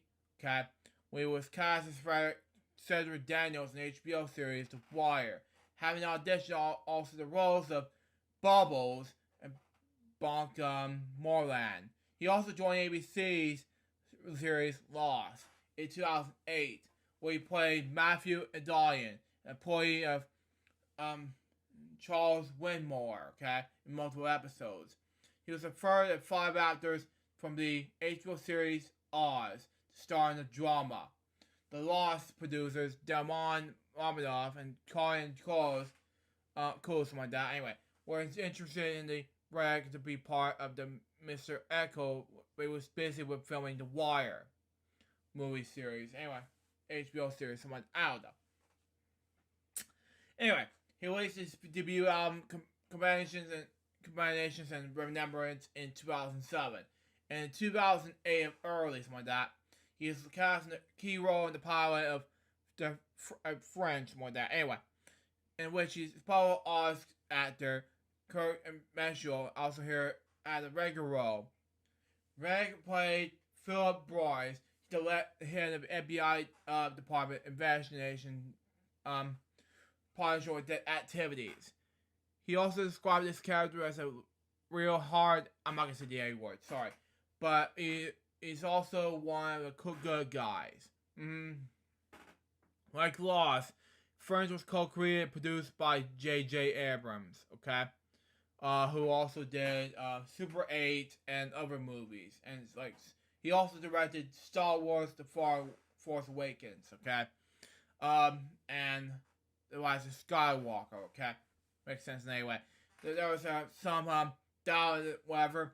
Greg could appear in both Lost and Friends in 2008-2009 television season. However, Abrams said that even though Greg was a series regular on Friends, he was still episodes of Lost whenever required. He also appeared in 2013 for White House Dawn. He starred in the YouTube web series Drone, where he was also credited as a co-producer, okay? In 2014, okay, He also appeared as Karen in the action film called John Wick. A role he also appeared responding in 2 sequels. In July 2021, it was confirmed that Reg will inspire his role in John Wick Chapter 4. He also voiced a character for Commander in 2014-2017 video games, Destiny and Destiny 2, respectively. Also that year, 2014, he started portraying Chief Ivan in the Amazon Prime series Bosch, comparing these 3 large roles as police commanders. Reagan said that Daniels' character from The Wire is a cop at heart, while Boys, his French character, is a soldier, and Ivory is a quintessential politician. Okay? Reg was a spokesman in television commercials with green LED bulbs. In 2016, he also cast and posed a Irish horror film, The Maniacs, okay?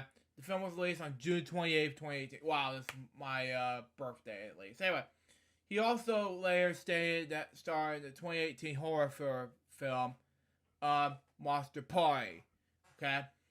He also voiced the character starring in the 2017 video game Horizon Zero Dawn.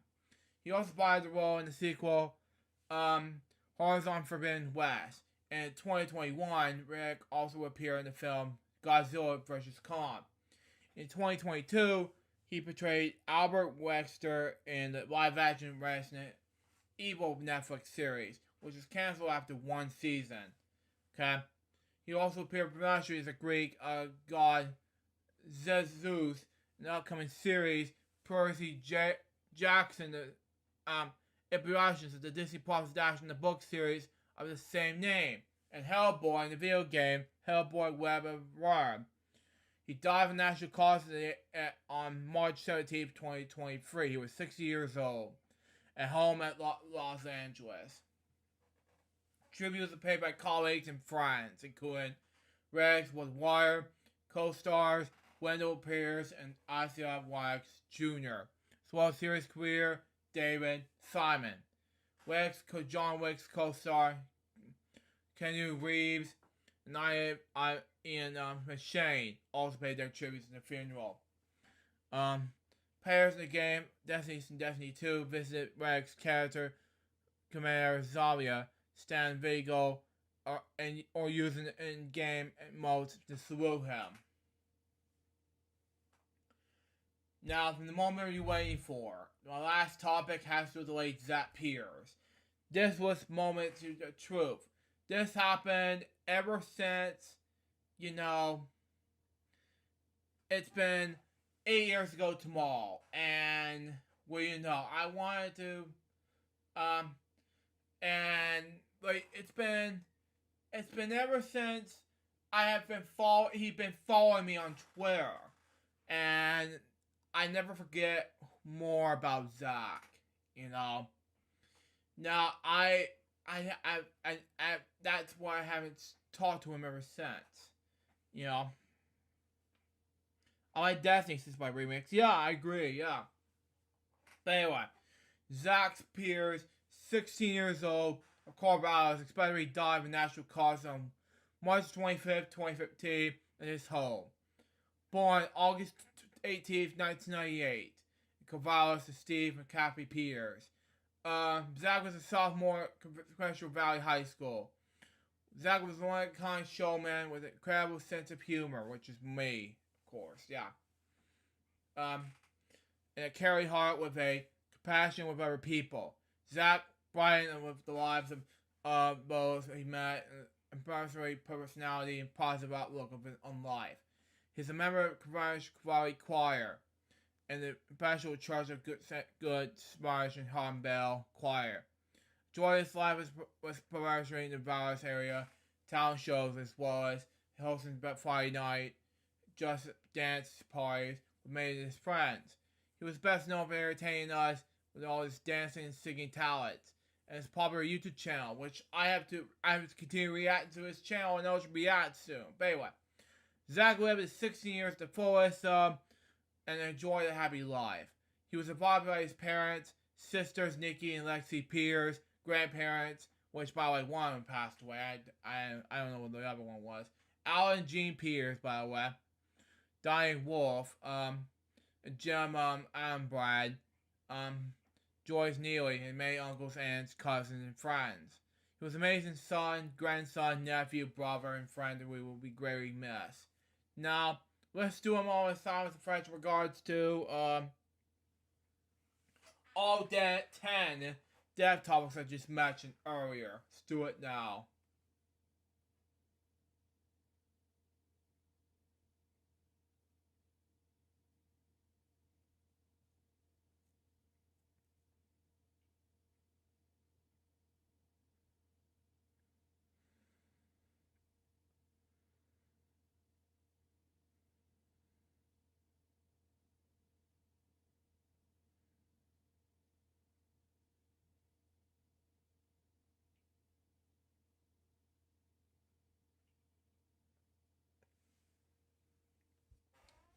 Thank you. Recipes to these 10 people, and one of them is from 8 years ago this tomorrow. Anyway, I want to talk about one more thing, and then we'll move on to remix, okay? And one of them has to do with my more Power Rangers once and always, okay? Okay, just want to make things clarify, okay? I have been a huge fan of Power Rangers since the Dino Thunder days. And 4 years ago, in September 20, coming up in 93, it came on Fox Kids, then on Disney days since 2002, then on Nickelodeon since 2011 to 2021, then on Netflix since 2021. Well, I'm happy to report that Mighty Morphin Power Rangers Once and Always will be coming to Netflix on April 19th with the Moment of Truth. Jason David Frank will be coming to as a Green Ranger. You know, I met him in person back in 2021, and looking back on it, I was like, I'm proud of him, seeing him, and it's so sad that Jason David Frank won't be living to watch this 55-minute special, according to the news report saying this. What can be? Ben, anyway. Anyway, I personally have been grateful that we get the special anniversary. Looking forward to see this 55-minute special on April 19th. It says here that it was in this. I was very excited. I was very nervous, but will Jason be able to be in this? But who I regret. Anyway, that's all my topics for today. Before we get to our games and what I've watched the Plus segments, let's go over the remix and what's going on next, okay? Remix.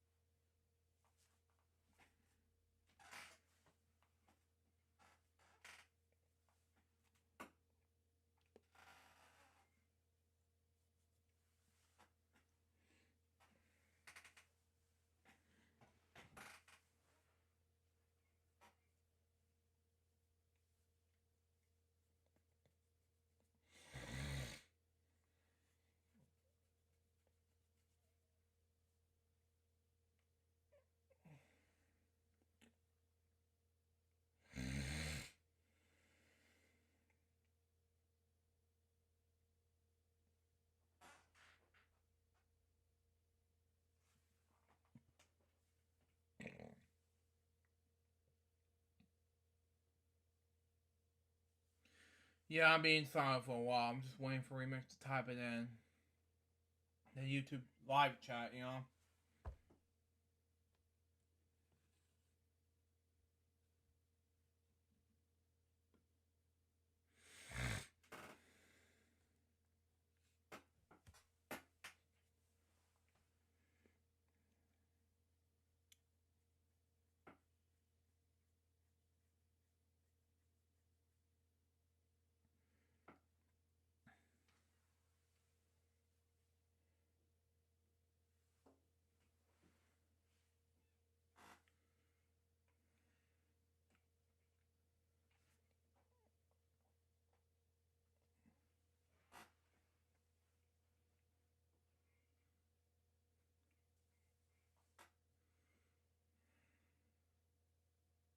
Oh, he's talking right now. Okay. Give me a second. Okay, that's fine. That's fine.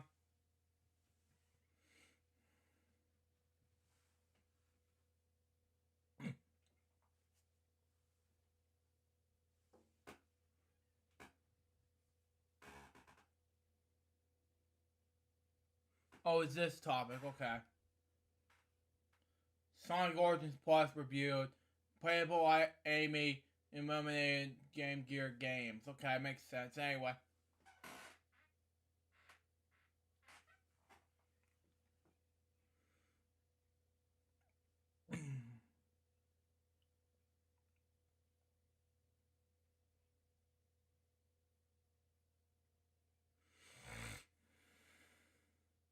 So on the Discord server live chat. Okay, makes sense.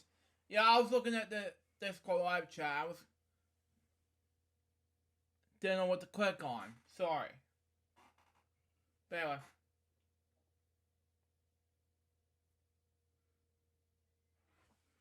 I'm having issues with my phone. It keeps locking up on me.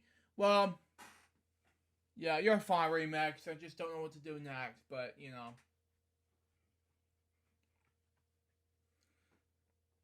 Just waiting for you to figure out what other things you're going to be able to talk about. But anyway.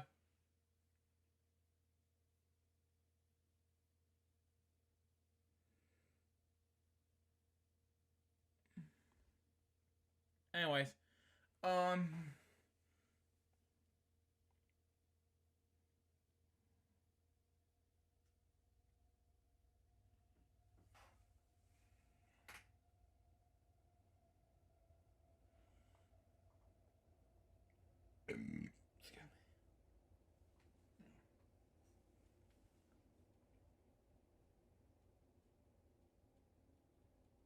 Okay, well, that didn't take long.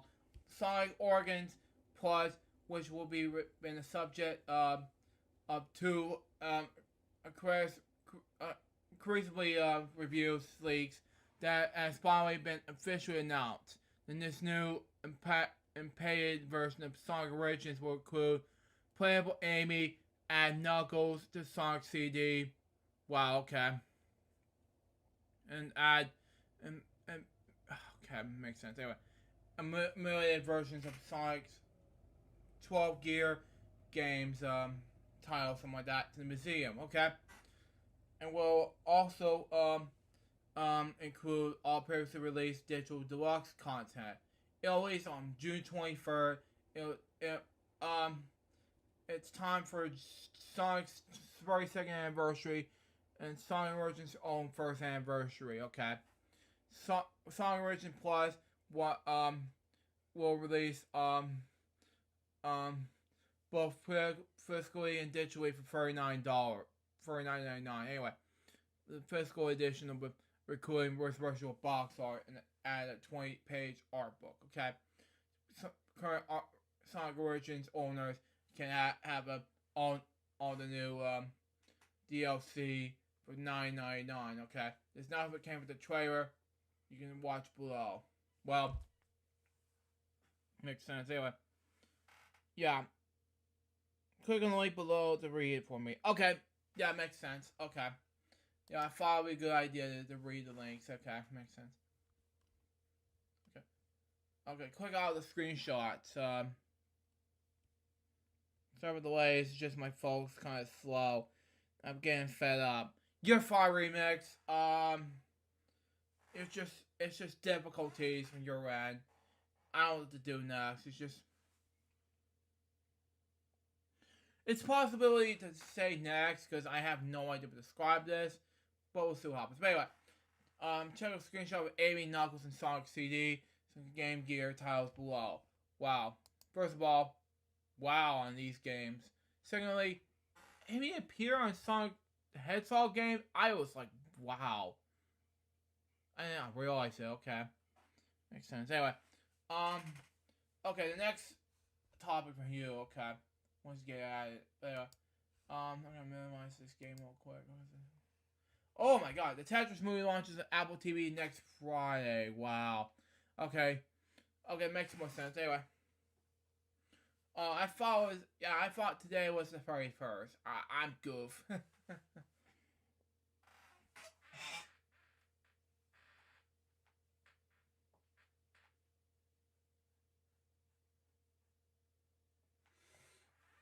Well.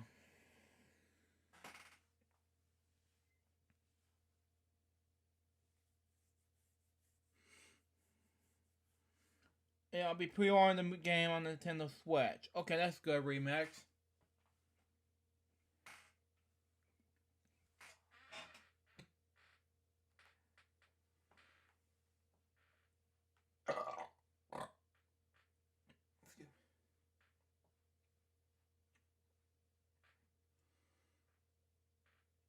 Very hard for profanity, yeah. Yeah, and for mature, yeah. Restricted, thing, yeah. That's what radar means. Yeah. And sometime on Xbox Series S. Yeah, I agree, Remix, yeah.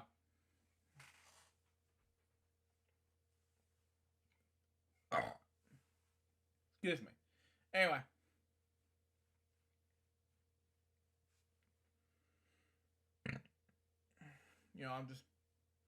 I know yeah.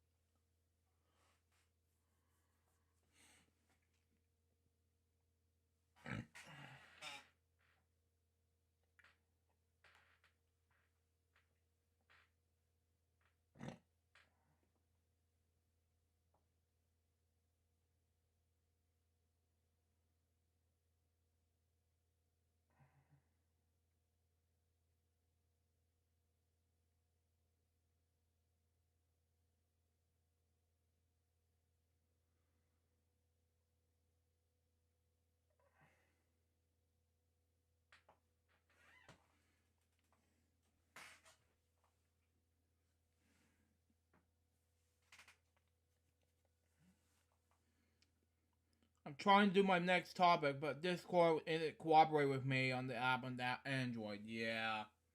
Yeah, it's just difficulties from your end. Yeah. It's too much.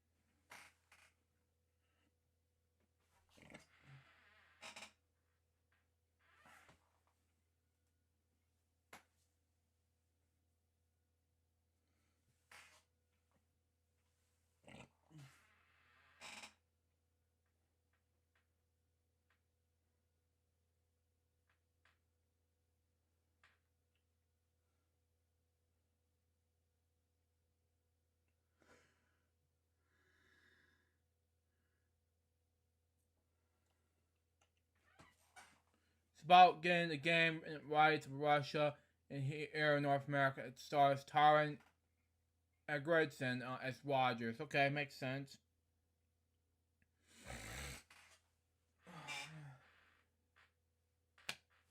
Okay.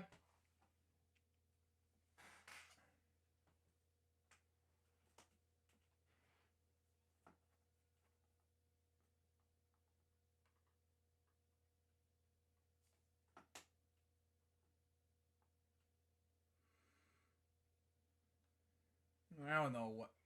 I'm not making fun of that type, and I'm not that stupid.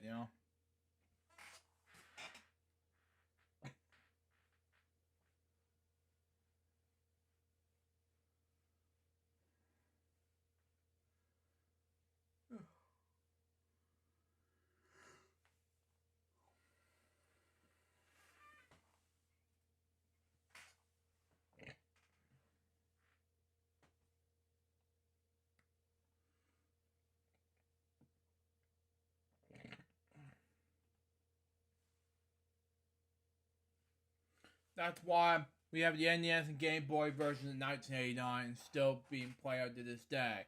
Yeah, exactly, remix. Yeah. Mm-hmm. Mm-hmm.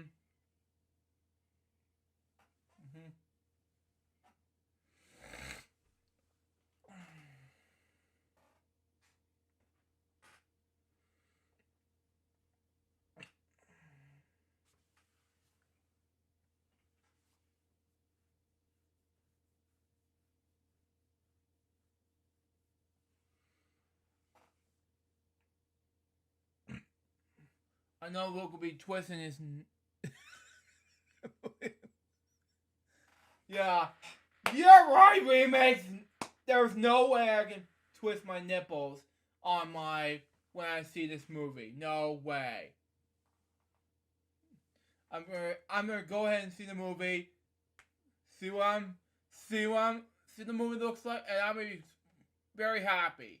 Period. The end. You know.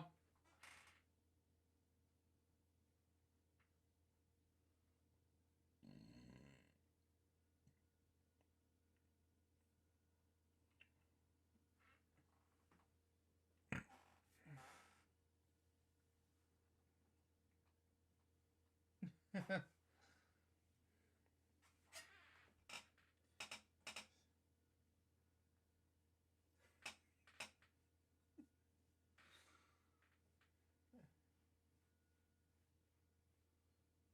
think that's it for. Oh, that's it for now. Okay.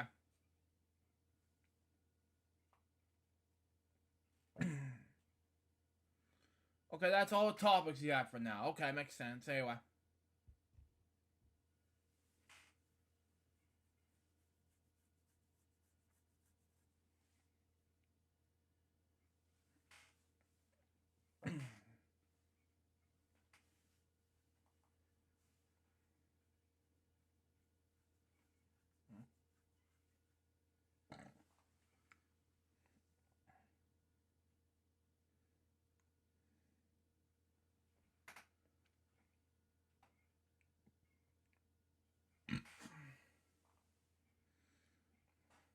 We have to wait and see about Eventual and other great movies coming this year. Okay, that's fine. Okay. Okay. What I watch Disney Plus is or the following. Yeah, if okay. Luck of the Irish from the Disney Channel Richard movie in 2001. And Proud Family, I misspelled Proud wrong, hang on. Lauer and Plower, season 2 episode 5 through 10. And then Super K's season 1 episodes 5 to 9. And Darkwing Duck season 1 episodes 1 to 8. That's all I saw on Disney Plus this week. Now, let's get to the game assignments, shall we? See what we got for it. Oh, hang on. Okay, here's what we're putting on this month. Yeah, that was very exciting. Okay, the Nintendo Switch version of this. Okay, that's good. Oh, wow. Wow, okay. Okay, makes sense. Anyway. I just want to make sure, but wow.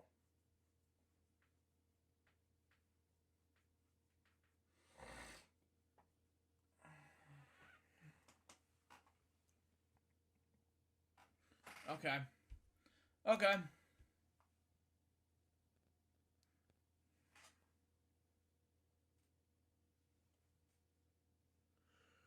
Okay.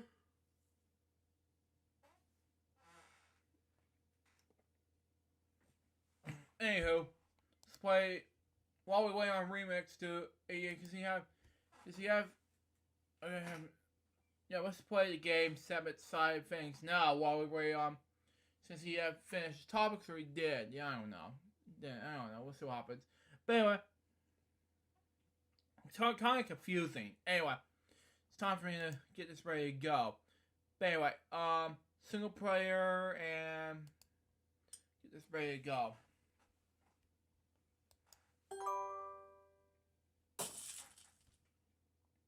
What I watch Disney Plus is Joe Man and the What? Remix! Jesus. Oh man. Oh God help me. Oh, man. You. Joe Man is not on Disney Plus.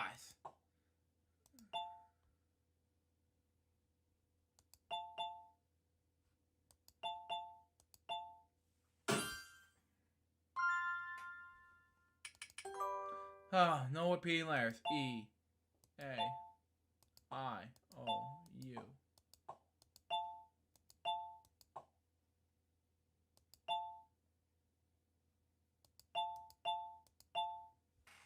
There we go. See, I know it's more of No! No! 2 eyes. E. Oh, man.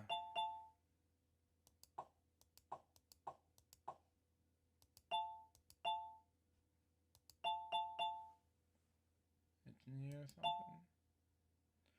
Technical engineer. I don't know.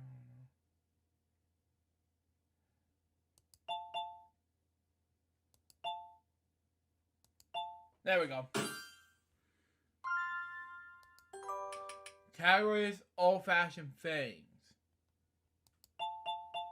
3 eyes. Wow. 4 E's. Here. Oh, I know what this is now.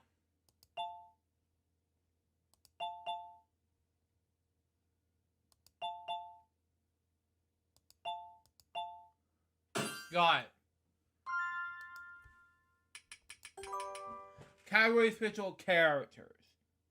But it's Series Sonic Origins Plus is released on PS4, 5, Xbox Series X and S, Xbox One, Nintendo Switch, and Steam PC. Okay, makes sense. I E A O U T. The cat. Okay.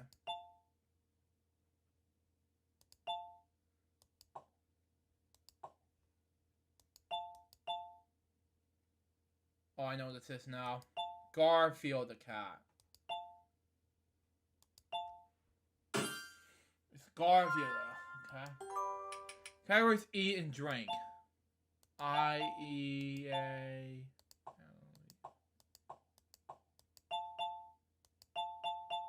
Raspberries.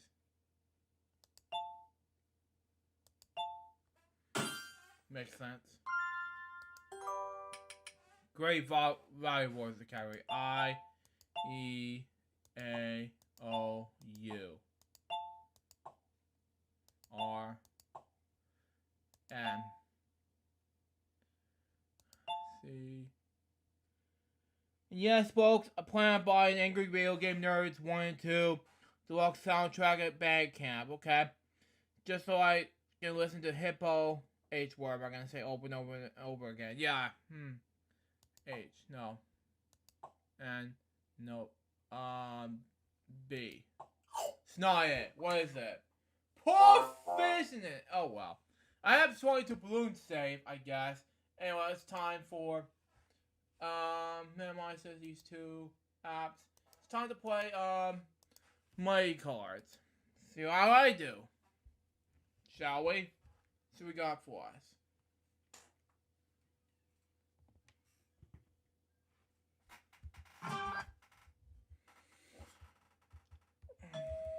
The card that is a jack.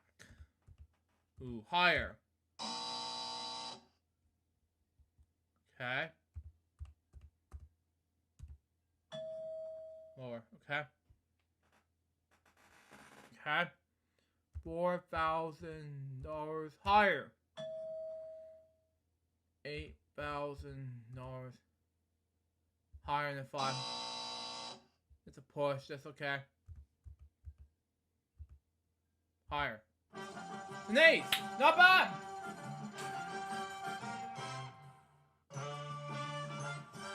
Yeah, I just didn't know what actually I was doing. But anywho. Scratcher time. 15. Probably go, wow. 13. Strike 1. 11. 12. One more is $100,000. 14. Oh, man. Number nine. One more! It's $50,000. 8. Yeah! Oh, man. Review this, and it's 1 and 6. Then it should have had the strikes. That was good. That was good, man. Woo!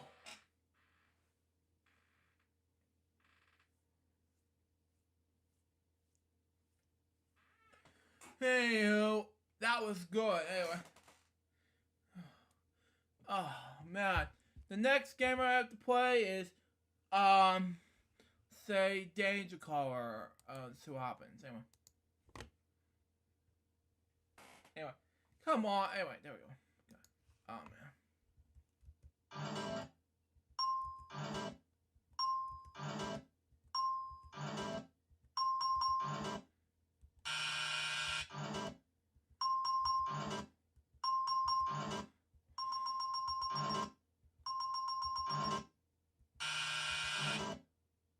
Oh well!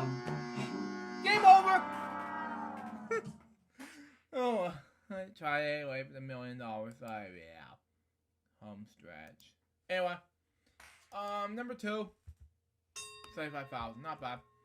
1. It's yellow. Okay. Sucky 7. It's sucky. 2. Okay. 8. One more, it's $10,000. 3. Okay, it's blue. Number 9. It's another blue. Look in the chat. Oh, hang on, Remix, I'm coming. Oh, I hope to get a Microsoft console next Friday or sometime in April. Oh, okay. This will make more sense. Yeah, I already saw an image of that already. Yeah, that'll be more exciting. Yeah. Yeah, that already saw an image on the Wii U the game version. That yeah, it's called the Xbox Series S or X. I don't know. But anyway, but I wasn't paying attention. Sorry. Anyway, 4. Okay, that was good. 10. One more. It's $25,000. 5. Okay, give it a hype now. Okay. 11. That's it, okay. What's your review on? 6! Oh, well. Should have said 6, but oh well. I shouldn't know any better. But anyway, it's time for Banana Challenge. Yeah, because I see Remix's, in between Remix's chat line. And it's the Xbox Series X. Okay. That's fine. I thought it was the Xbox Series X, but whatever. Anyway. Yeah. There we go. Because everybody saw the thing. But, that's just me. But anyway, it's time. Banana Challenge. Here we go.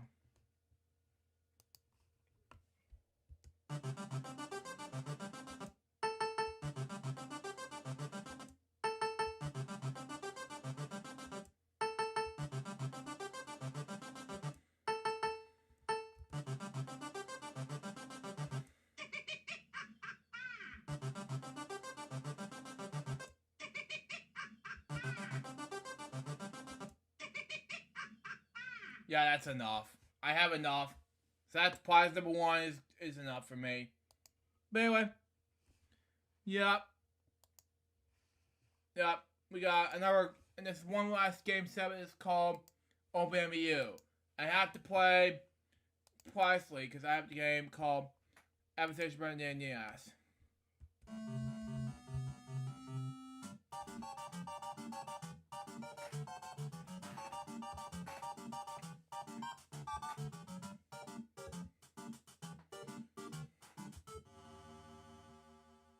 Okay. I'll look in the chat room of Discord as soon as possible. Anyway. But anyway, I know what this is. This is Corbin. It's hot.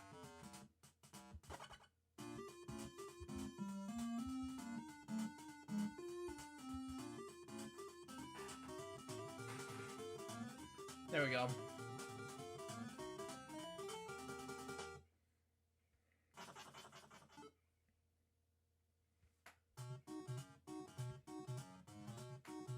Green puzzle. The category is alphabet. I know what this is. U.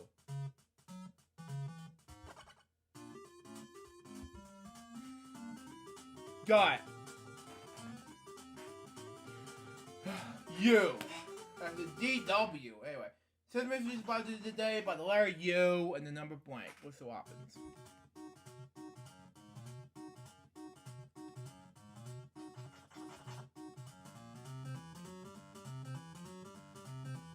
Map, I know what this is. Lie.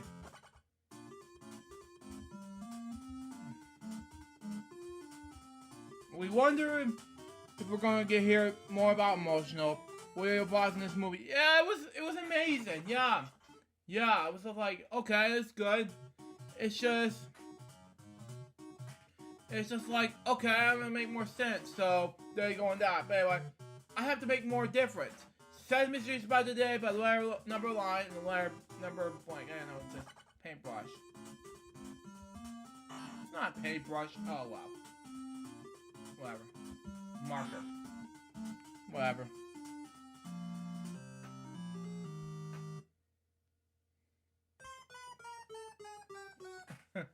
Wow. Wow. Okay. Know what this says. Space Invader.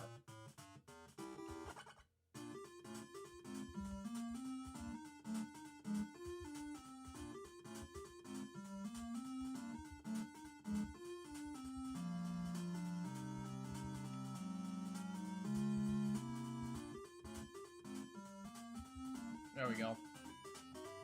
Oh, it's toothpaste! God! Help me! Stupid me! It said marker and a paintbrush, but it's not it. Stupid me. Food. I know this candy. Anyway. I wound up being goofy anyway.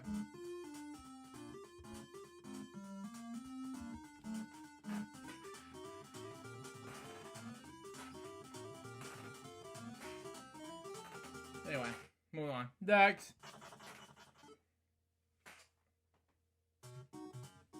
The green puzzle category is man-made. I know it says pineapple. Or windmill, okay.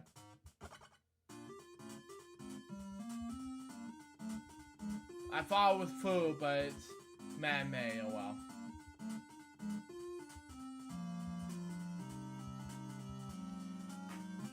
Got it.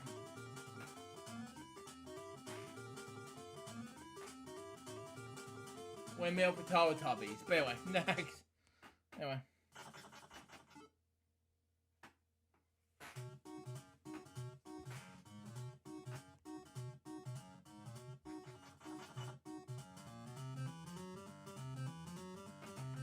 Okay.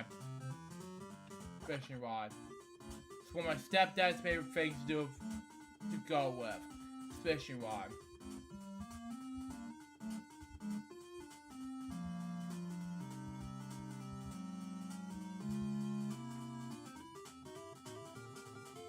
Got it. And my stepdad catches some fish. Anyway. Got the paint puzzle in the category is thing. What is that? Oh, I know it's a vampire. It's okay, creepy enough. Anyway, vampire. Anyway, that's good. First time my puzzle time in playing games. Got vampire. Got Dracula, better known as the Count Von Cows. Next! That was odd and thing. Anyway, next.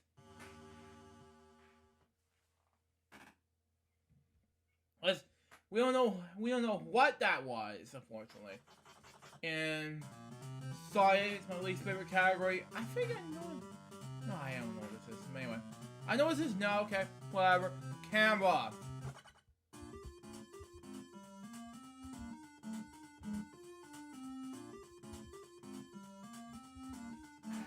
There we go. Got it. Okay. Chat room on the Discord. No. Okay. He said Peach is like incredible in the movie, especially her battle outfit. Okay. Office. One of the things that I want to do. I know what this is. Okay. It's a chair. It's not a chair. Whatever. Especially her battle outfit, and she's going to be play a big role in the Spin role, Rob. In the Mario movie. Oh God, help me. Anyway, move on. Next. Wow, very excited about this. Anyway, the chess.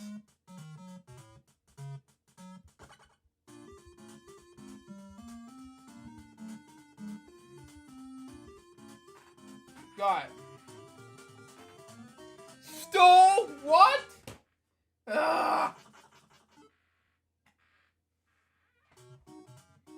You're killing me, man. You're killing me. Anyway, tool. Well, my stepdad, my dad's favorite thing to do. I know what this is. This is a oil can.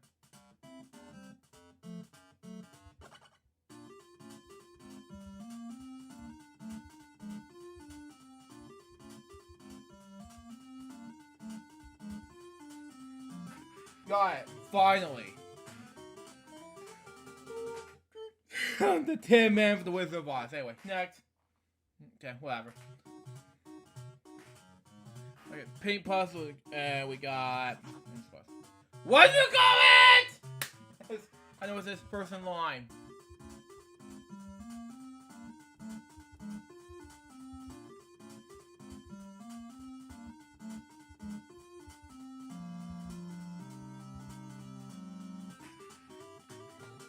Got it.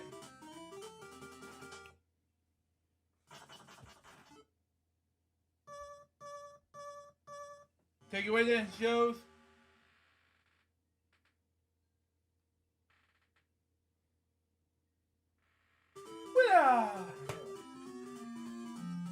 What do you think, Luke? Do you hear? Like, yeah, I love her outfit. Actually, it was amazing.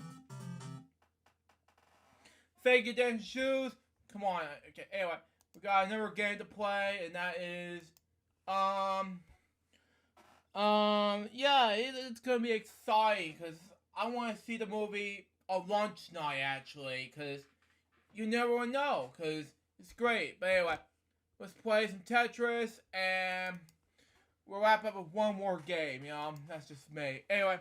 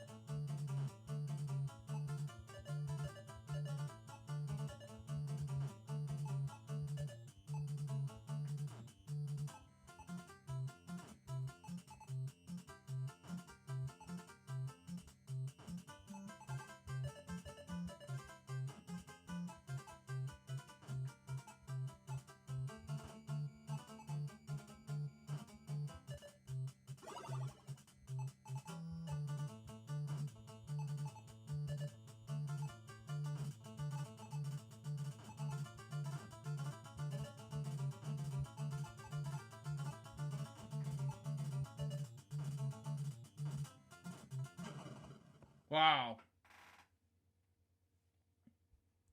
Okay. I did very good. Let's do it one more time.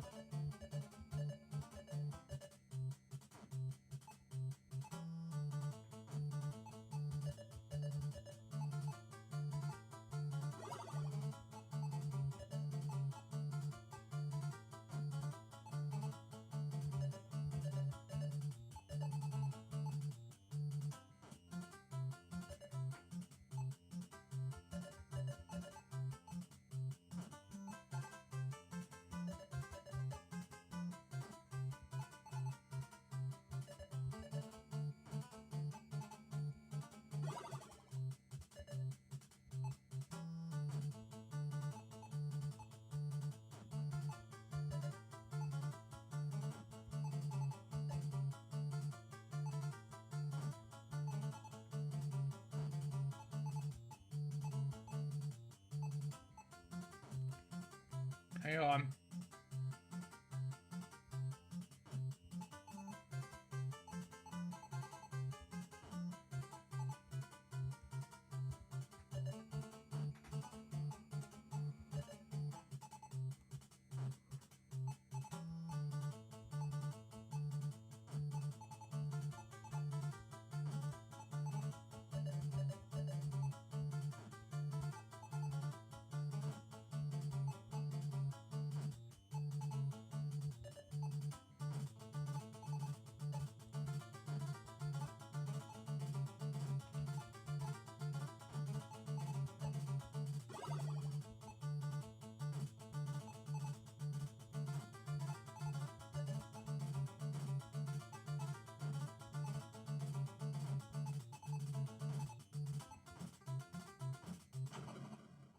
Wow.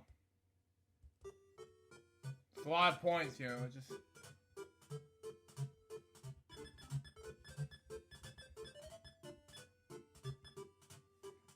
Anyway.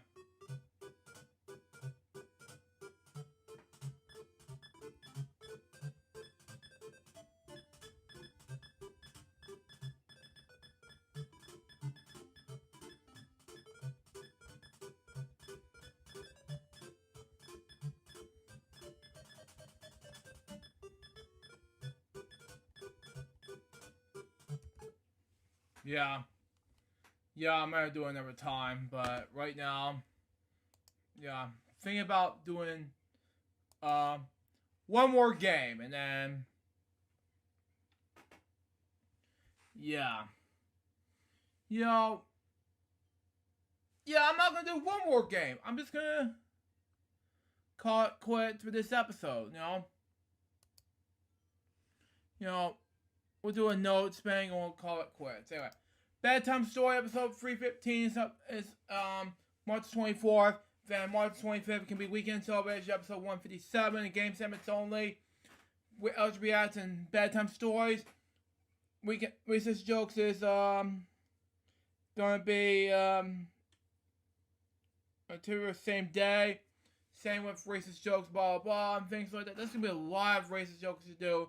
Especially with racist weekend celebrations and things like that. That's going to be a lot. And we'll be back for a brand new episode of FWL, which is going to be the April Fool's edition of FWL. And, of course, some other things like that. We'll just see what happens. That was FWL episode number 384. Hope you enjoy it. Stay tuned. Next one's going to be let's just say a brand new episode of WBL, episode number 385. I'm not sure what the next episode is, but we'll see what happens. Till next time, so join us about episode, baby. Good boy, man, so till it's out. See ya.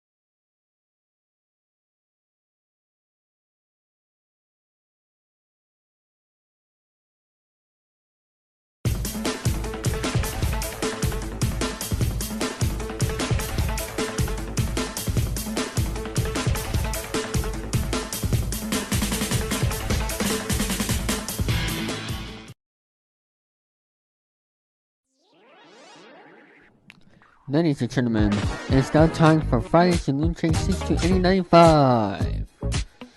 Today, Luke Jeffers and Billy Mooney will be talking about their topics, playing video games, and many more fun. And now it's now time to present to you all Friday's LukeJ62895 with their hosts, Luke Jeffers and Billy Mooney.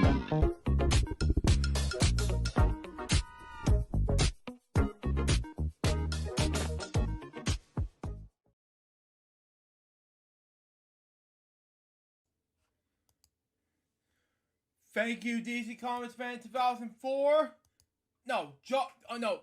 Excuse me. Dave 3000. Hello, people. Sujari speaking. Welcome to FWL episode number 385. And you can thank Billy for giving me a 5.5 hour long stream. And oh my god, this is gonna get permanent. And I was watching PBS NewsHour Wheel in Jeopardy. And, Josh, if you watch this episode right now, sup, Luke, sorry I wasn't going to be join this episode, because I'm going to visit my, father again, plus I'm going to be on the trip to Redbox and go out to McDonald's. Well, have a good time, Josh. I will be doing I will be not doing any topics with you at this time, but anyway, I don't know what's going on, but that's just me. But today, we're going to do Fun Facts of the Week. free dab topics along with some metal topics along the way. Some 2 gaming topics, and then 1 political topic. And then we'll wrap things up with WatchCity Plus and some notes. So let's talk about it now, shall we? See what we got for us. Anyway, fun facts of the week. Tetris, the movie, is out right now on Apple TV Plus. Today, it's in development. It's been released today on Apple TV Plus right now as we speak. If you watch Remix for you, buddy, get ready because I'm up. And however, there won't be Tetris today for the gameplay in my end today, but there will be one next week because of difficulties from Bill and kickoff show and Toys marathon difficulties from Billy's end, and plus I won't be doing much time for what's going on, and he's ended up hogging the spotlight from FWL series. That was basically ruined my show, you know. That's just it, you know. But anyway, on to the show, and let's just get this out of the way, shall we?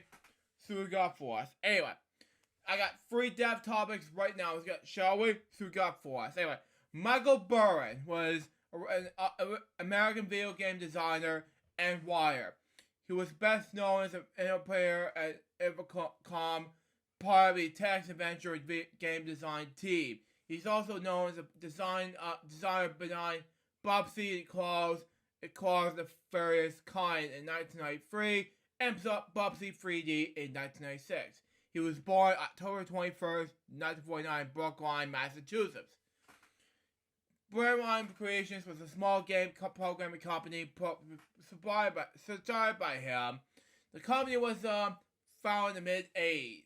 It was probably best known for co-creating Taz Toms and Toontown, along with Airplay's Rebecca Heinzman, okay?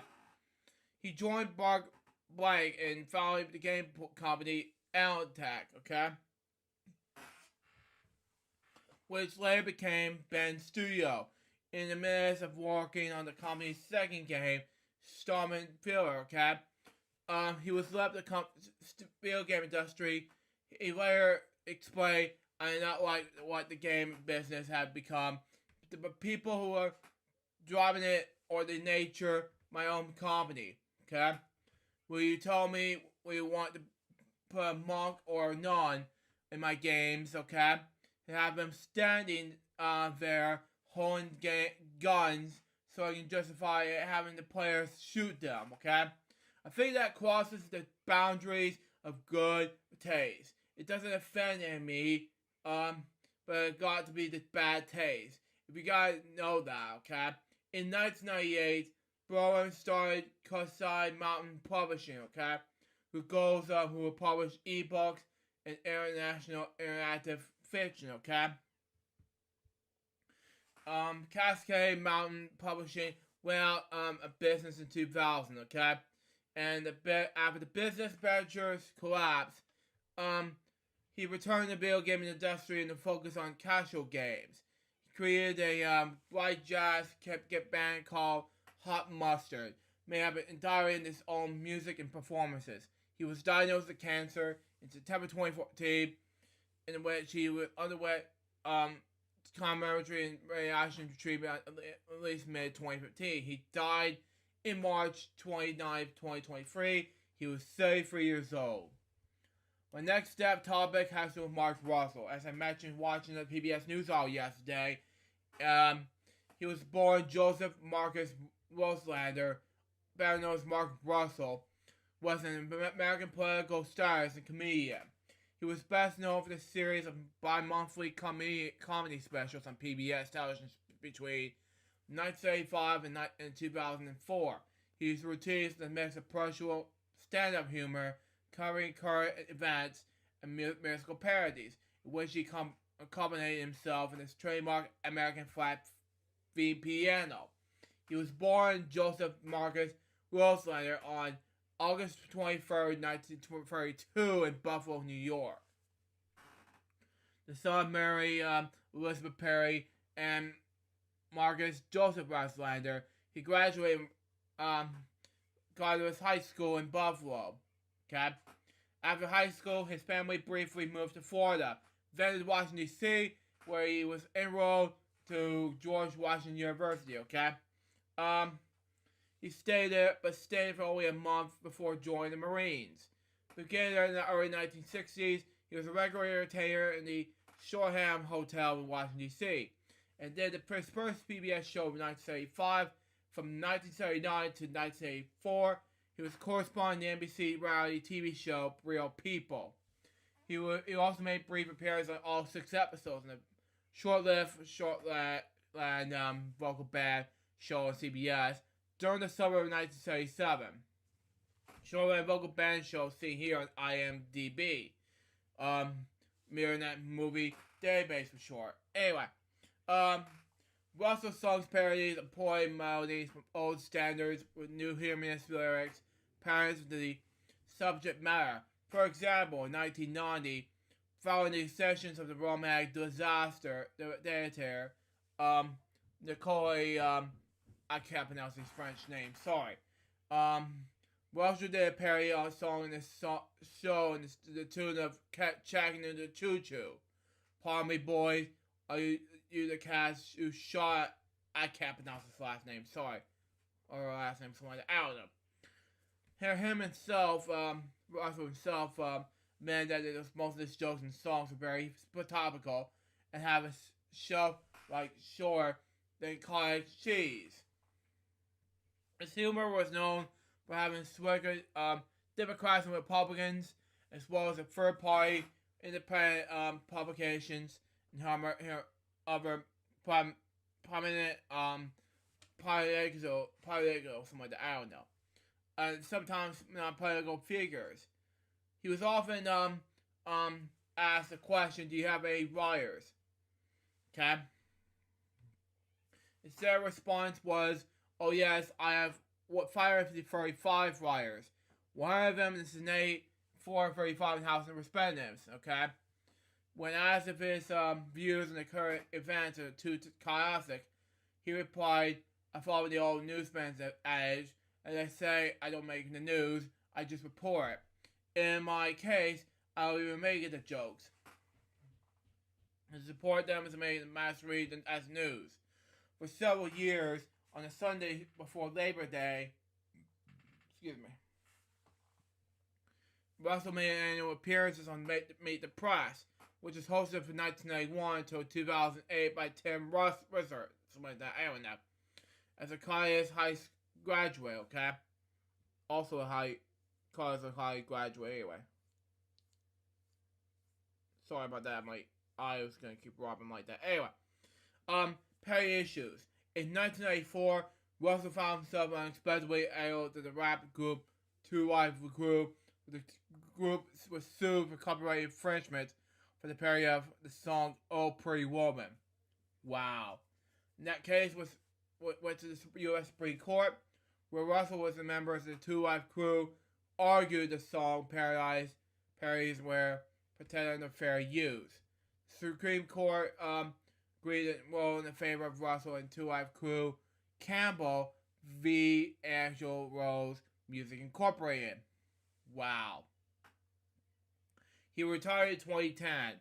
Russell announced his retirement for public performances and made his last public performance in July 2010 in I can't pronounce the city's name, in New York. Anyway, he continued to write political humor at the various venues and also published jokes on his own website. By 2013, Russell began to tour to perform publicly again. His final performance was on October 30th, 2016, at the Carolina Theater in Greensboro, North Carolina. He was portrayed by Mark McKinney in the 1996 episode of Saturday Night Live. He was a parody in the episode of Symptoms, Season 3, The Lisa Goes to Washington. Which is carried by him to sing songs, including a different rag, okay? Makes sense anyway. And the train got subtle, okay? His music was also very in the episode of 30 Rock, Season 1's The Source Awards. In the news radio episode, Public Domain, 1997, Phil Hartman's character, Bill McNeil, is inspired by Russell to start a career as a city provincial comedian. In the early years, this is one of PBS specials. An electronic version of Yankee Doodle Dandy was used in the opening sequence, okay? Which features animated version of the eagle, wow. An elephant and a donkey with Russell, wow. Dressed as Uncle Sam, okay? Mean dragging its tail marching across the screen. Jesus. Anyway, in later years, the opening sequence of the montage with previous Russell's monologue accompanied by a Dixieland arrangement of Star and Stripes Forever. A similar arrangement of the song Happy Days Are Here Again was used in its entire interest in the closing theme. Russell was referenced as Sam Smith's college government professor in the episode Sam moves to Chicago for American Dad. The professor said there were, despite comedy, expect for Russell piano routines. In 2004, Russell was represented by the Buffalo Broadcast Hall of Fame Buffalo Bob Award, which was awarded annually to the Buffalo native who has achieved success in broadcasting outside the Niagara frontier area. He died of complications from prostate cancer yesterday in his home, Washington, D.C. He was 9 years old. And my last death topic was the technician side of things. Gordon Moore, born Gordon Moore, was American businessman, engineer, and is co-founder and chairman of Intel Corporation. He proposed Moore's Law, which was made the observations of the number of translators in the integrated circuit, IC for short, double about every 2 years. He was born in 1929 of Jerry Fern, Pasquale, California. He's the second son of Harold Moore, county sheriff, stayed in San Mateo County, and Florence Amara Williamson, a homemaker, okay? When Moore first started school in 1935, he was first cited by the faculty with his home introverted personality. In 1948, when his father accepted a promotion of the deputy sheriff, Moore and his family moved to Redwood City, California. In 1940, Moore received a commercially sent Christmas gift, wow, which inspired him to become a gymnast. From 1942 to 1946, come in. What are you doing? I'm doing a show here. Anyway, Moore studied at conventional high school where he was involved in athlete activities. Okay. Sorry, that was my mom in the background. Anyway, from 1946 to 1947, Moore went to San Jose State College, now called San Jose State University, to major I can't pronounce this word. Sorry. Chemistry, something like that. I don't know. Moore later translated to University of California, Berkeley in 1948, and was able to take chemistry courses taught by Glenn Stewart, Seaborg, something like that. I don't know. Melvin Conway, something like that, and William something like that. I don't know. Before graduating in 1950 with a Bachelor of Science degree in chemistry or something like that. In 1950 of September, Moore enrolled in the California Institute of Technology, Caltech for short, where he immediately received a PhD in chemistry in 1954. He conducted a postdoctoral research at the Applied Physics Laboratory at Johns Hopkins University from 1953 to 1956. Scientific career. Fairchild's Solar Commercial Laboratory. Moore joined MIT and Caltech alums William Shockley at the Shockley Semiconductor Laboratory division and the Beckman Instruments, something like that. But left during with the tremendous aid when Sherman Fairchild agreed to back them and created the official Fairchild Semiconductor Corporation. Now, here's about Moore's Law, okay? In 1965, Morse was working with the Director of Research and Direct Development, R&D for short, in Fairchild Semiconductor. He was asked by Electronics Magazine to predict when he was taught what might happen in the semiconductor coming into industry over the next 10 years. In the article published on April 19th, 1965, Moore observed, let me check and see. No, he's not online. Okay, never mind. Anyway, he observed that the number of components, translators, inserters, duals, and translators in the dense integration cursor have doubled extremely every year, and speculated that it would continue to do so for at least the next 10 years. In 1975, he revived the forecast rate to astronomy every 2 years. Makes sense in any way. CoverMed popularized the phrase Moore's Law to prediction has become the target for moderation the semiconductor industry, and that's widespread in spat the many areas of technological change like that. In July 1968, Robert Noyes and Moore founded M&M Electronics, like that, which later became Intel Corporation. Moore served as the executive vice president until 1975, which became president.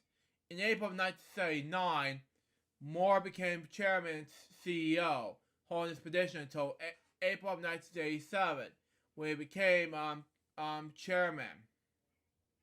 Okay, he was named chairman of industry in 1997 under Noyes, Moore, and later Andrew Grove. Intel was pioneered with new technologies in the areas of computers, memory, integrated circuits, and microprocessor design.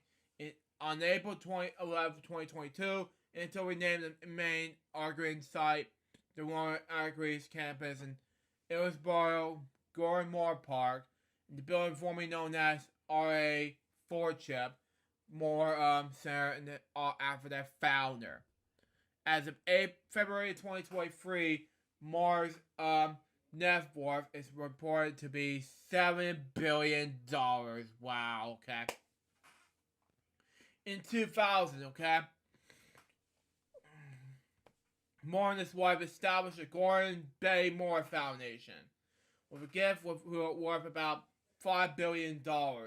Through the foundation, they industrially target environmental, commission, science, in the San Francisco Bay Area. Makes sense in any way. Anyway, the foundation gives industry in the area and the environmental commission, okay? Supporting major products in the Andes, Amazon Basin, including Brazil, Malaysia, Peru, and Ecuador, something like that.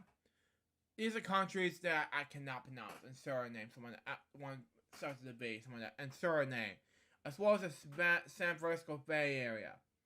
Moore was the director of the Convention International for some years. In 2002, he was the Convention International Senior Vice President Clyde Gasson received the Order of the Golden Ark from Prince Bernhard, something like that, in the Netherlands. Their outstanding combinations in nature's conventions, like that. Moore is a member of the Caltech Board of Trustees since 1983, chairing from 1993 till 2000, and was the Chief Trustee until the time of his death. In 2001, Moore and his wife was nominated donated $600 million to Caltech at the time of his largest gift ever in the Association of Higher Education. He said I would want to get together to use to keep Caltech in the forefront of research and technology. In December 2007, Moore and his wife donated $200 million to Caltech and the University of California for the construction of 40 million meter, something like that, telescope, TMT for short, something like that, I don't know. Expected to become the world's second largest optical telescope, and the European exploratory large telescope and it completed in the mid-2020s, okay? The TMT will see the cymatic mirror 40 meters across be built on the Maya Key in Hawaii. Wow. Okay, makes sense. Anyway, this mirror will be nearly 3 times the size of the current record holder, the large binocular telescope. Okay, makes sense. Okay. The Moores, at an additional, and for the foundation has also had a series of gifts and grants began in the 1990s, giving some $166 million to the University of California, Berkeley to fund initiatives ranging from materials to science, physics, and genomics and data science. In addition, for the foundation, and his wife created the Bay and Ari Moore Nursing Initiative. Wow.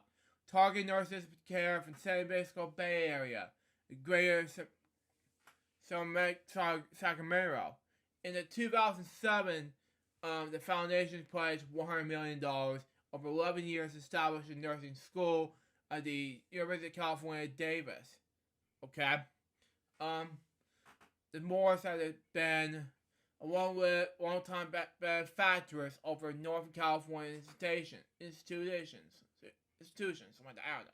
Including Stanford University from over $995 million as of 2022, University of California, San Francisco, and University of California, Santa Cruz.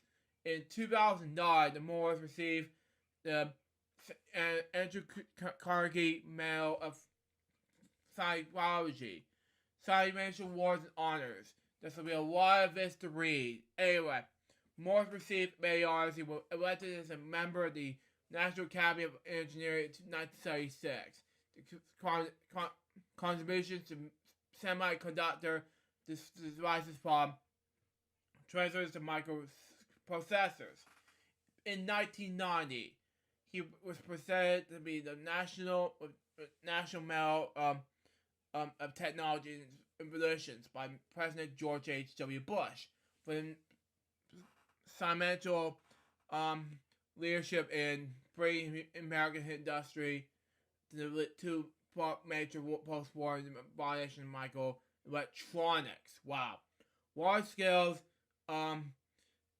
integrated memory in the microscope that has field the information revalidation. In 1998, he was inducted and fellow of the Computer History Museum for his foundry heavy work, early work in the design and production of semiconductor devices as a co-founder of Fairchild and Intel.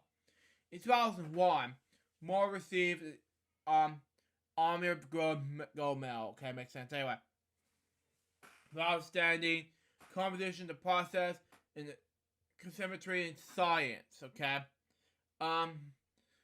Moore was also received the achievement of the Presidential Medal of Freedom, the United States' highest civil honor as of 2002. It received the award from President George W. Bush. In 2002, Moore also received the Bower Award from Business Leadership. In 2003, he was elected in the fellow of the American Association of Advance of Science. He was elected to the American Political Society in 2005. Happy to announce his word. Sorry. Anyway,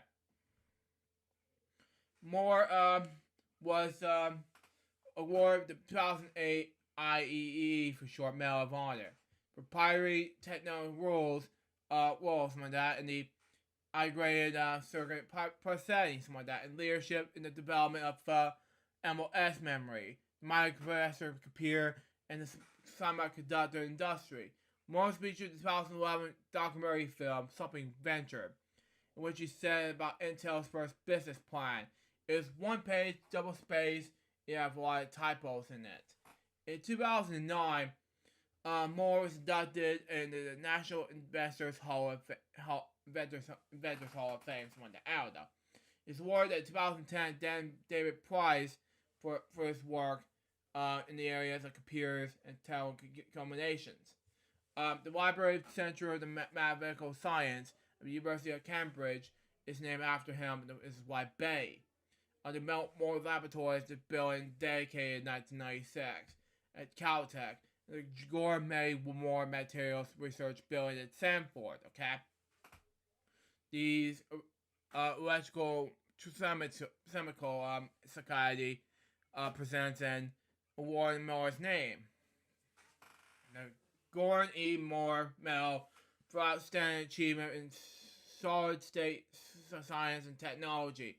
Every 2 years, to celebrate scientists' competitions in the field of solid-state science. The Society of Chemical Industry American Session. Okay? Annually presents the Gordon E. Moore Medal in his honor to recognize his early career to success and organization of criminal industries. Moore was awarded the UCFF Medal in 2016. Okay?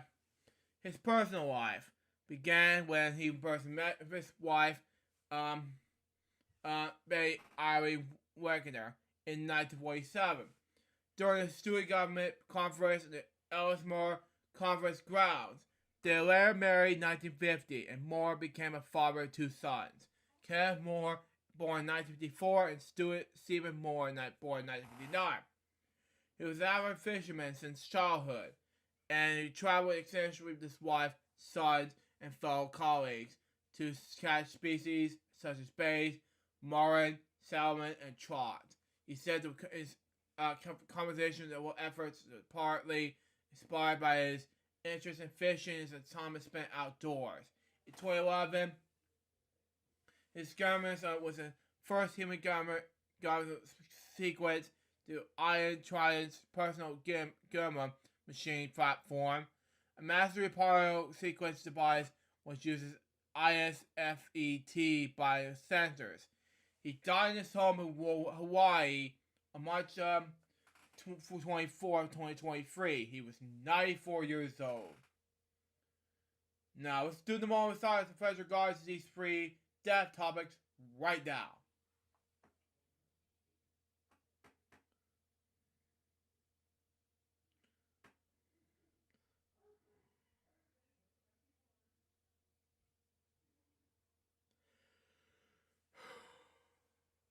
Yeah, we can't do the moment of silence. I have to cancel it. Thank you. Rest in peace, C3. And I'm sorry, it's just family growing up in the background. Anyway,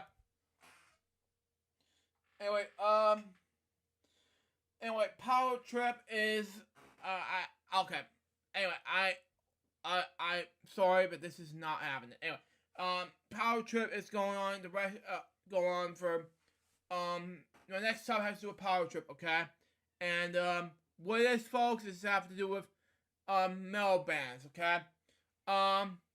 Register on Thursday, April 6th at 10 a.m. Pacific Daylight Time, okay? It has about 6 bands, heavy metal bands, that is. Guns N' Roses and Iron Maiden on Friday night. AC/DC, the return of AC/DC and Ozzy Osbourne on Saturday night. And Sunday night, Metallica and Tool. Those will be there October 6th, 7th, and 8th in the Pirate Polo Club and annual. Not sure what the state will be at the time, but it will start at $599, you know. That's just me. But, you know, it's going to be a lot of money, so I'm not going to save much. So, sorry. But anyway, my next topic has to be E3. And that, unfortunately, it's going to cancel, you know. That's just me. The show did not garner gamer the sustained interest necessary. Now, almost a year after its return, the E3 announced that today the members that this year's E3 has officially canceled. IGN can confirm. Okay, two sources have been confirmed to IGN that the organization announced the cancellation via an email sent out to members today. The email said that while E3 remains a beloved event and brand, that the 2023 version simply did not garner the sustained interest necessary to see the way that would showcase the size, strength, and impact in our industry. The ESA concludes the email by starting to commit the industry work. It did not mention the undertaking and show again in the future years. Wow. Following IGN reports, the ESA issued the following public statement from Kyle Marston Kish, Global VP of Gaming Repeat, saying this. This is a difficult decision because it's all the effort we and the partners put towards making this event happen. We also had to do what's right in the industry and what's right to E3. We appreciate and understand that interest companies will have been playable demos, Ray, and as resource and cut challenges making being at E3 this summer. That as an honorable can be carried at those who comment to E3 2023, we're sorry. We can't put it on showcase, but we deserve and your comment expected Red Pop's event experiences. Okay. The press release added Red Pop's and ESAs will continue to work together on future E3 events. Okay. Hey Remix, how you doing, buddy? Yeah, I missed you here on the stream because Billy, yeah, at the time, yeah, he was killing my show, you know? Yeah, I have no topics for today's episode since the kickoff was so long, but funny and good gold, yeah. Yes, Tetris and Super Mario Bros. Movie was worth the hype, yeah. Especially the Tetris movie is launched on Apple TV Plus. Yeah, the show, however, it's going to be a short show for me. Mostly because I'm going to get ready for spend time with watching the TV Plus the rest of the day. Yeah, I'm sorry, but I have to do it because it is long, you know, the kickoff show. You know, that's just me. I watched Jeopardy, Wheel, and PBS NewsHour earlier tonight, and that was epic, you know, while the kickoff show was already over, but that's just me. But anyway, the event was supposed to be held for June 13th for the June 16th. Anyway, in the Los Angeles Convention Center, and will be having the first in-person E3 event since 2019. The event was canceled in 2020 due to the COVID-19 pandemic. And while the digital version was held in 2021, the event was canceled again in 2022, and therefore they focused on the Reverend Showcase that would set a new standard of hybrid industry event. E3's return for this year was announced last June. Alongside the convention, the E3 2022 has been canceled.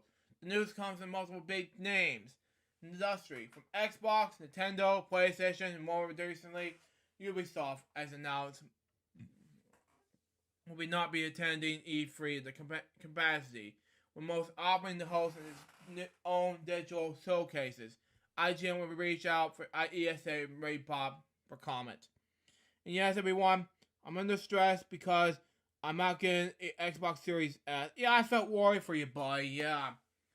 Which I'm really disappointed. I got screwed big time. And, it won't be the year and I'm getting screwed and not getting an Xbox. Yeah, it's sad to me, I know. But you know what? Yeah, it's disappointing me. Anyway. My next topic has to do with Metallica, okay?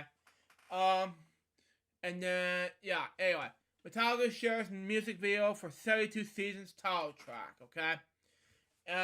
Metallica has shared the official music video yesterday for the title track of the spans 12 to 11.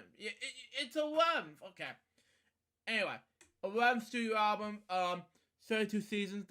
The director, Tim Stargate clip was filmed in Los Angeles, California on February 12th. You can be seen below, which I have watched. It was amazing. Anyway, 72 Seasons LP will release April 14th. The B.I. the band's own Blackened Records, produced by Greg Fallman, with guitarist and vocalist James Hetfield and drummer Lars Ulrich. Okay, the clock is over 77 minutes long. The 12-track 72 Seasons is Metallica's first full-length collection of new material since 2016's Hardwired to Self-Destruct, which I got as vinyl and CD, by the way. The album released in formats including 2 LP, 140G black vinyl, and limited edition various CD and digital, which I get CD and vinyl coming up. But anyway, Metallica and Transfer releasing, we hold a worldwide 72 Seasons listening party, which, by the way, I'm going to go see in theaters, by the way, for one night only on Thursday, April 13th, which I'm seeing in theaters for one night, because this is a very exciting night for me. Anyway, 72 Seasons will be playing in full and pumpled surround sound, exclusively for cinemas audience worldwide. For every one of the new songs featuring in the own music video, exclusively commentary for the band.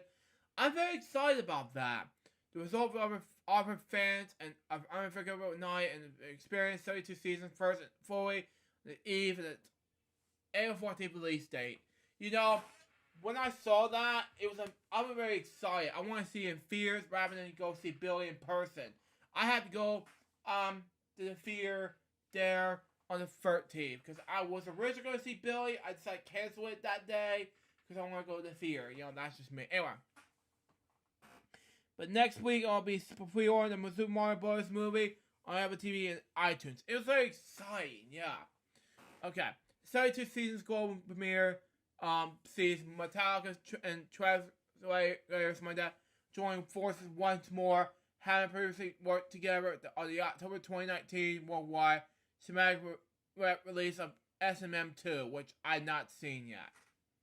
By the way, I've seen SMM1, number 2, yeah. Anyway, the Starman, Metallica, and San Francisco Symphony reunited to celebrate the 20th anniversary of their original SMM Symphony Metallica concerts and releases. Anyway, in the recently released behind-the-scenes look at the making of 72 Seasons, Hetfield saying the LP's first single, Lux of Furia.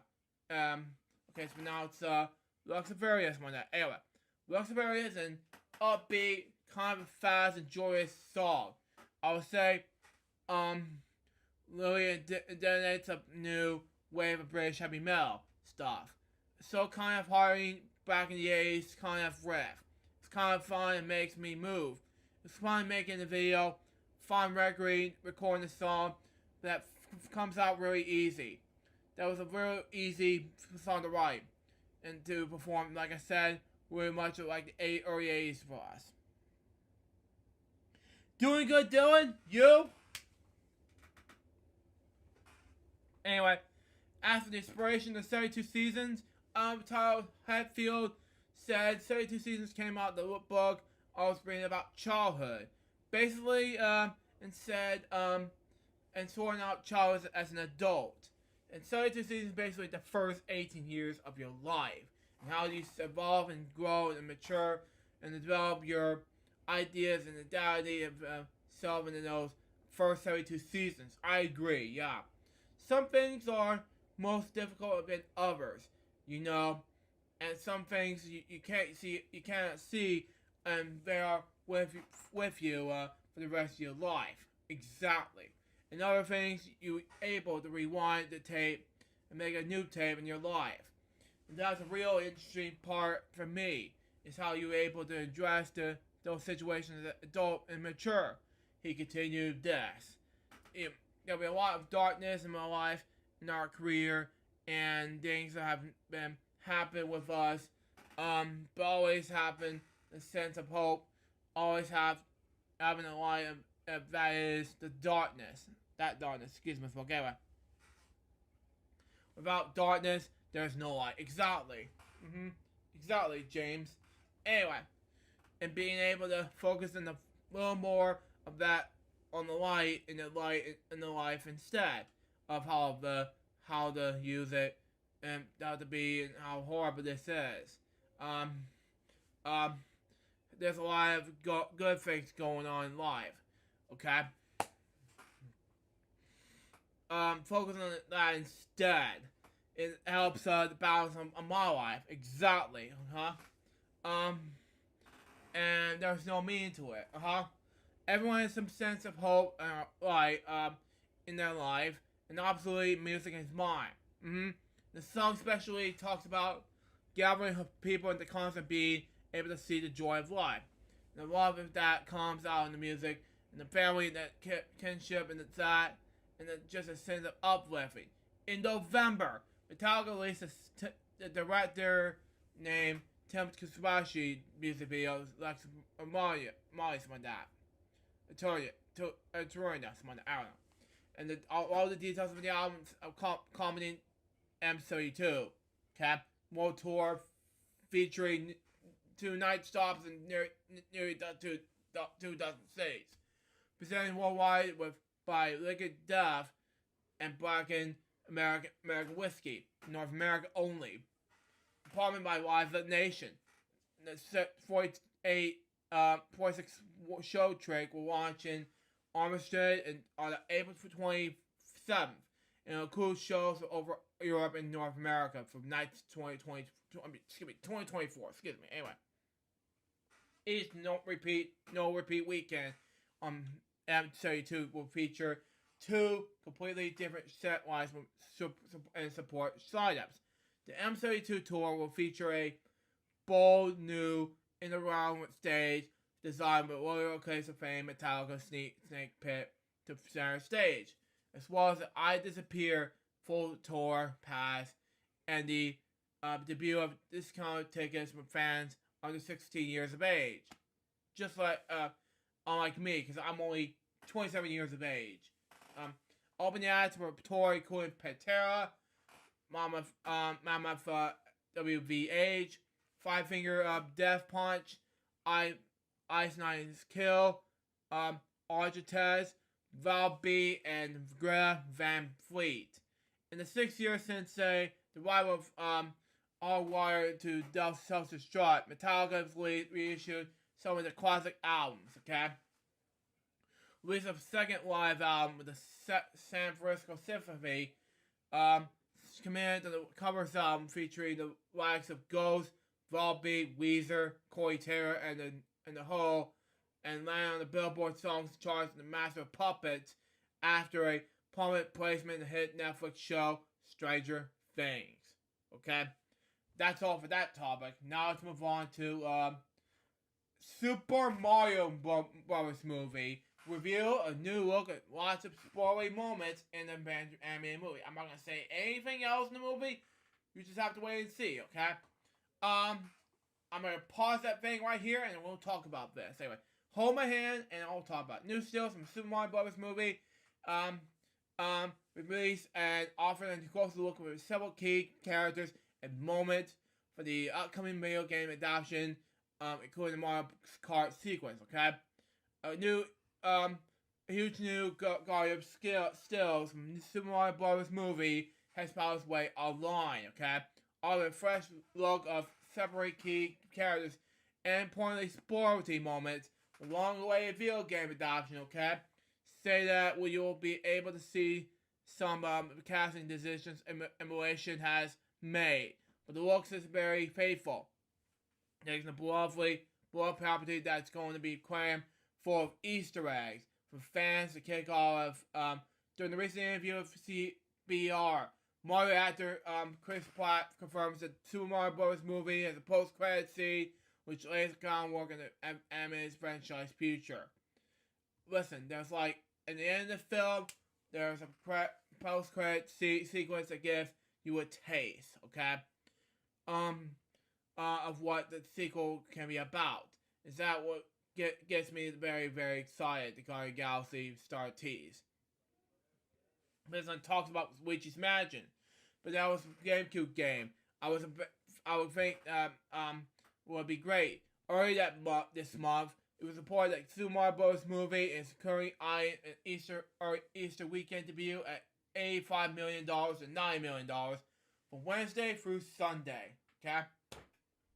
All signs point that it won't being a huge box office hit, and we're sure that will lead to a sequel and possible spin-offs Pratt was teasing above.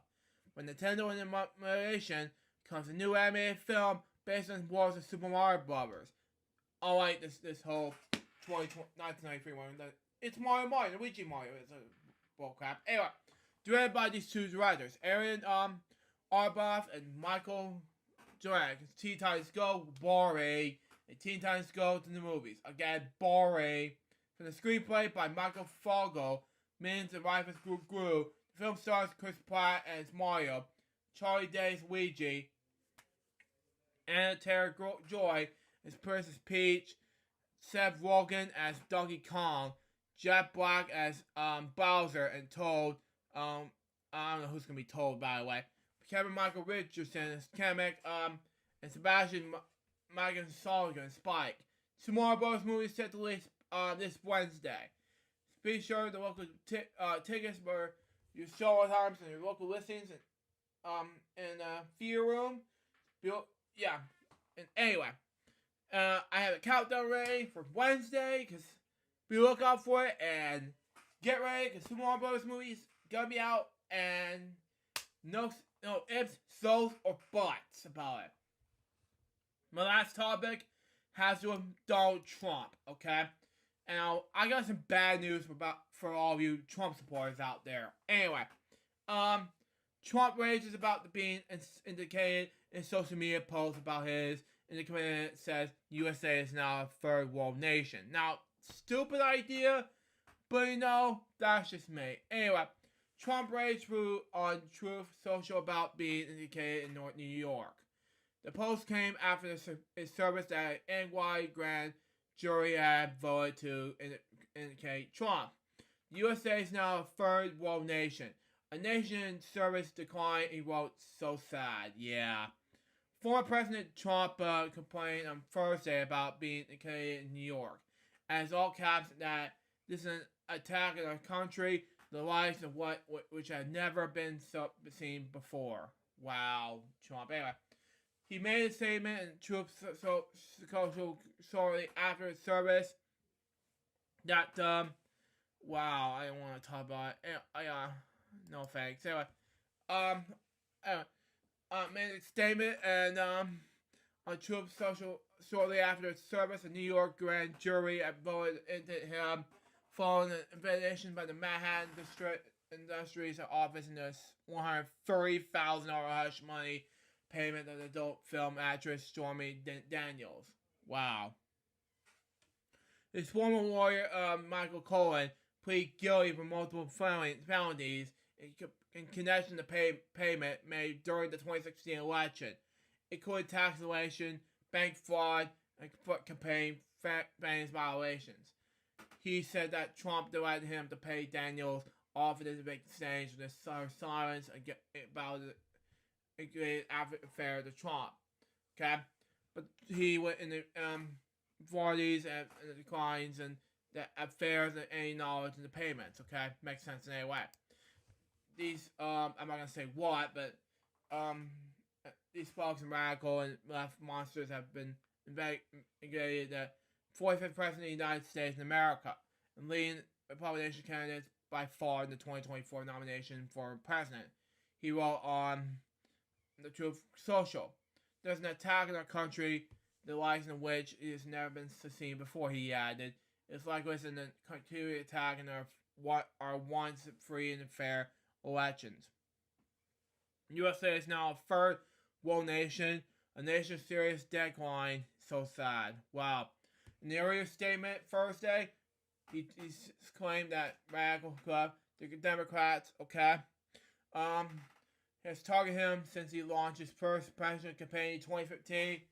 The Democrats have lied, cheated, and stolen in their nomination, trying to get Trump. By now, they have done the unthinkable, inducting a completely innocent person at the bad 10 election and been in face, the statement said. He went on to say that never been seen before in our nation's history has this been done. He was the firstborn president in the United States to be currently charged. And the amendment will likely be lasting effort in the Republican primary in the 2024 presidential election. That's all my topics for today. Now let's move on to what I've watched Disney Plus. And let's just say right now, I have watched 3 episodes of Darkwing Duck, and that was it. Episode 9, 10, and 11, and that was it. Now on to the notes, and then we'll wrap things up. Okay. We got April Fool's Day. We got Weekend Celebration episode number 158. Bedtime. We don't have bedtime stories. We have to check out bedtime stories. I have to finish up my projects anyway. Lunchtime, and then lunch on April 2nd, 3rd, 4th. I was supposed to do those projects sometime, but anyway. Update video on the 1st of my man. Sneak peek previews, weekend celebrations, lunchtime on the 5th. We'll see what happens. Anyway. And 6th will be lunchtime. We'll be back for a brand new episode of FWO, which is going to be my thoughts on Super Mario Bros. Movie and things like that. That was FWO episode number 385. Hope you enjoy it. Stay tuned for the next one. It's going to be some thoughts about Super Mario Bros. Movie and things like that. Until next time, Sweet Jarvis and Bobby So Baby. Get more episodes, guys. Be so. Till it's out. See ya.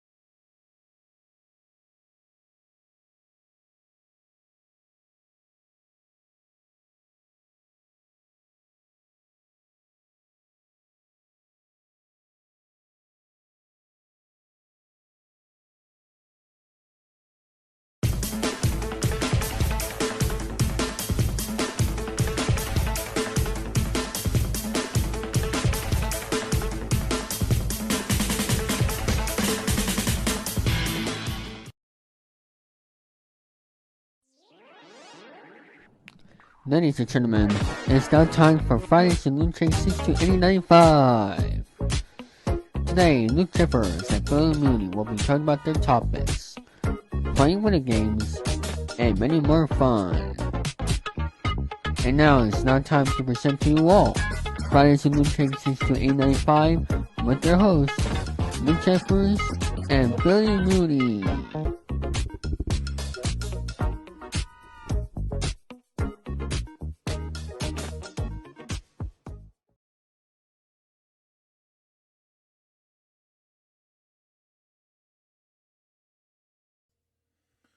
Thank you, DC Comics fan 2004. Excuse me, second time in a row in this shows. David 3000. Hello, people. It's Lou Jerry speaking. Welcome to Friday's LukeJ62895 episode number 386. And we're originally going to be joined by Remix Plum, but we're live, folks. Oh, okay. Hey, Remix, how you doing? Yeah. Hold on. I'll disconnect. Never mind. But anyway, yeah, okay, never mind. Yeah, we're okay, we're gonna do this in the normal way, okay? Yeah, but, you know, even though Billy's just screwing me up, we go do. Anyway, even though the kickoff show is a lot of fun. Anyway, screw this, but, you know, that's just me. Anyway, oh, Remix joining us, never mind. We got Remix, ladies and gentlemen. Hi, everybody. Yep. Happy Friday. Yep. So, folks, here's the situation, okay? I got, after we got, not one, but, not two, but, 5 dev topics, along with a topic I want to share on Warner Brothers, and let's just say, a topic on PBS NewsHour topic for Super Mario Brothers, and then afterwards, he got 2 other topics regarding to his thoughts and rant on Super Mario Brothers movie. Yeah, and I'm gonna be along for that, and then after, I gotta do the radio show at 5 o'clock. So. Okay. So I'm only gonna be along for that topic, and then I gotta get prepared for Wheel One Radio today. That's fun. Which I'm not the founder. Again, I'm the executive producer. Again, he's not the founder. Thank God for that. Anyway. Yep. Because he's one of the people who brought you Real One. Mm-hmm. Big thanks, Billy, for the awesome kickoff show. Yes, I agree. Just remember, Billy, when you're pom-poms, and beware of Mr. Buck. Okay. Oh, yeah. Exactly. Well, with that, let's get started and begin the episode. Yeah, let's begin the episode now. His name is Leon Levine, okay? Best known as his that name. He was an American businessman and, I can't pronounce that name, phenomenist, who founded the Family Dollar chain of discount stores. He resided in Charlotte, North Carolina. He was born in a Jewish family on June 8th, 1937 in Washboro, North Carolina. The family actually lived in Rockingham, North Carolina, but that town, since some 19 miles away from Washboro, had no hospital then. The family operated a small town store called The Hub, managed by his brother Sherman and his mother until its closure in 1960. In 1949, when Leon was 12, his father died with a heart attack. The loss led him to become closer to his mother than before. In 1951, Sherman was drafted by the U.S. Army. Let me see if I can turn this up a little bit. But anyway, Sherman was drafted by the U.S. Army to fight the Vietnam War. Okay, requiring Leon to assume his responsibilities in the store. Okay, They necessitated him to attend school only during the morning hours, okay? When working on in the afternoon. Something permitted by North Carolina law then. In 1956, Leon Sherman purchased a Colonel spread factory in Wingate, North Carolina, okay? Much like he did during high school, Leon attended nearby Wingate College during the morning so he could manage the factory for the rest of the day, okay? After discouraging sales trip to New York, Leon nevertheless pursued and was able to develop a market with spreads in Puerto Rico. Wow. In 1958, he it was realizing that he was able to have to make a major capital investment in new equipment in order to stay competitive, something like that, to sell the company. Wow. In 1959, he visited a store in Kentucky that sold nothing but considered more than $1. He liked the symbol concept in November 1959, age 22. He opened a simple store in 1500 block of Central Avenue in Charlotte, North Carolina. Place that sold items with a $2, $21, and $23 money maximum price. He named it Family Dollar for the affordably merchandise and demographic that was aimed towards Levon capitalizing Family Dollar with $3,000, $304,014 in 2023 money, okay? So money and $3,000 a partner, okay? In June 1960, Levon opened a second store also in Charlotte, North Carolina, next door to a parking shop store on Wilkinson Boulevard, okay? Later that year, he opened a third store in Charlotte, followed another store in Hamlet, North Carolina. That same year, due to inflation, he realized that the $2 price cap was not feasible, and he increased that $30 in 2023 money, sealing the cap until 1972. The company grew rapidly by 1961. $30 has expanded into neighborhood in South Carolina. And in 1962, $30 did some $2 million, $19.9 million in 2023 money in business. And moved into Augusta, Georgia market. And around that time, he went solo by his partner's interest into the company. By the end of 1979, Family Dollars had 380 stores in 8 states. In 1974, Family Dollar moved its adversary and warehouse space to a newly built factory in Matthews, North Carolina. In 1970, Levon decided to put Family Dollar public on the stock exchange, something like that. Hey, Len, how you doing, buddy? Oh, miss talking to you, buddy. Oh, man. Anyway, moving on. 2 years later, Family Dollar's common stock began trading on the American Stock Exchange, okay? His personal life began when, during a summer vacation to Florida in 1957, Vaughn met Barbara Levon, okay, who lived in Chicago. They married in February 1958. Their 3 children were Howard Russell, born Christmas Day 1958, Lorianne, born December 1960, and Mindy Allen, born August 1963.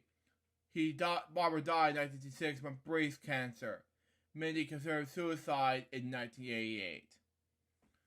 12 years after his first wife died on June 5th, 1978, Levon married Sandra Polikoff. They met in the 1960s while Sandra was friends with his Barbara. Exactly. After some years of having lost touch, he renewed his friendship with her in life in 1975. Their daughter Amy was born in June 1981. Ryan Polkakov have been involved in numerous charitable and private causes. She has been serving board combinations of Carolina healthcare system. And the couple have 10 grandchildren. He was a member of the North Carolina Business Hall of Fame and belonged in the Charlotte's Templars Row, which has a social hall after him, In 2003, he retired as chairman and CEO of Ferry Dollar, He was succeeded by his son Howard, who served until January 2016. He was started as Leon Livine Foundation, which aims to improve the general welfare throughout the Carolinas. The organization events its non-profit organizations that have strong leaderships, a successful track records, and they focus on stability in the areas of healthcare, education, Jewish values, and human services, Leon Central were members of board of directors, service president and vice president, respectively. He died in Charlotte on April 5th, 2023. He was 85 years old. My next step topic has to do with Julie Farrell, She was born Julie Farrell, born as Julie Hayden, was an American actress, most known in her role as Nurse Hable on the television comedy series MASH, She performed small roles in some other television series that way wrote 13 episodes of the soap opera Port Charles. She was born and raised in Clarksville, Oklahoma on May 11, 1938. She graduated from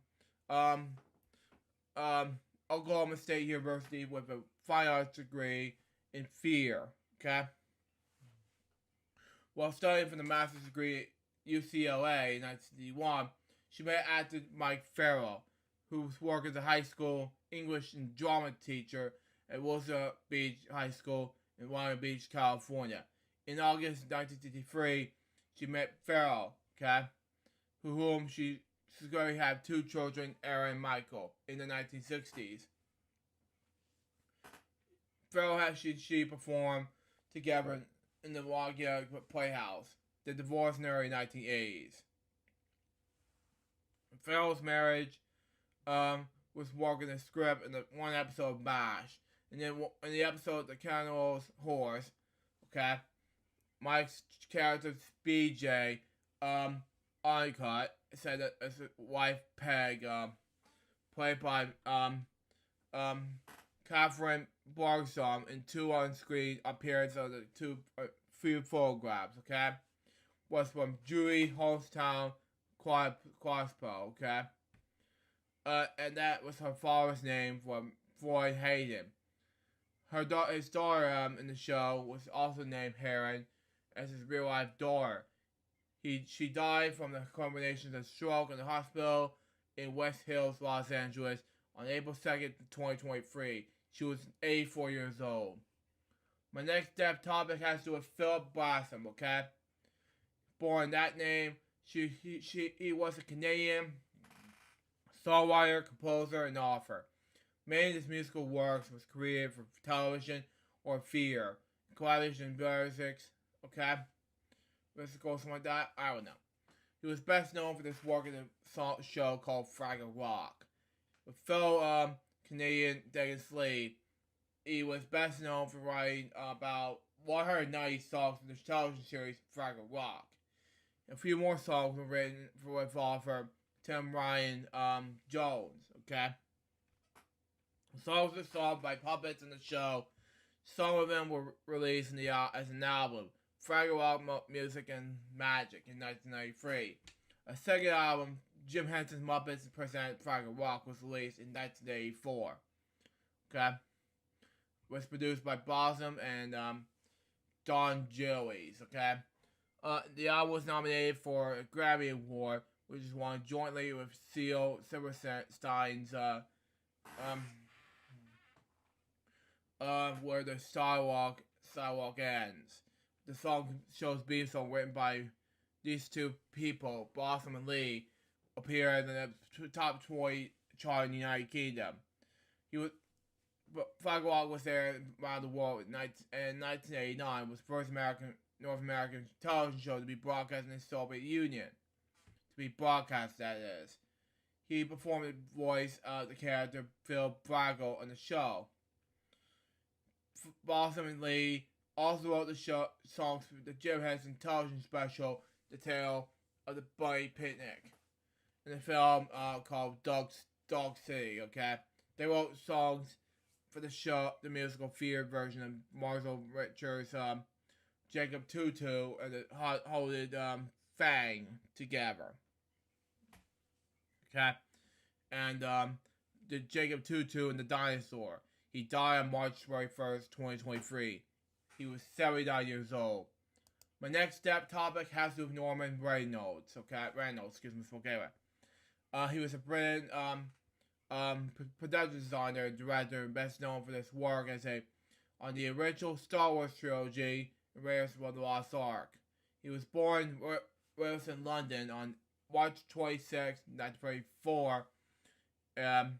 He directed the following 2 episodes of Emmy Award-winning American Stories TV series, The Pumpkin Combinations, and Gathering Ye Acorns. He was second unit director for Alive and X-Men 3.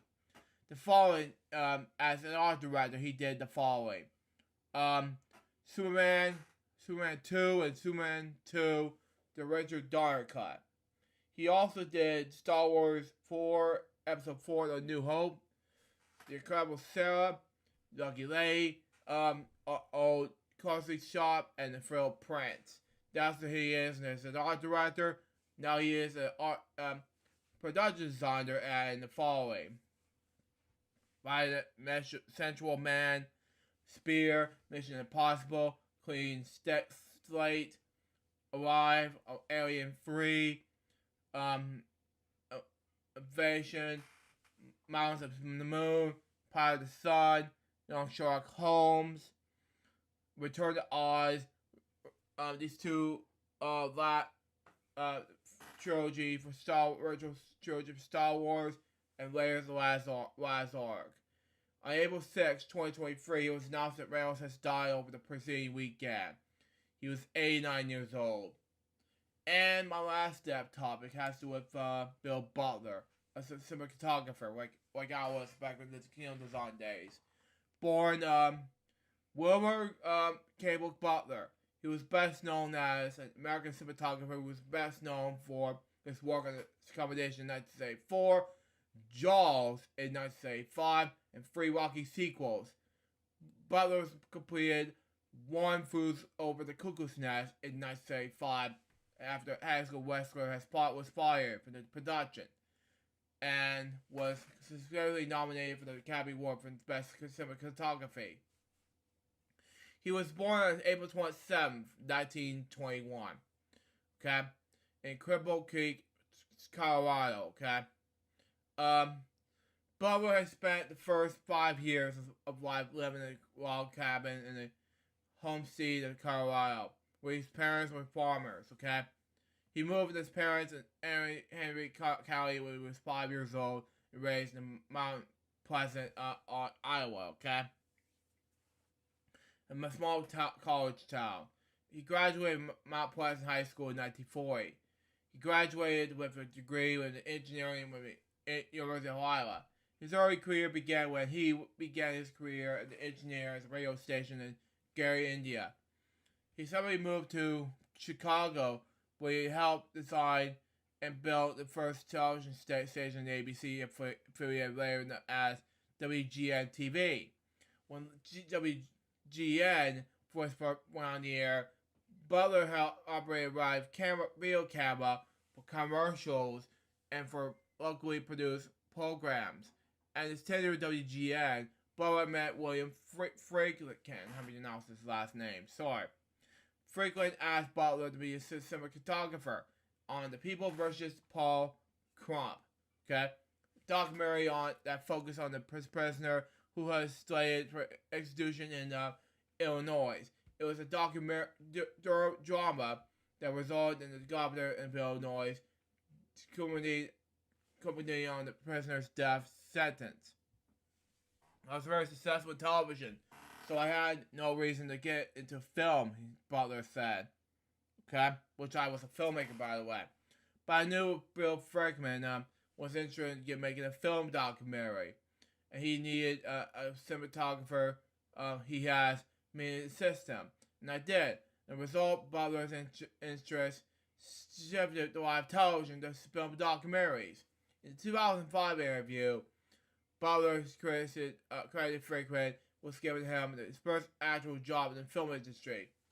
His cinematography career began when Butler earned his first native credit in Chicago in 1967 to Fearless Frank. A low-budget feature directed by Philip Kaufman. 2 years later, Butler shot The Rain People of 1969 for Francis Ford Coppola, who was introduced to him by Frickman. Okay. He later moved to Los Angeles in 1970. I did some work for director Phil Kaufman on the Universal Studios lot as a writer while still trying to get in the Los Angeles Camera Guild. Butler recalled, that was when I met Steven Spielberg.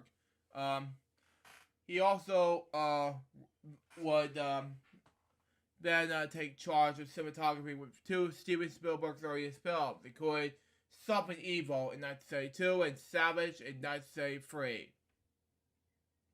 Other films which Butler serves as director of photography includes this: Bingo Long Travel with All-Star Marquise in 1976, Grease in 1978, and installments 2, 3, and 4 of Rocky in the following years ahead.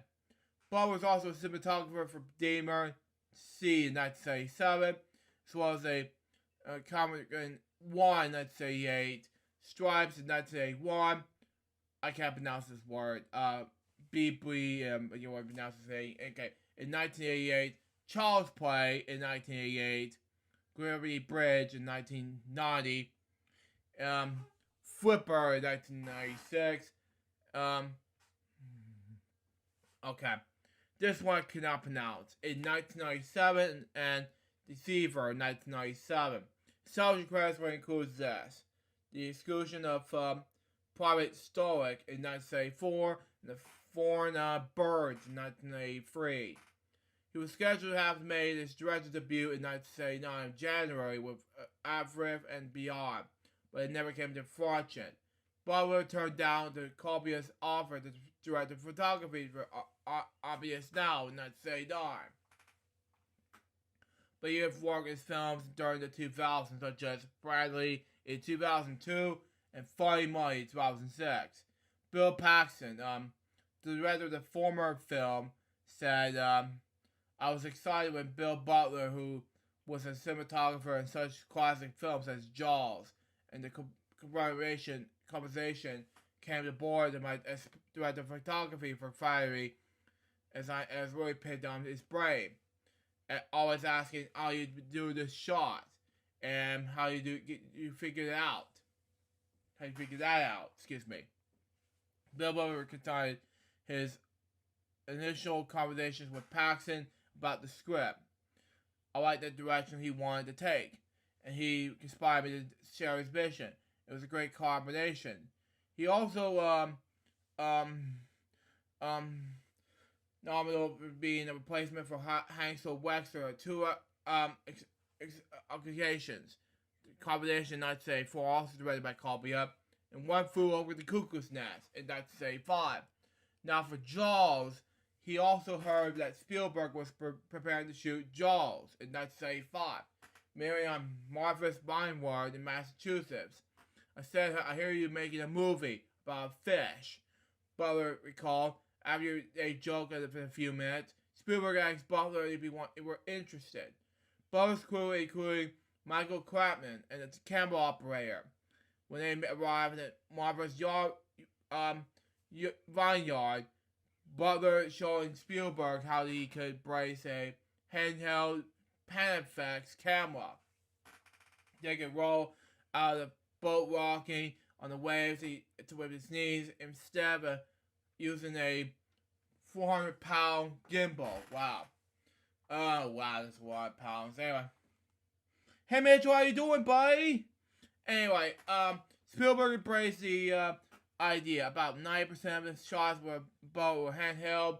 Butler said, but Michael was encouraged by the idea. Was very good of it. Okay, we did things that probably would have tried it without the lightweight camera. Okay, Michael even climbed the mast and shot from the top straight down. We also put it in a small boat, okay? During the production of Jaws, Butler spent most of this time in the picture with the water with Spielberg, okay? I'm good at this by Mitchell, okay? Yeah, I was just reading some topics here, but I'm almost done. I'm just getting ready to do game segments and other things. But that's just me. Anyway, yeah.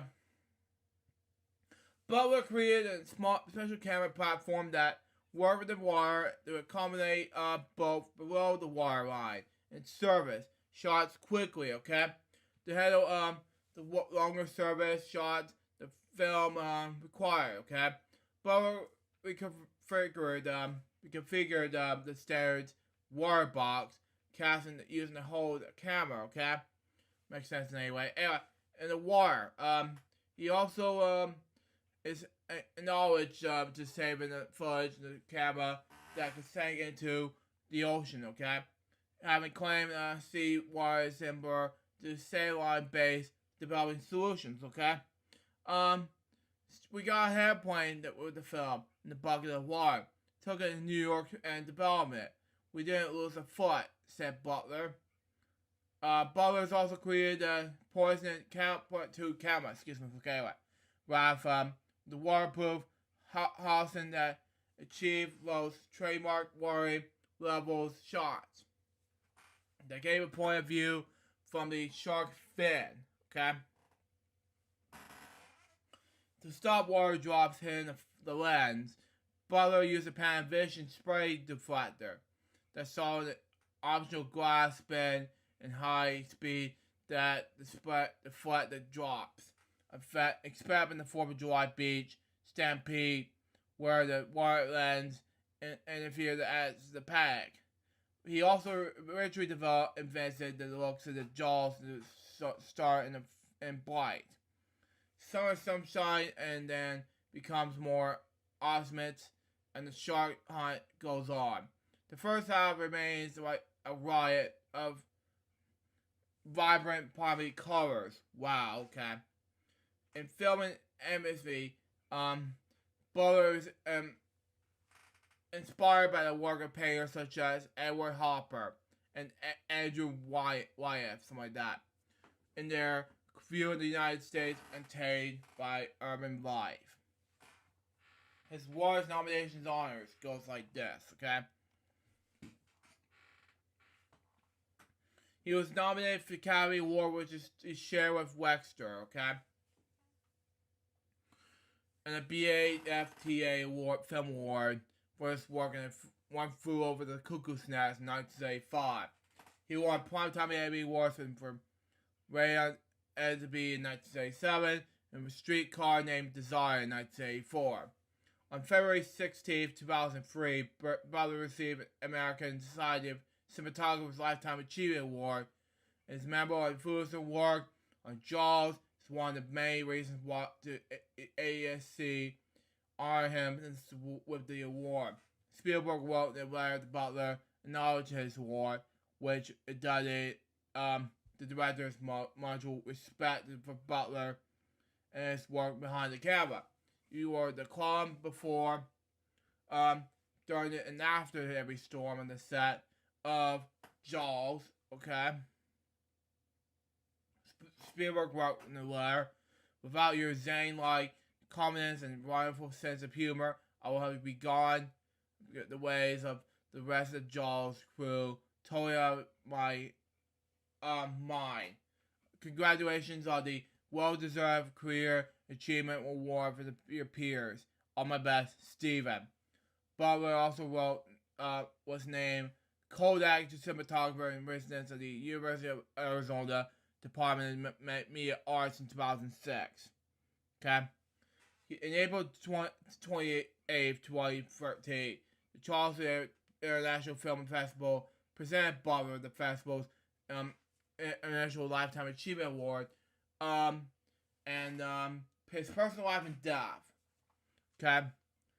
Butler resided in Montana on June 1st, 2014. Okay, Smith. Okay, anyway. Butler returned to his hotel in Mont Pleasant for a session upon his career. He also had 5 daughters. 3 of them had his first marriage with M. H. Smith, and 2 from Guinness and Chelsea. Okay, who were from both actresses. Okay, from his second marriage to Iris Butler. Butler turned 100 in April 7th, 2021, and died in Los Angeles on April 5th, 2023, just 2 days before his 102nd birthday. Now, we're going to do a moment of silence in regards to those 5 dev topics now.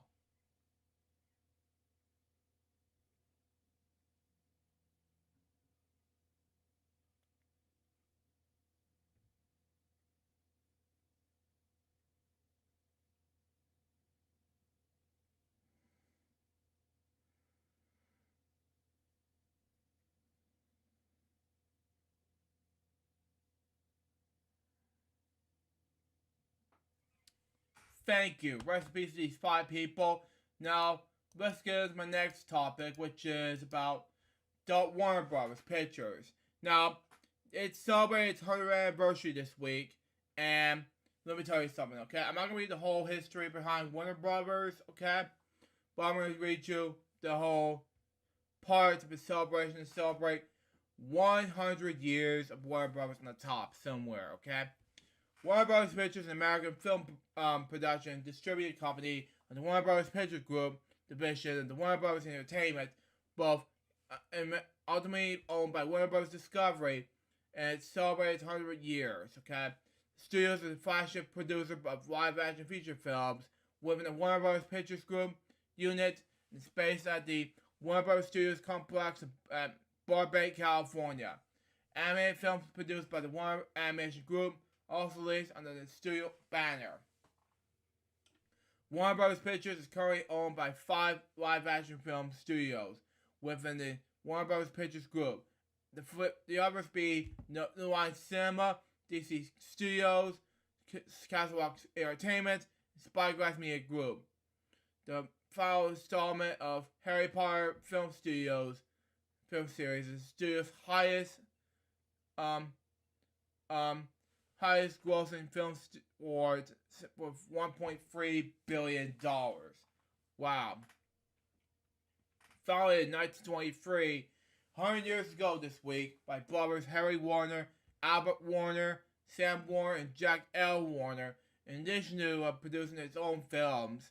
It handles filmmaking operations, technical distribution, marketing and promotion for films produced and released by other Warner Bros. Labels, including Warner Animation Group, New Line Cinema, DC Studios, and Castle Rock Entertainment, as well as various third-party producers. And now my last topic has to do with this PBS NewsHour topic, which is Super Mario Brothers, okay? And I'm not going to change any of those PBS stations, okay? Now, 8 things you didn't know about Super Mario Brothers, okay? He is one of the most recognizable fictional characters around the world.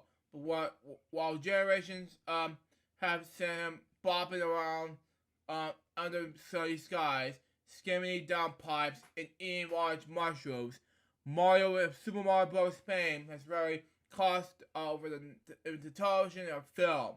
The Super Mario Bros. Movie is a new animation film. Hits viewers. PBS NewsHour. It's already Wednesday. Did you get the facts already? Seriously? Come on now. Anyway, and features stars like Chris Pratt, Anna Taylor-Joy, Jack Black. Released in the same studio to produce a kid's favorite Minions movies. Now, Minions are like my childhood. Not my childhood, but the teenage thing. Anyway, next, they're adult thing. Anyway, emulation. Anyway, the new gamut is made also be designed to be appealed by the Nintendo nostalgic Gen X and manageable parents, which is fact, you know. It's certainly not the first game franchise to translate the characters and content with viewing rather than playing on Pikachu. Yeah, lame. Sonic the Hedgehog and Lara Croft, good enough. Had also got close-ups. So zombie horror game series Resident Evil was made into 7 films. Wow. The video games earned exorbitant $184.4 billion last year, drawing at $25.9 billion right in the global box office. In 2020, thanks to the existence trends and the COVID-19 pandemic, the video game industry surpassed the promise of both film and sports combined. Okay, how we get here? Mario, Luigi, Princess Peach, and Bowser were all certainly had in hand. Here are 8 things you may not know about how they come to be. Number 1. Mario was inspired by a part of Disney. Jesus. Anyway, and their best known cartoon character, okay? In the 1990s, news articles and books claimed that Mario was more popular than Mickey Mouse. Well, it's not that together than that. Anyway, this is a little ironic. Notes Jeffrey Bond, author of Super Mario, How Nintendo Conspiracy America, said this, okay? Nintendo purposely stole them from the Disney playbook that put Mario everywhere that could make him that Mickey Mouse and there succeed. Wow. Haruhi Yoshimashi, longtime president of Nintendo, first called Disney when he met the company to discuss licensing its characters to permanent playing cards, which were his company original products. That experience, however, inspired his desire to transform Nintendo into a global company, okay? Yamashi realized that the Japanese market, which for him was the whole world, but just one tiny bit, Ryan said. Number 2, Super Mario was originally a spin-off. Wow. Mario was his first appearance in an arcade game called Donkey Kong in 1981, which I played before. He was first known as Jumpman, but because it is known as, he was jumped over barrels formed by an angry gorilla named Donkey Kong while trying to rescue a woman known as the Lady. Okay. Unlike many other arcade games at the time, Donkey Kong featured levels that become progressively harder. Instead of posing a similar challenge like enemies that become faster and more numerous, okay? Certainly, the games contained another invasion. Donkey Kong was one of the first to have a story. At the beginning of the game, Donkey Kong kidnaps a lady, and Jumpman has to rescue her. If he succeeds, the player gets a cutscene, and there is a break in the gameplay.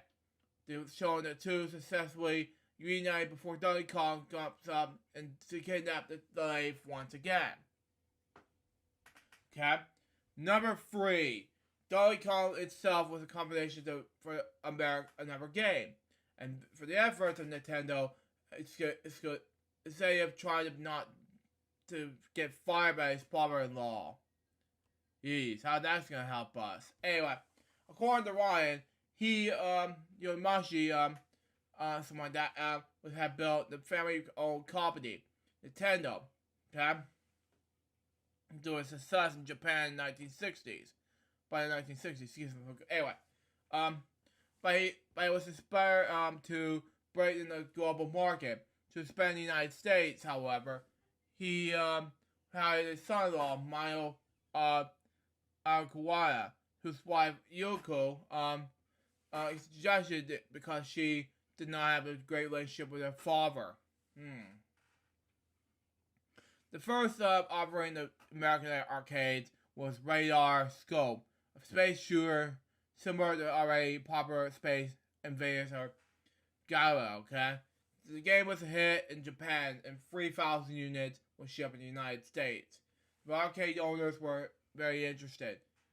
Akuraya managed to sell 1,000 cabinets, the plastic boxes that contained the games, but another 2,000 sat on in the warehouses, facing the concept of failure and the father-in-law who was nominated to having his own family member fired. Akuraya got creative according to Ryan, and he said this. And no, he didn't say anything about it. Okay, moving on. Anyway, arcade games to be converted and now new developments added to the program that interests players and get what more years out of them. To salvage his 2,000 radar scopes cabinets, Aguirre announced a company-wide combinations to create a combination kit. Okay, the winner was a company artist who has no previous game design experience. The creator of Mario himself, Sayaguro Mayo, who leveraged his interest in manga, Japanese comics, to create a hero that was recognizable human figures,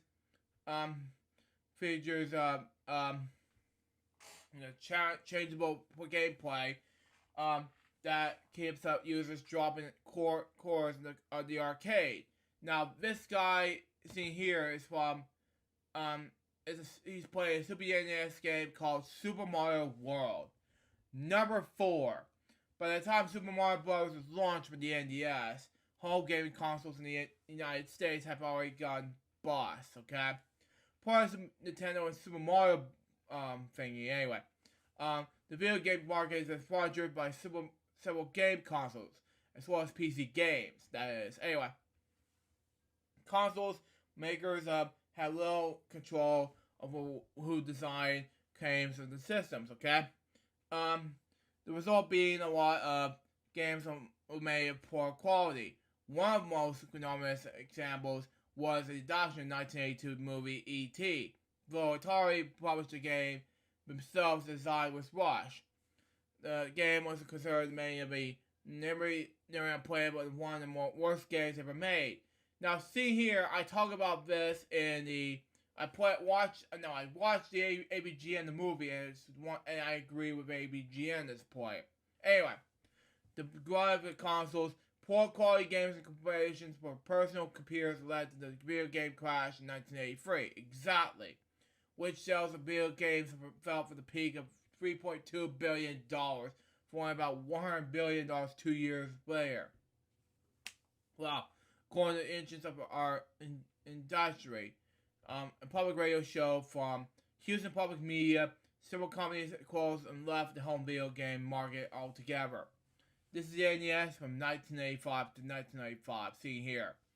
Because American Wasteland, Nintendo launched the NES, okay?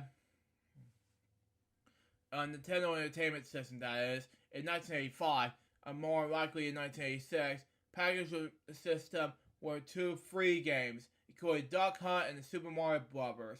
According to Ryan, Super Mario Bros. Set the bar for other game designers. If a consumer needed to buy an extra game that was $35 to $40, in 1985. They needed to be at least to be a par with Super Mario Bros. A lot higher quality. For a long time, games weren't that good, Ryan told the PBS NewsHour. Number 5. This is the first Super Mario Bros. Movie. I agree 1,000,000%. Anyway, however, the 1993 live-action film was critically commercial flop. Exactly, PBS NewsHour. Exactly. Anyway, and then emerging embarrassment, Nintendo. Shimashi-san, the head of the Nintendo, was decided we're not going to be in the movie business anymore. We'll just stick with the games, Ryan said. And long after he retired and then passed on, he did it said, we're not bringing the Mario out of the video game world. Nintendo's business culture was one of pride in its games were reflected associated with the poor result. Even the film he added. Now, I talked about this many times in the nostalgia review of Super Mario Bros. It was in 1993 movie. So Mario, Luigi, Mario. I was like, ugh, why? Anyway, I think that baked into the DNA. That fact that these games are the matter of honor. We're not going to release a bad game, and then probably be people buy 30 million copies of it, and then walk away disappointed. Exactly. We want to get people their money's worth. We're going to give people a good experience that because they're going to fly with us, well on us, excuse me, forget it's Craftsman and Nintendo. Yeah. I don't know what to do about it. Now, Jennifer, the winner of Willis College of Science and Letters, okay, at the Illinois Institute of Technology, believes that the original 1993 film was also doomed in parts of because it did not invoke the spirit of the Super Mario games. Exactly, Jennifer. I agree with Doug Walker at this point. Yeah, at one point. Yeah, core experience in Mario's and playgrounds. The winner said this. It was climbing and jumping and sliding and exploration. Look at the original movie. The core experience, the conflict. The game has never been about the conflict. It's about the experience. How do you translate the experience? I agree. Number 6. A bumpy Mario racing game. Swamp and wave. I can't pronounce that word. Sorry. Now, these are people who play Mario Kart Arcade, the GPDX game, the Child's Game Experience in Tokyo, Japan in 2019. Anyway, according to Guinness Book World of Records, okay? Book World of Records. Anyway, Super Mario Bros. Isn't the most influential Mario game ever. No. The edition goes to Super Mario Kart, okay? Racing game, the visual heritage, across the great landscape and popular culture. There's a 50 copycats that came out in the 2 years afterwards, and there had been such a thing in the kart racing game, Ryan said. There were games that focus on speed, but not on moving around the relatively stately pace and bumping into each other. Please ignore the honking. Anyway, it also offered the gaming industry a useful business strategy of making new games by using existing industrial property and creative and original real game for proper anime characters might be expensive. Exactly. And difficult. But adapting them into a racing game, but which was much easier. And it meant other companies with proper animated characters could issue their own racing games. Number 7. According to Luigi was his brother's shadow. Okay. But there it gives him special powers.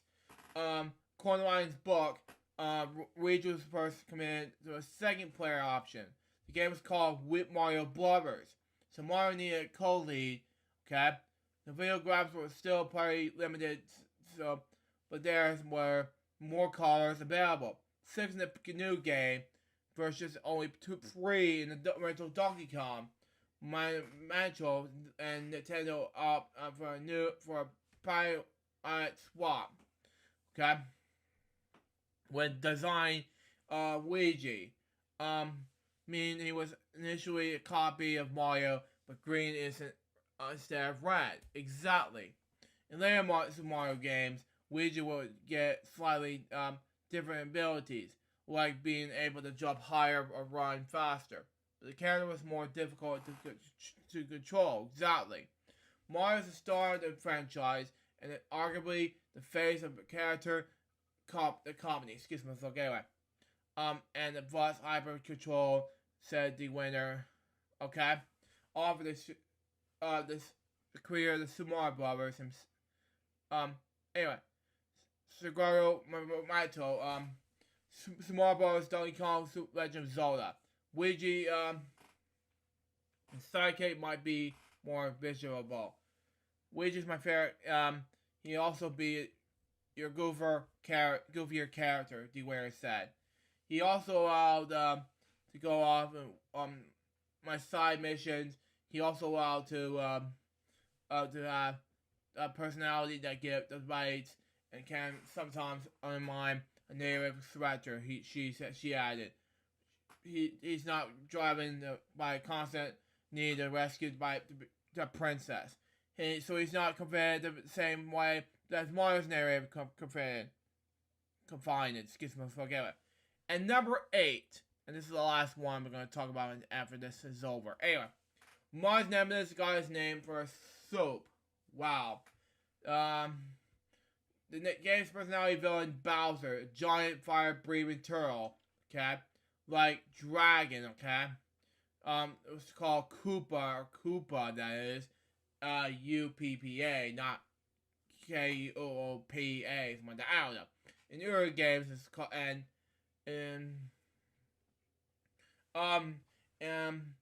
Domio Koopa in the original Japanese, something like that. Something like that. I don't know. Mario has said in interviews that the name Koopa came from the Japanese name of the Korean dish. Okay. Koopa, kebab, and soupy stew served with rice. Naming characters after food was not unusual in the manga that inspired Miyamoto, the writer Matthew Bird, with the internet culture site Data Geek, something like that. I don't know.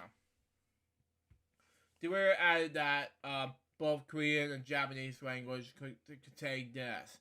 Colonnades words in the original another language, where Chinese and the Chinese alphabet have some similar meanings. Koopa eventually became the name of the main turtle minions of King Koopa, which turned Bowser became Bowser. Okay, makes sense. And now that particular name came about remains a mystery. The writer also notes that the word Koopa could evoke K-pop, a frogman-like creature from Japanese folklore. Plus, there's like many accepts of Mario weren't just fun to use. It's a fun, cute word to say. The winner said. So that's all for my topics. Now, before I get to my game segments, let's move on to Remix and what he had to say about the criticism behind these two, the IGN report and the Rotten Tomatoes report on his thoughts and rant on the Super Mario Bros. Movie. Remix. Alright, thank you, Luke. And yeah, I was sending stuff on messages on the chat room. Yeah, that's fine. Which you're gonna get a kick out of. Hey folks, David here with the popcorn popper. God help me. Then of course the extremely hot steam burns into space. Jesus. Yeah. Wow. Yes, it does. Wow. Oh, that was exciting. Okay, so many records today. Runs his face so much he has to wear a face mask. Wow. God help me. Sorry, David. Sorry, David, just for entertainment purposes. Yeah, sorry, David. Okay, now this this is gonna get strictly personal, Mhm. especially on the episode, because I told Luke about this last night, and we need to discuss this. Mhm. Yes. Because the Super Mario Brothers movie came out on Wednesday, Yes. and and we were so excited for the movie to come out, Mhm. and then all of a sudden, one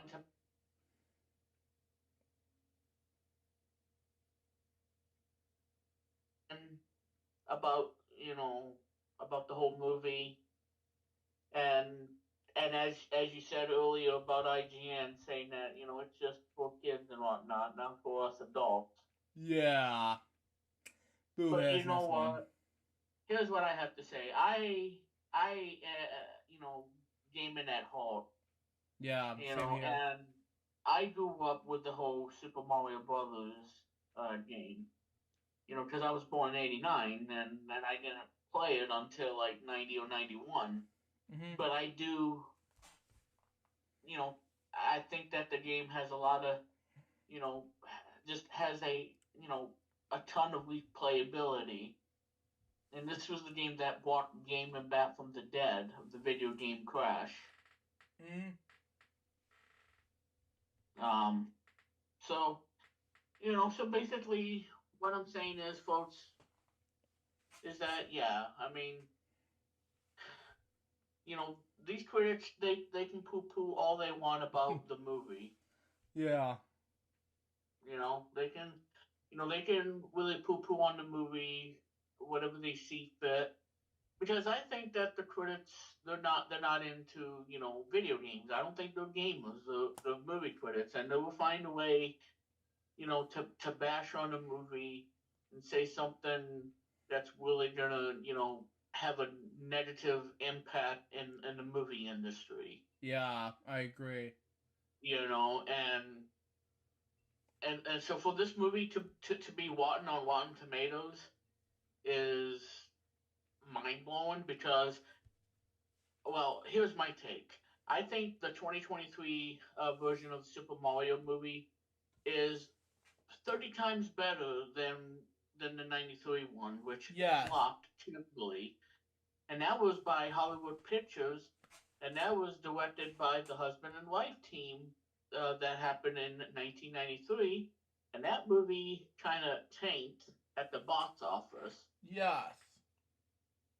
And the 2023 version is supposedly going to wake up more than $150 million in box office. So, what does that tell you? That tells you that this movie is a smash hit with audiences, Yes. but not so much on the critics. Too much of the critics. Yeah. And once you have this movie, I'm sure that everybody's gonna say something of the movie that don't make a lot of sense to them because they're not gamers. They probably never played a Mario game in their life, or maybe they just want to really criticize and everything because making a video game movie is really challenging, especially if you do it right. Yes. Because we've seen video game movies over the years that actually did really well. Yes. Yes. For example, Sonic the Hedgehog, that came out in I believe 2020. 2020, which I saw in theaters before COVID hit us. And the movie did really well. And it broke records. It broke records, yeah. And then you look at Sonic the Hedgehog 2 that came out I think in 2022. Yeah, 2022, which was last year. Yeah. And that movie really, really broke records after record. And the sequel is the best. And it's and that's why I say that Sonic the Hedgehog 2 is far superior of a sequel than the first one. Now the first one is great. It kind of get the feet on the ground. And making the first one. Mm-hmm. And so the Sonic the Hedgehog series, especially the first one and the second one, Mm-hmm. it was a massive hit. And I know Luke, you're gonna like this one, but the other movie, Pokemon Detective Pikachu. And I know Luke. I mean, you can, hate the movie, but like I said, the movie did really well, and it was awesome. I think it was a great, movie, of the whole Pokemon universe. So that's that movie, and then you got movies that are garbage, like Mortal Kombat Annihilation, which wasn't that great. Then the Super Mario movie from '93. Yeah, You, that you, you was know how that terrible. you know how that turned out to be. So what I'm saying, folks, is this. Okay, you know the Super Mario movie. It's for kids basically. Okay, and before you get on a webpage and say that the critics are wrong, they don't know what they're talking about. Well, just be you and enjoy the movie when you can, when you see it in theaters, and then your mind's gonna be blown, and then everybody is gonna enjoy this movie a lot. Now, Yeah. unfortunately for me, I can't see it, see the movie because I don't have money and whatnot.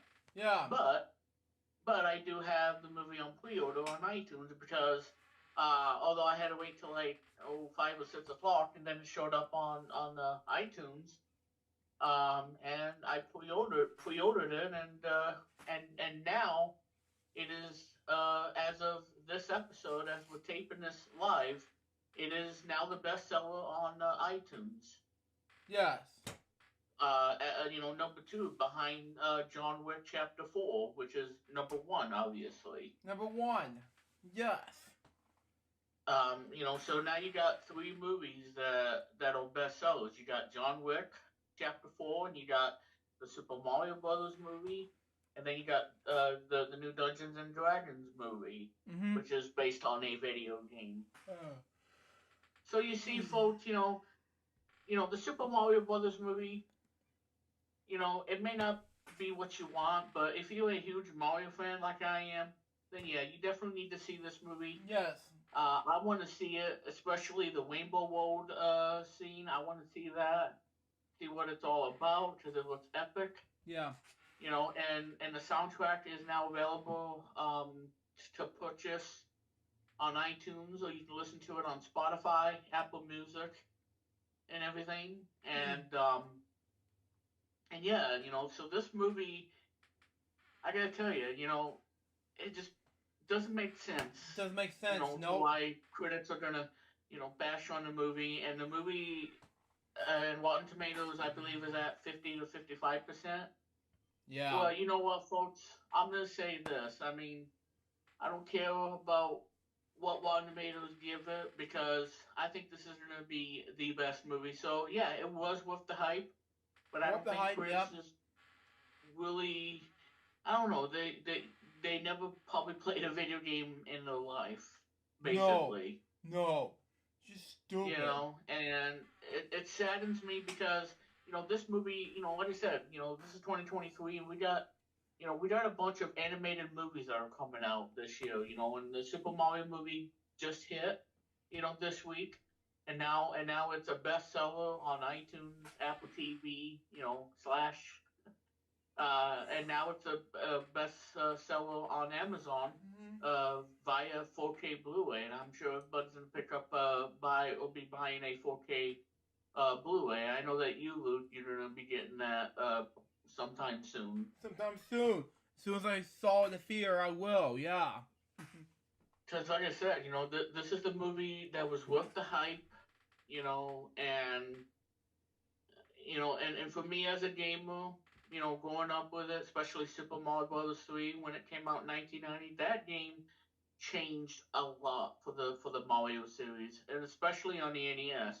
Made it the last Mario game on the NES, for a platformer. And Super Mario Bros. 3 really revolutionized everything about why we love Mario so much and why I still consider it to be the very best Mario video game ever made. Mm-hmm. And I think that the critics have probably never played Super Mario Bros. 3. They probably don't even care because they don't have the time, because they wanna, say something bad and they just, they really want to hurt us, the viewers, Movies. because we want to, see this movie Filmmakers. too, and it's just, it just, I'm just flabbergasted, I was very guessed with, as well. why the creators take the movie and yet us audience love it, and that's why, um, I think they advertised it and whatnot, and it says 96% audience score, and then it was 98% audience score. So what does that tell you, folks? That means that yeah, we loved it, but the critics didn't. And with it being at 55% on Rotten Tomatoes, it's bad, yes, but I don't think it is because I think this movie was worth the hype. And like I said, yes, it's a kids movie. Don't expect much. And I'm sure Paw Patrol, the sequels, are gonna probably get this much criticism. I don't know because the movie won't be out till like late September. Yeah, late September. Yep. But again, I'm just so flabbergasted with Same here. everything. Same here. About this movie, and the credits and everything. Yeah, it's too much. Yeah, I think it was worth the hype, and I think I'm gonna just ignore Rotten Tomatoes, and I probably have to disagree with the critics because, like I said, they're probably not video gamers like I am, playing games all my life, and this is a movie by Universal, along with Nintendo and Illumination, and I tell you, I just don't get it. I don't understand. But as I'm saying to you guys, is that I mean, it's just a slap in the face, and and we got a whole bunch of other animated movies that come, like Elemental, which is coming out in June. And you got the Trolls movie that'll be coming out as well. And like I said, I mean, I'm gonna see this movie whenever I get a chance to see it.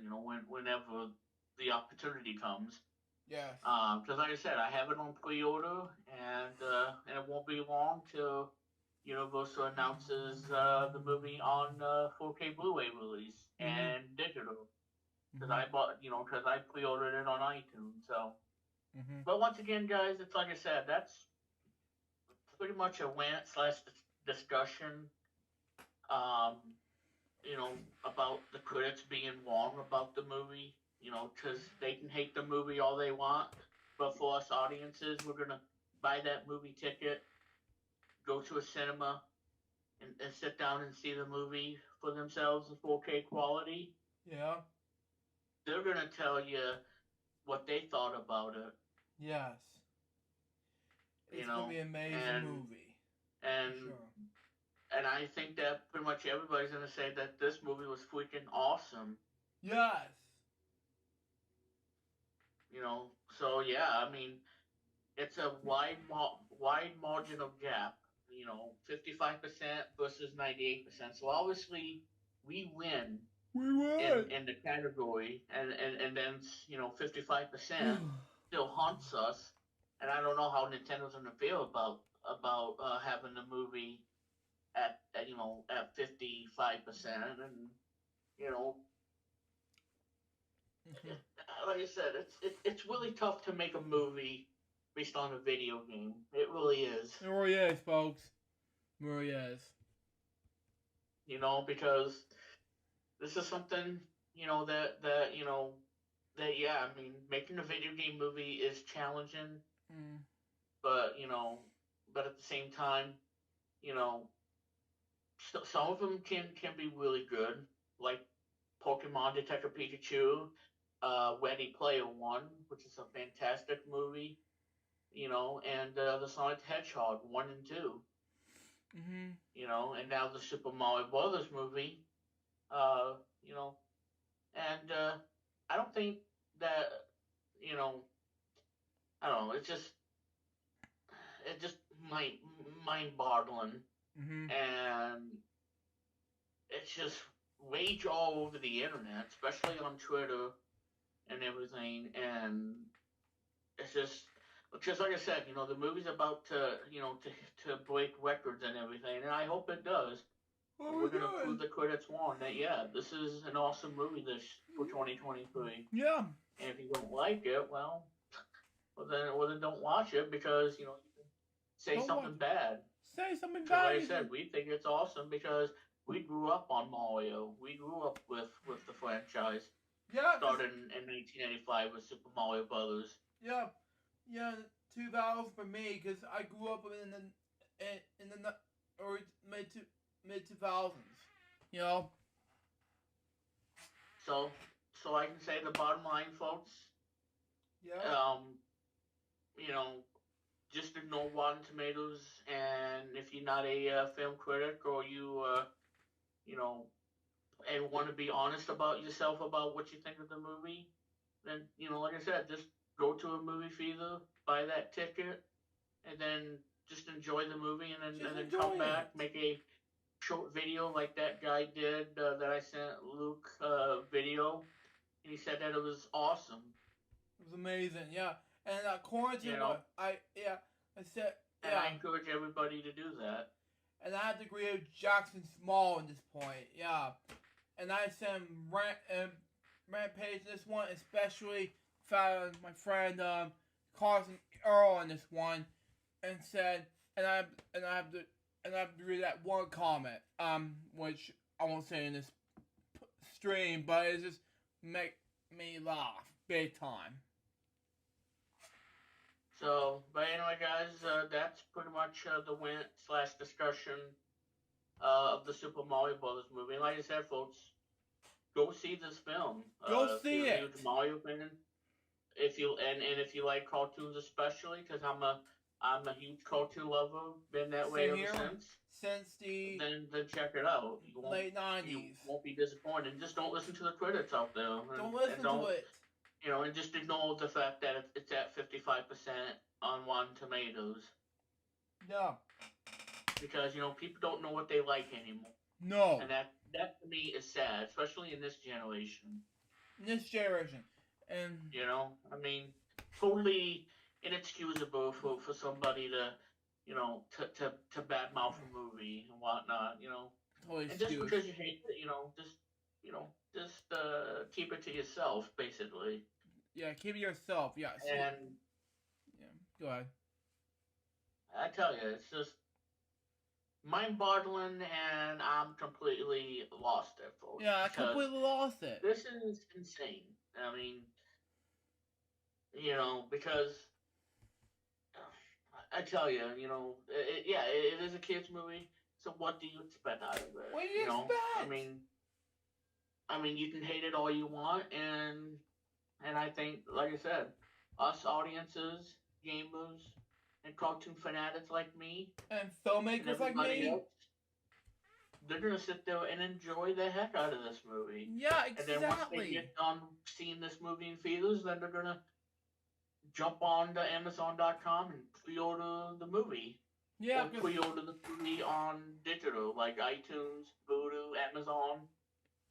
So forth. Pre-order the movie and wait till it comes out and watch it on your iPhone, iPad. Enjoy the movie. Don't listen to critics.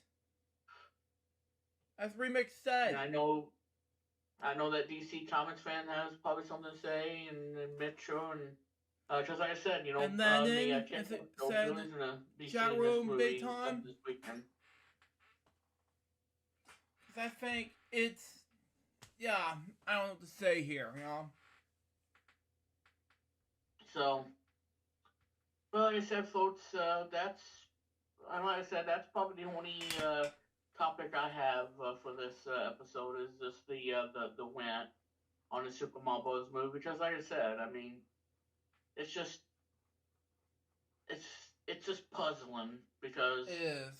because the critics hate it and we enjoyed it. Yeah, I really enjoy And once Luke sees it for himself next week, which is then he can Tuesday. probably tell you that he loved it and that he'll probably be pre-ordering it and enjoy it. I'll enjoy it.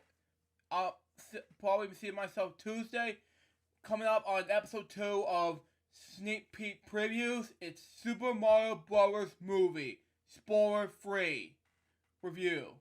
And I'm sure Billy is going to be seeing this movie too, and hopefully he'll enjoy it as much as everybody else.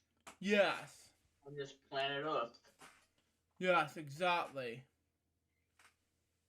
And folks, it's tough to be a film critic. It's tough because if at the time, yes, I'm not a critic.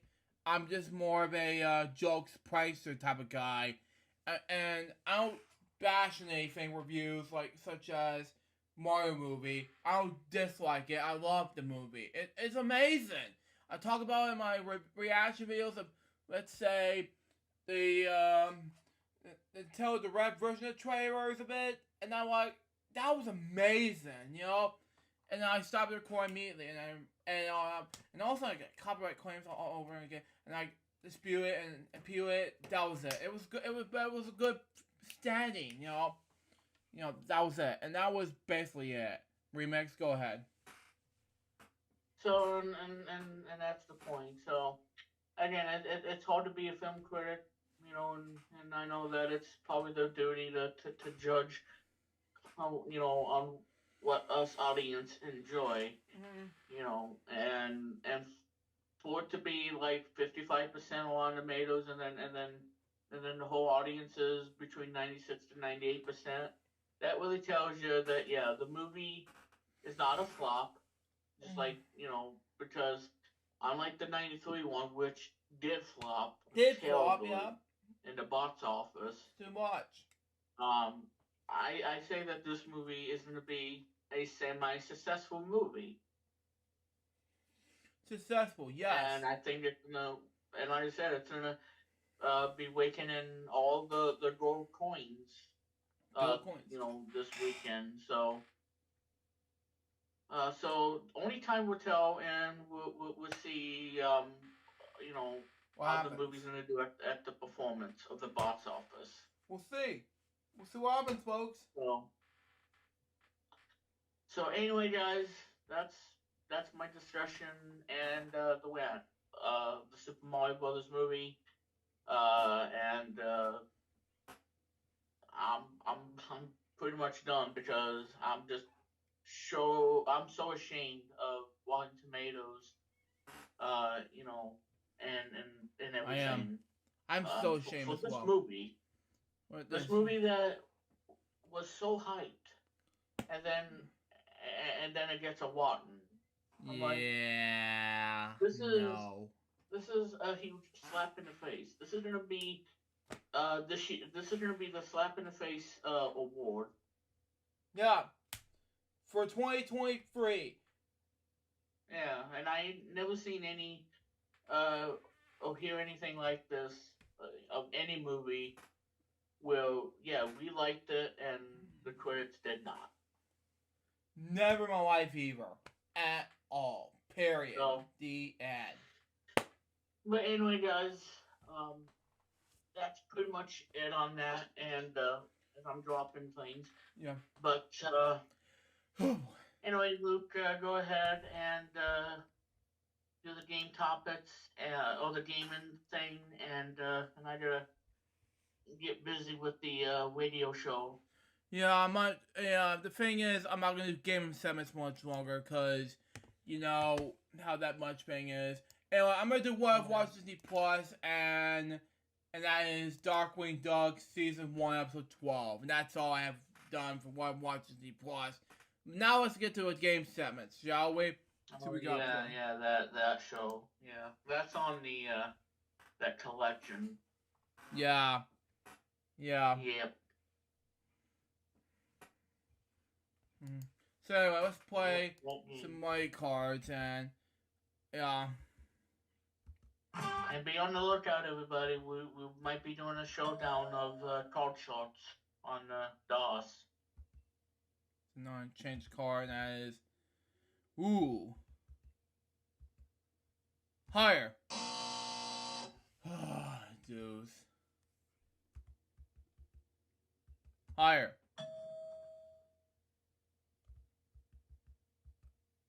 Lower.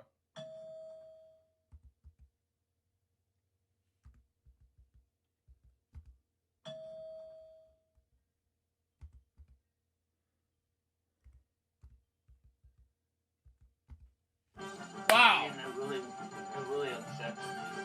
It really does, you know. It just makes no sense whatsoever, and I'm kind of bummed about it. But like I said, I still have it on pre-order, and I'm not gonna get rid of the pre-order because I want to see this movie. I want to see it. I want to see it as well. You know, I want to see it as well. Anyway. Exactly.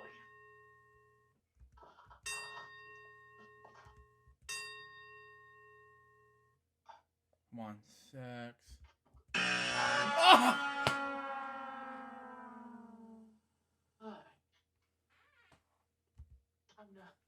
Ha!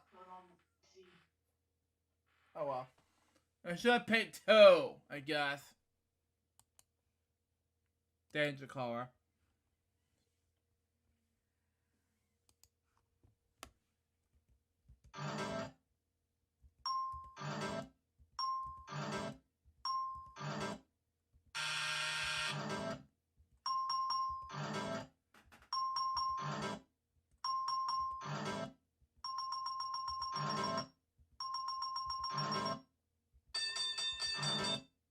Wow!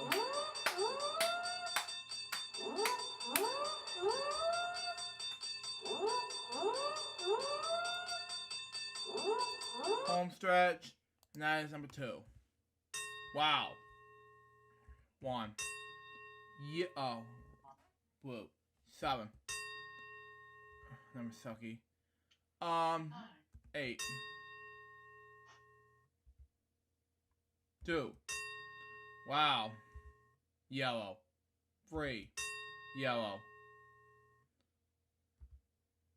9.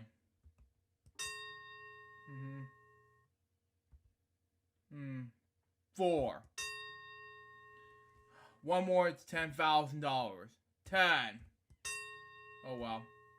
Moving on. 11 and 12. Oh well. Let's do a banana challenge and get this anyway, and we'll probably get this out of the way.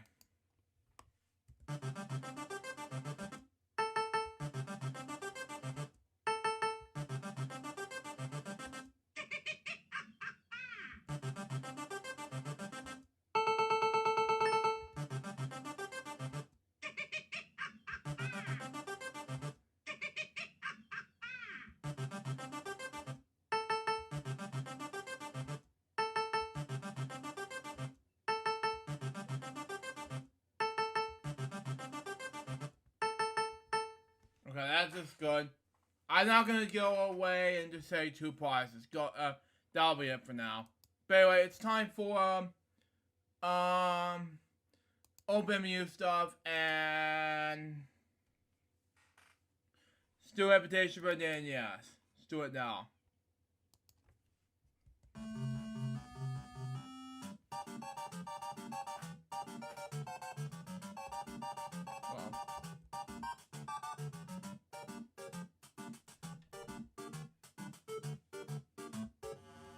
There we go.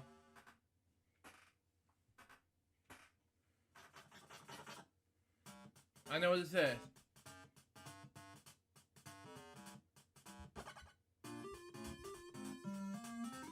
Got it.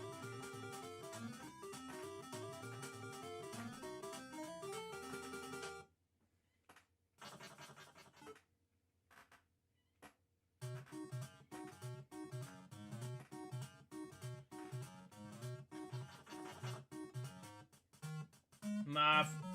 That one I do not know, fortunately. Is that a sis or something?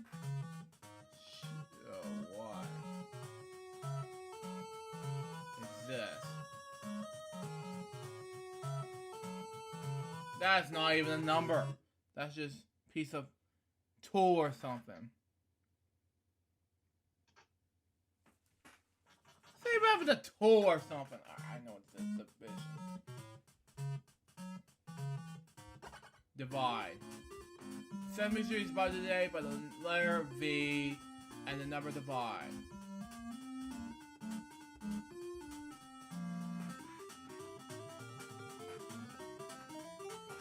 Got it. Oh man. Oh god.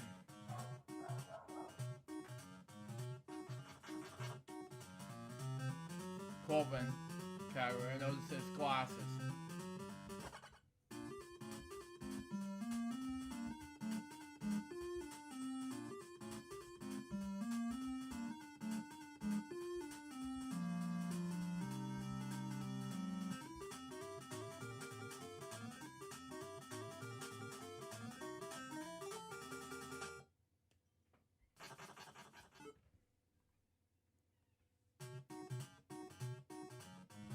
Yellow, pink puffs, and the category is man-made. Wow.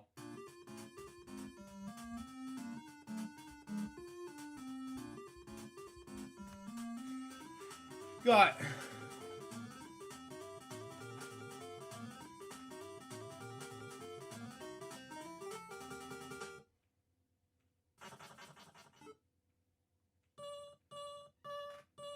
Her 9 points. Anyway. Level 2 yellow puzzle category is food. I know it says sausage.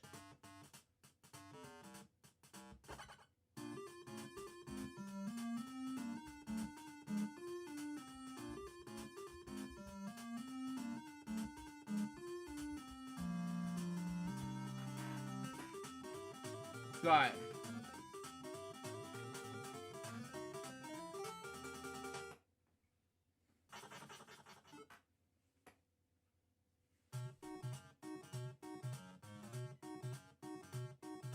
Green. Puzzle anyway. I know it says flag. This is easy.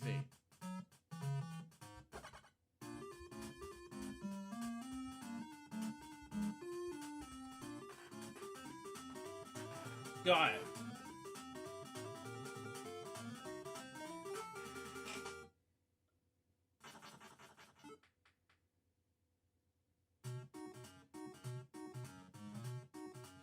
Blue puzzle. Got it. Still.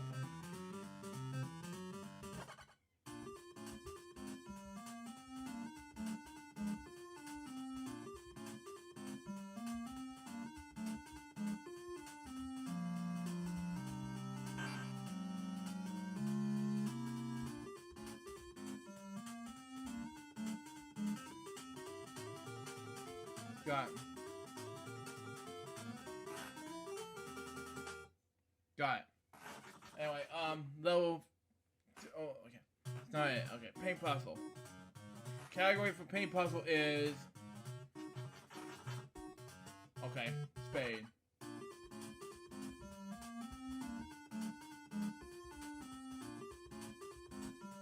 Got it.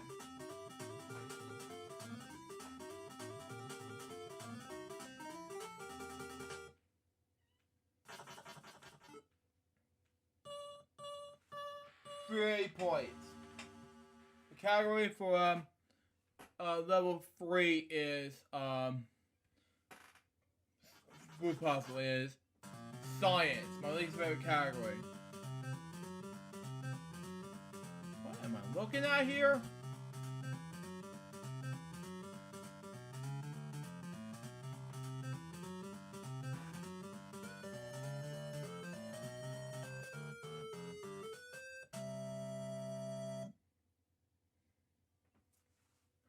That is not a science piece.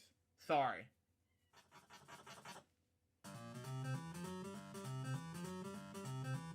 Floppy disk. That is a floppy disk. Anyway.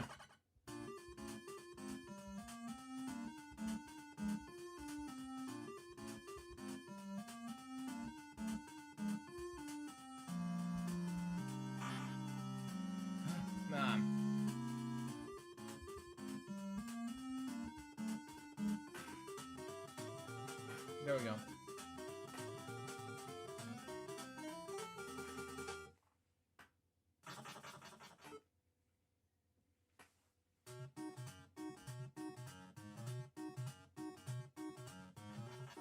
Green puzzle in the category is tool.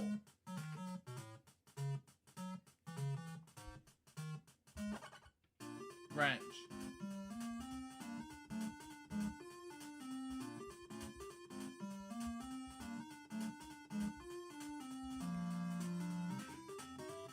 Drive.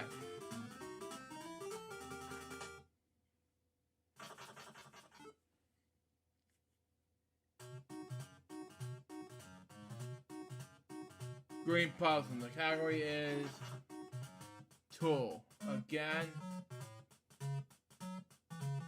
Nail. Shovel anyway.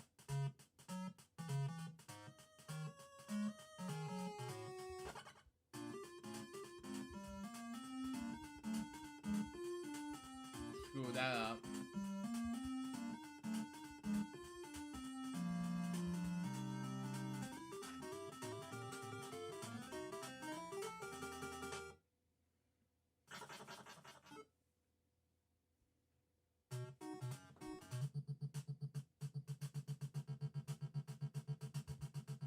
There we go.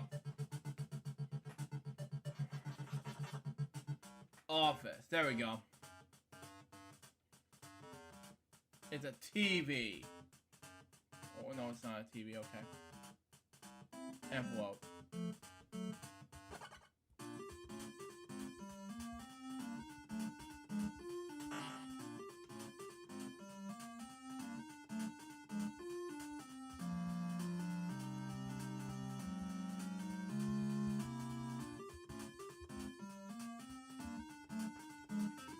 Got it. Can we get whatchamacallit here, please? Thank you.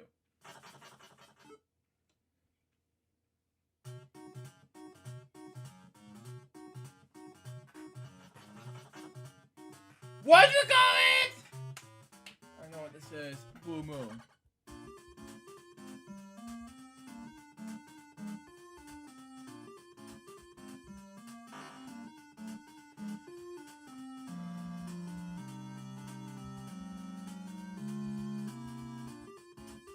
Got it.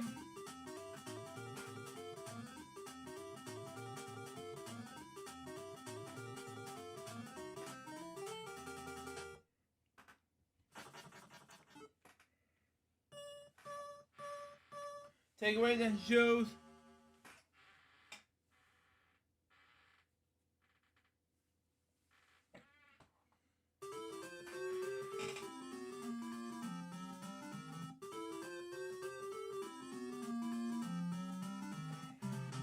Fake then shoes and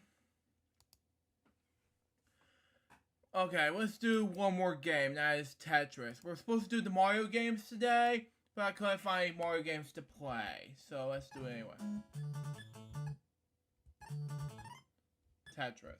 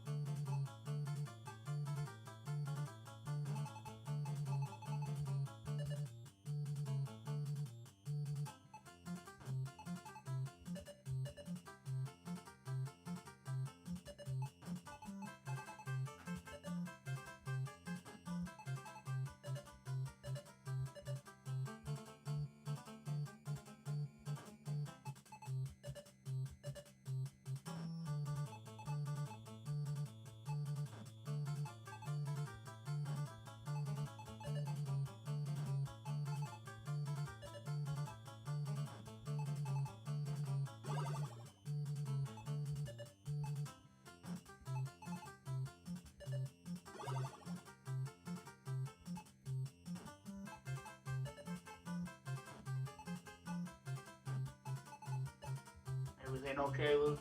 Okay. Almost done. Okay.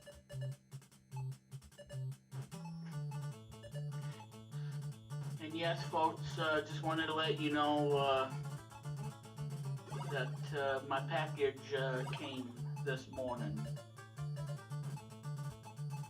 And I already told Luke about it on the kickoff show. It was amazing, exciting. Yeah. And there's gonna be one big item I want to get to.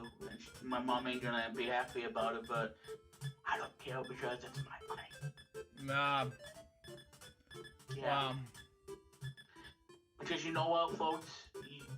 Getting a portable solid-state drive is gonna be super easy.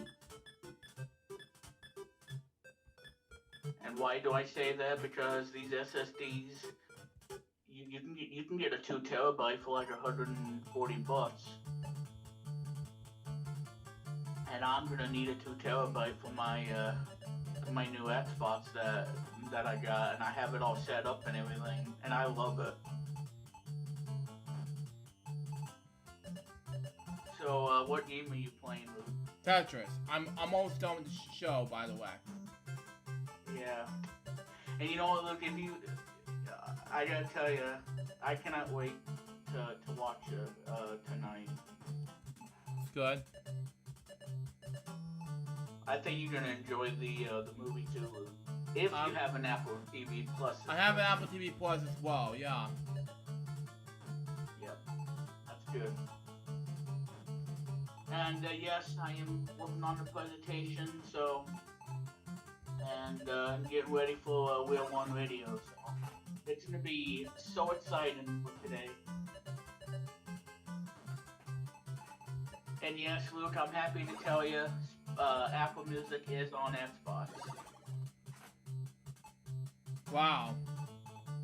And Apple TV. Very exciting stuff right there.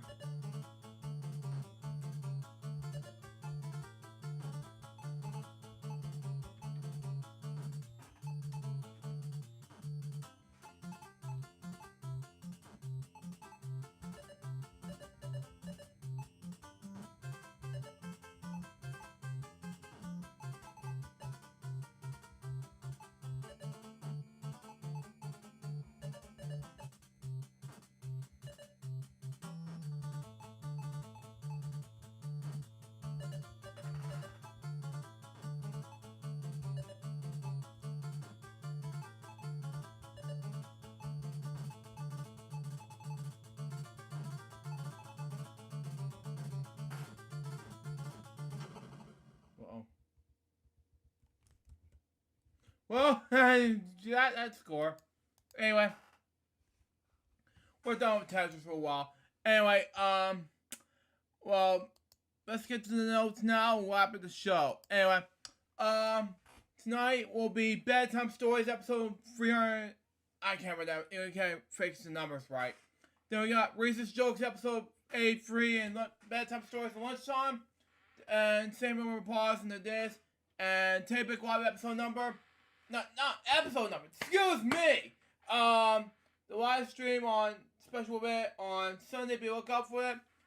Bedtime Stories lunchtime on Easter Sunday. Be lookout for it. Easter egg hunt special special event.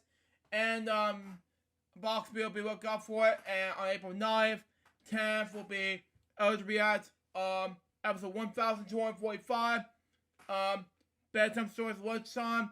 Sneak peek previews is on April 11th, as I mentioned before. Bedtime Stories lunchtime. Update video, weekend celebration of Bedtime Stories lunchtime. And sneak peek previews episode 3 on Metallica's 32 Seasons and lunchtime. And we'll be back for a brand new episode of FTVL. We're going to have recaps on the two things we're going to talk about. And, of course, Disney Channel's 40th anniversary celebration. And, of course, the new album, Metallica 32 Seasons, will be out on next Friday.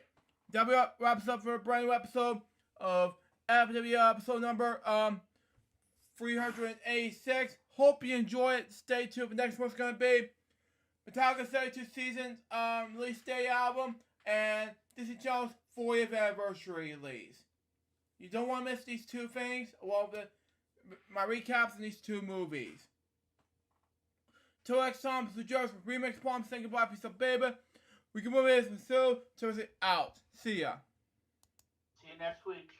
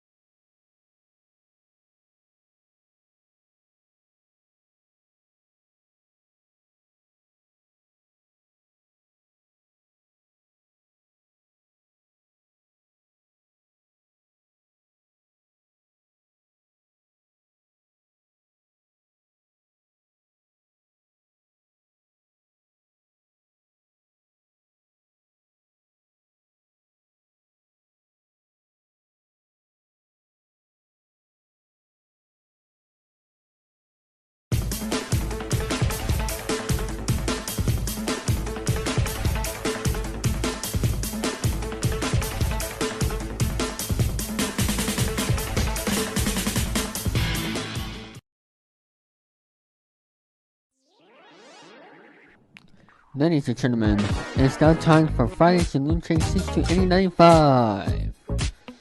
Today, Luke Jippers and Billy Mooney will be talking about their topics, playing video games, and many more fun.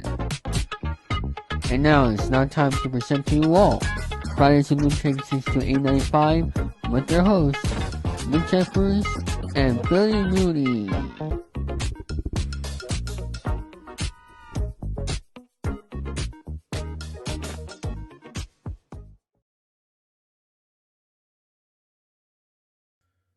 Thank you, David Thousand, and hello, people. This is LukeJ speaking. Welcome to Friday's LukeJ625 episode number 387. And joining me in this episode is Remix Palm, ladies and gentlemen. Hello, folks. Happy Friday to y'all. And folks, sorry I'm 23 minutes late. I just had a difficulty with my Mac Mini. And plus, I just had to get things ready for my, let's just say, get this thing loaded on my Mac Mini, get this topics out of the way, blah, blah, from 2:50 to around 3:20-ish. So, yeah, I just wanted to know about that. So, today we're going to do some depth topics along with let's say, one topic that we're you're gonna be shocked to death about this remix. And of course, Oh, no. yeah, and then there'll be 3 topics regarding to Max, okay? And our thoughts on Tetris, and my thoughts on 72 Seasons, the new album by Metallica, and the 40th anniversary of Disney Channel. Now, Richard's going to talk about the Pepsi new logo, and of course, the thoughts on Billy's thoughts on the Orange Blue game, and his thoughts on let's say the new his thoughts on the Super Mario Bros. Movie, but fortunately, that has to wait till the next kickoff show next week. Because his movie is very important to him than just this one. So there you go. Mr. Bucket. Yes! Exactly. But you never know. You never know. Yep. Oh, man. Anyways, let's talk about these. Not 1, not 2, but 3, 4, 5, 6, 8 dev topics now. So, shall we? See what we got for us. Anyway, his name is Michael Charles Lerner. Anyway, he was best known as Michael Charles Lerner. He was an American actor. He was nominated for the Academy Award-winning supporting actor for his role as Jack Lipnick, something like that, in Barton Fink in 1991. He was also played Arnold Robinson in 8 Men Out in 1998, Phil Gunman in Almost an Andrew in 1993, The Warning and No Escape in 1994, Mel Arnold in the television series Clueless, Jerry Miller in Belskin and the Bees in 1997, Mayor Ebert in Roland Eversworth, I can't pronounce his last name, Godzilla in 1998, and Mr. Greenway in Elf, which I saw in theaters in 2003, and Senator Brickman in X-Men Forget Days of Future Past in 2014. He was born on June 22nd, 1941 in Brooklyn, New York City, of a Roman Jewish descent, the second of 3 sons, Blanche and George Lerner, okay? According to Lerner, Spar would like to think he was a unique dealer, but in actual, he was a junk dealer. He was raised in Red Hook, Brooklyn, in Sonny, Ohio. His younger brother Ken, his nephew Sam, and niece Jenny are also actors. He also had an older brother, Arnold, okay? He also made his first television appearance at the age of 13 as a quiz kid on a television program hosted by a local sportscaster. He played Willie Wallman in a production of The Death of the Salesman in Brooklyn College, okay? Where Joe Swick, okay, was a classmate, okay? The experience convinced him that he wanted to be a actor rather than an English professor. He also appeared as Senior Toby Belch, I pronounced his last name, sorry, in the production of the 12th Night, directed by David Marnett in Greenwich Village, okay? William H. Macy was also in that production, okay? After graduating from Brentwood College, okay, where he studied acting, he received a scholarship in the University of Columbia, California, Berkeley, okay? Hey, how you doing? We're joining the stream today from Jamisha and James in the United Kingdom. How you doing? Hey! We just, okay, we earned a master's degree in English, drama, okay? Okay, although his then wife, still, thought it was still become an English professor, Lerner was still wanted to become an actor, okay? He received a Fulbright scholarship to study theater in London, okay? For 2 years at the London Academy of Music and Dramatic Art, okay? While there, he lived in a flat with Ono and John Lennon. In 1968, He appeared in those short and penetrable film Smile, among other projects. Okay, she made a movie we can promise a better I'm not gonna say the A word in the stream. Anyway, Walking the Treadmill. He once said I'm in it, and so is Paul McCartney. Okay, plus I'm doing narration about censorship and all that crap. Okay, in 1968, same year anyway, he returned to the same San Francisco Bay Area and joined the American Commercial Theater, ACT for short. Anyway, at the age of 24, he appeared as I can't pronounce these words. Sorry, in the KPFA Warrior production, it'd be Michael D. I can't pronounce his last name. Sorry. These are the words I can't not pronounce. Sorry. Play Red Magic. He moved to Los Angeles in 1969, where he appeared in the production of Were Murders, a play by Jules. I can't pronounce it. It starts in an F. Anyway, that was later adapted in the film by Alan Ergren. Anyway, he also began making guest appearances in television shows such as The Brady Bunch, The Odd Couple, MASH, and The Raglan Files. Okay, in 1974, he appeared in teleplay The Whistles of October. Anyway, playing Peter. I can't pronounce his last name. Sorry. In 1970, Lara made his film debut in Alice in Wonderland. Okay, director Paul McCarthy, someone that has seen his production of Rumors and enjoys his performance. He then went on to appear in supporting roles in Spanish Hollywood movies such as The Candidate, St. Ives, and the 1981 remake of The Postman, Always Rains Twice. In 1991, after co-starring in Harlem Nights, Lauren played film producer Jack Lipsnick, I can't pronounce his last name, sorry. Okay. In Barn Fick, for which he received an Academy Award nomination for Best Supporting Actor. He played the character and part of the legendary film role, Louis B. Mayer. According to his brother, Ken, he was working on a screenplay about Mayer when he died. Wow. From 1996 to 1997, Laura played Mel Ernest, something like that, on the television series Clueless. In 1997, he would play Joel Murray's father, Jerry, in The Boss and the Beast, okay? Laura's later project includes the Christmas comedy Elf in 2003 and Poster Boy in 2004, as well as a television programs such as Law and Order SBU and Entourage, something like that. In 2010, he appeared in the West End production of Up for Grabs with Madonna. Something that happened after sport. Sorry. He also appeared on BBC Radio 4 in 2008 as a member of the cast of the David Banquet's Radio 4 Series 1. The Trey Sanders Brickman's Marvel Comics 20th Century Fox film X-Men Days of Futures Past in 2014.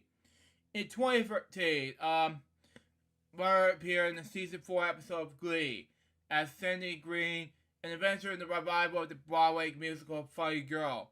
His character in one panel as judges watching the Rachel Burry character audition to read role. Okay, he responded to his role as Cindy in season 5 in the several New York-based episodes of the series, as Funny Girl opened on Broadway. His personal life began when in addition to his acting career, he was a collector of rare books, an professional of Cuban cigars, and by his own account, he's a very good poker player.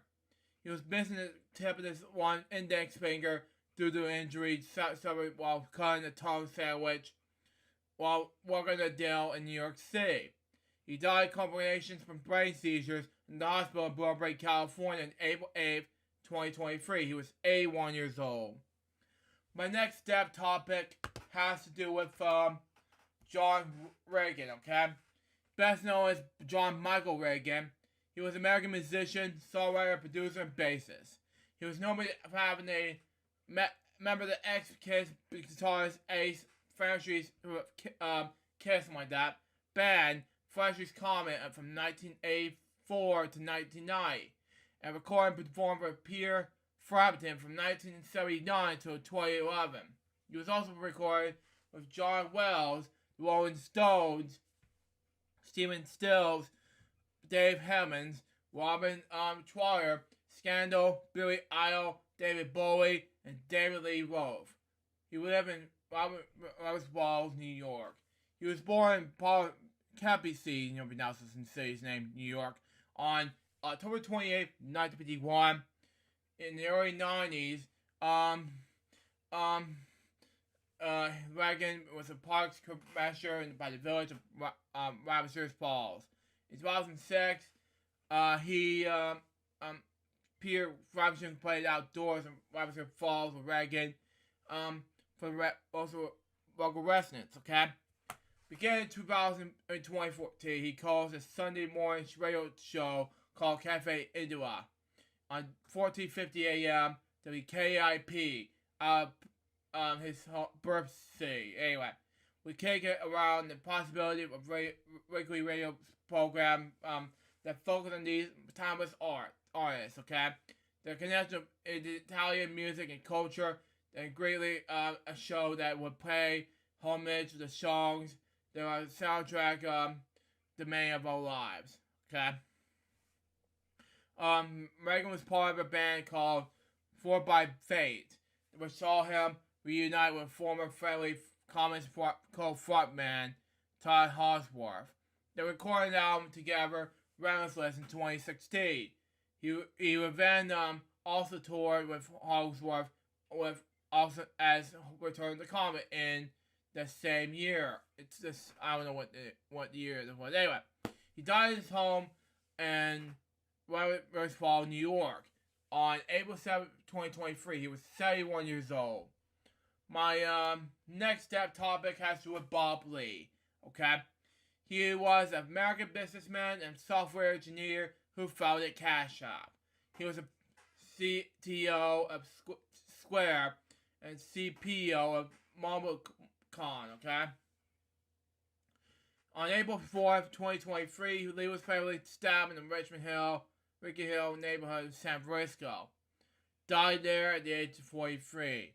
I'm not going to read the early life and career at all, but I'm going to read his personal life and death. He was born in St. I'm only going to read anything else that was related to that. But anyway, Lee has last week before undergoing surgery. In 2019, Lee and his wife Krista separated. The couple has 2 children together. Krista Lee's 2 children stay in the Bay Area while Lee moved to Miami and would live with his father.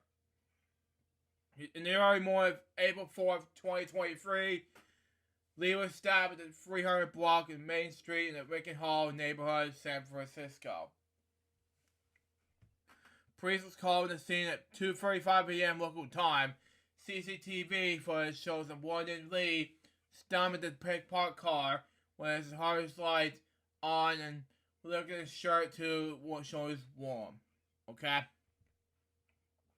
Car immediately drove away after Lee was collapsed on the ground. By the time released on the state scene, he was unconscious. He was taken to the local hospital where he was found dead for his injuries. He was 43 years old. My next step topic has to do with David Fincher, okay? He was an American film editor, born June 7, 1942 in New York City. Best known for the 1993 American Academy Award win for Best Film Editing for the film The Footage. He shared the nomination with Dean Goodhill, Don Burchell, Richard Nord, Don Hooning, something like that, and Dennis Berger. The Footage 1993 was listed in that 39 best edited films of all time in the 2012 surveys of members in the Motion Picture Editors Gold. He was in so many films such as these. You gotta talk like it, like you talk it over, you lose that beat in 1971, Real Life in 1979, Devenants in 1980, Modern Romance and for the Ladies Only in 1981. Legends Who Walks with Women and in 1982. Something like that, I don't know. Measures of Privacy in 1983. The Fire in the same year. I Want to Live in 1983. The Sky's No Limit in 1984. Lost America in 1985. Soul Man in 1986. Inside Out in the same year. And now we're not talking about the Pixar movie, Inside Out, but we're talking about the 1986 one, by the way. Back to the Beach in 1987. Warlock in 1989. Heart Ignition in 1990. Defending Your Life in 1991. Bill and Ted's Bogus Journey in the same year. Boxing Helena in 1993. I'm talking about the same movie I was going to talk about, The Forges, in the same year. Anyway, Exit ended in 1994. Fair Game in 1995. Romeo and Michelle's High School Reunion in 1997. Kissing a Fool in 1998. Simon Birch in the same year. The Runner in 1999. Snow Day in 2000. Flamingo Rising in 2001. The Potter Heart in the same year. Joe Somebody in the same year. Santa Claus 2 in 2002. Connie and Cara in 2004. Way in 2005. Bachelor Party Vegas in 2006. The Last Time in the same year. Same movie, Santa Claus 3. The Escape Clause in the same year. The Eclipse in 2008. Still Waiting in 2009. Confession in 2009. Tooth Fairy 2010. Sharp Place Fabulous Adventure 2011. Geek Zarman in 2011. And these two Disney Channel original movies, Teen Beach movie 2013, Teen Beach 2 2015, and finally, The Adventure A Cinderella Story in The Shoe Fits in 2016. Finder has over 40 credits, which I read earlier since it started 1971. He died on April 3rd, 2023. He was 8 years old. My next topic has to do with Al Jaffe, okay? He was born, best known as American cartoonist. Excuse me. He was nominated for this work in the sexual magazine Mad. He called his trademark feature, The Mad Fold-In. Jaffe was a regular contributor to this magazine for 65 years. Wow. And his longest contributor in the 2010 interview, Jaffe said, "Serious people at my age were dead." Wow. With a career run from 1942 to 2020, Jaffe holds the Guinness World Award for having his longest career in this comic artist. In the half century between April 1964 to April 2013, only one issue of Mad was published without containing the new material by Jaffe. In 2008, only Jaffe was honored by the Roman Awards as the Cartoonist of the Year.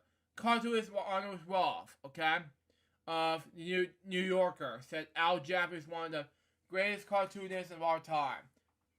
Charlie Brown's career, Charles M. Schwartz, well, Al can do cartoon anything.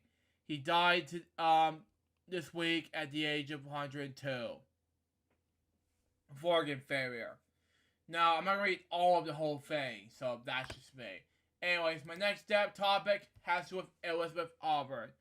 Best known that she was an American actress. Anyway, recognized her role as Elizabeth Davis in NBC's daytime soap opera, The Doctors, from 1964 to 1978, and again in 1981 and 1982. For which she received a Daytime Emmy Award of Outstanding Lead Actress in Daytime Drama Series in 1974, and as a businesswoman Regina Welsh in the CBS soap opera as World Turds from 1984 up until 2010, for which she received 8 Daytime Emmy Award nominations.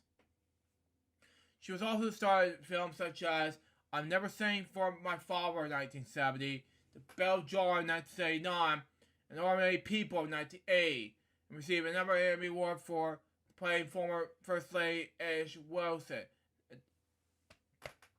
In the First Lady's Diaries, Ash Wilson in 1976. She was born in December 22nd, 1943 in New York City. Okay? To Elizabeth Wharf, Harvard and Benjamin Harvard. Her mother, I can't pronounce this word. Sorry, my heart, my beating up twice. Anyway, politician was a pioneer of homeopathy, and one of the first women to earn a medical degree in Columbia University. She had two brothers, Theodore and Mary, an opera talent manager. She attended college and graduated from Summer Club in 1955. She moved a political education at the RADA, Royal Academy of Dramatic Art, in London, where she was first American to receive the School Silver Medal. She graduated from RADA in 1957. She married to Furrier David in 1972. She had one child, son, Jeremy Bennett, born September 20th, 1971. Okay. She made several soap operas in time, as I mentioned earlier. I'm not going to read all of it at one time. But anyway, she died of cancer at her home in Roxbury, Connecticut on April 8th, 2023. She was 89 years old. The next step topic has to do with John Stevens. She was an American film, television, and theater actress and writer, okay? She was known for her roles in the television series Phyllis and the 1982 horror film Halloween 3 Season of the Witch. She was born in April 10th, 1946 in Tulsa, Oklahoma. She began her career in stage and theater actress. She performed as Esley in the original stage play Father's Day in 1971 and played a original character Jan in Broadway production Grease the following year. Throughout her 20-year career, Stevens made television guest appearances, okay? Beginning in 1975 with an appearance of a series of Wild Wild Mystery and a guest role CBS sitcom All in the Family. With the following year, Stevens received a reload in the Golden Globe winning television sitcom Phyllis with Cloris Leachman. Series been off from Mary Tyler Moore Show. The late 70s until the early 90s, Stevens appeared in several top-rated television series, including Charlie's Angels, Family Ties, and Falcon Crest and Quantum Leap. During her career, she started a free feature film. In 1975, she appeared in The Sunshine Boys with Warren Matthew and late George Burns, as well as Jake's MU. Something like that, I don't know. Where she was best known as a role on Marge, Gutman, something like that, in the 1982 horror film, Halloween 3 Season of Witch, which also starred her then husband, Tom Hankins, okay?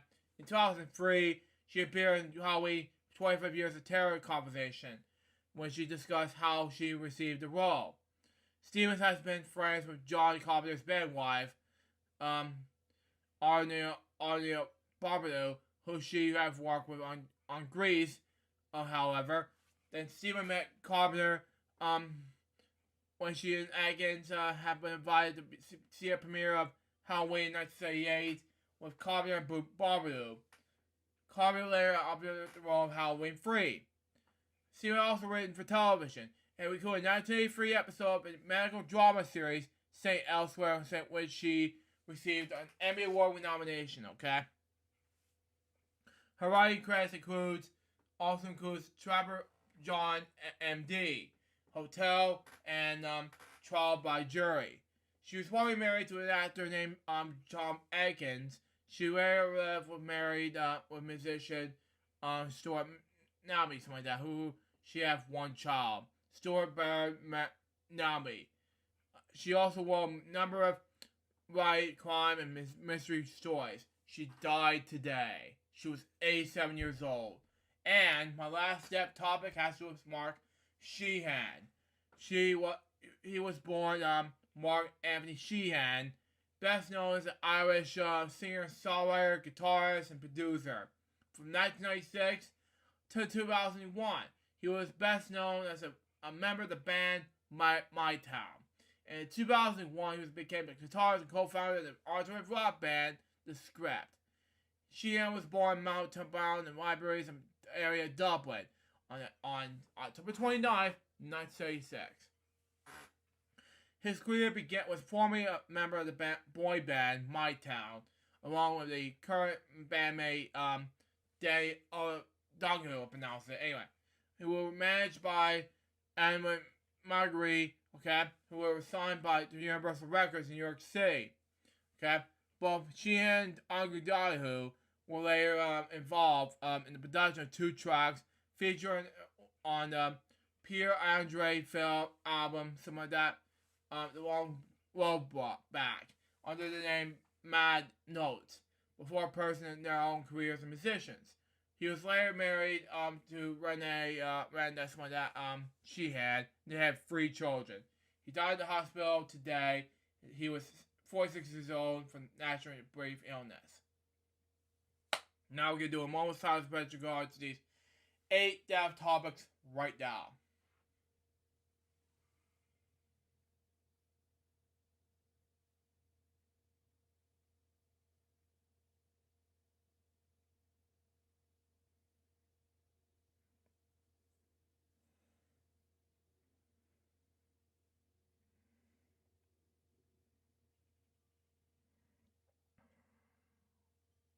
Okay, what's happening?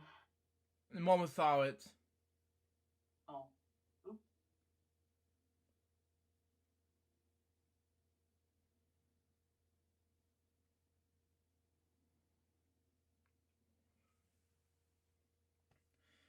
Thank you. Recipes these 8. Now, let's do the next topic that will shock you to death in this one. It's gonna be about the next topic I'm gonna read you is John Washington won't watch Super Mario Brothers movie over lack of Latin representation. H word no. Now, sad to say, folks,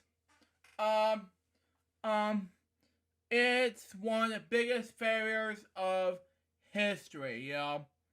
I hate to say this, but it's one of the best movies. John was, I just don't know what to say here. He played Luigi in the 1993 live-action Super Mario Bros. Movie. I was groundbreaking, they stopped the groundbreaking. Newsflash, they did not. Anyway, he said he won't watch the new Super Mario Bros. Movie after that project failed to level up the Latin representation.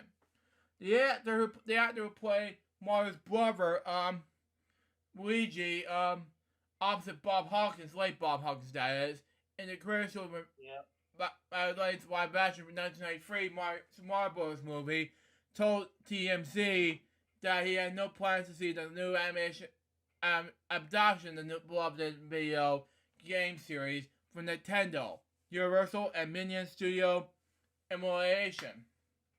Now I'll be watching, the 62-year-old actor said when asked he would see the film, they could include the Latin actor, character, something like that. I was groundbreaking, and they stopped the groundbreaking.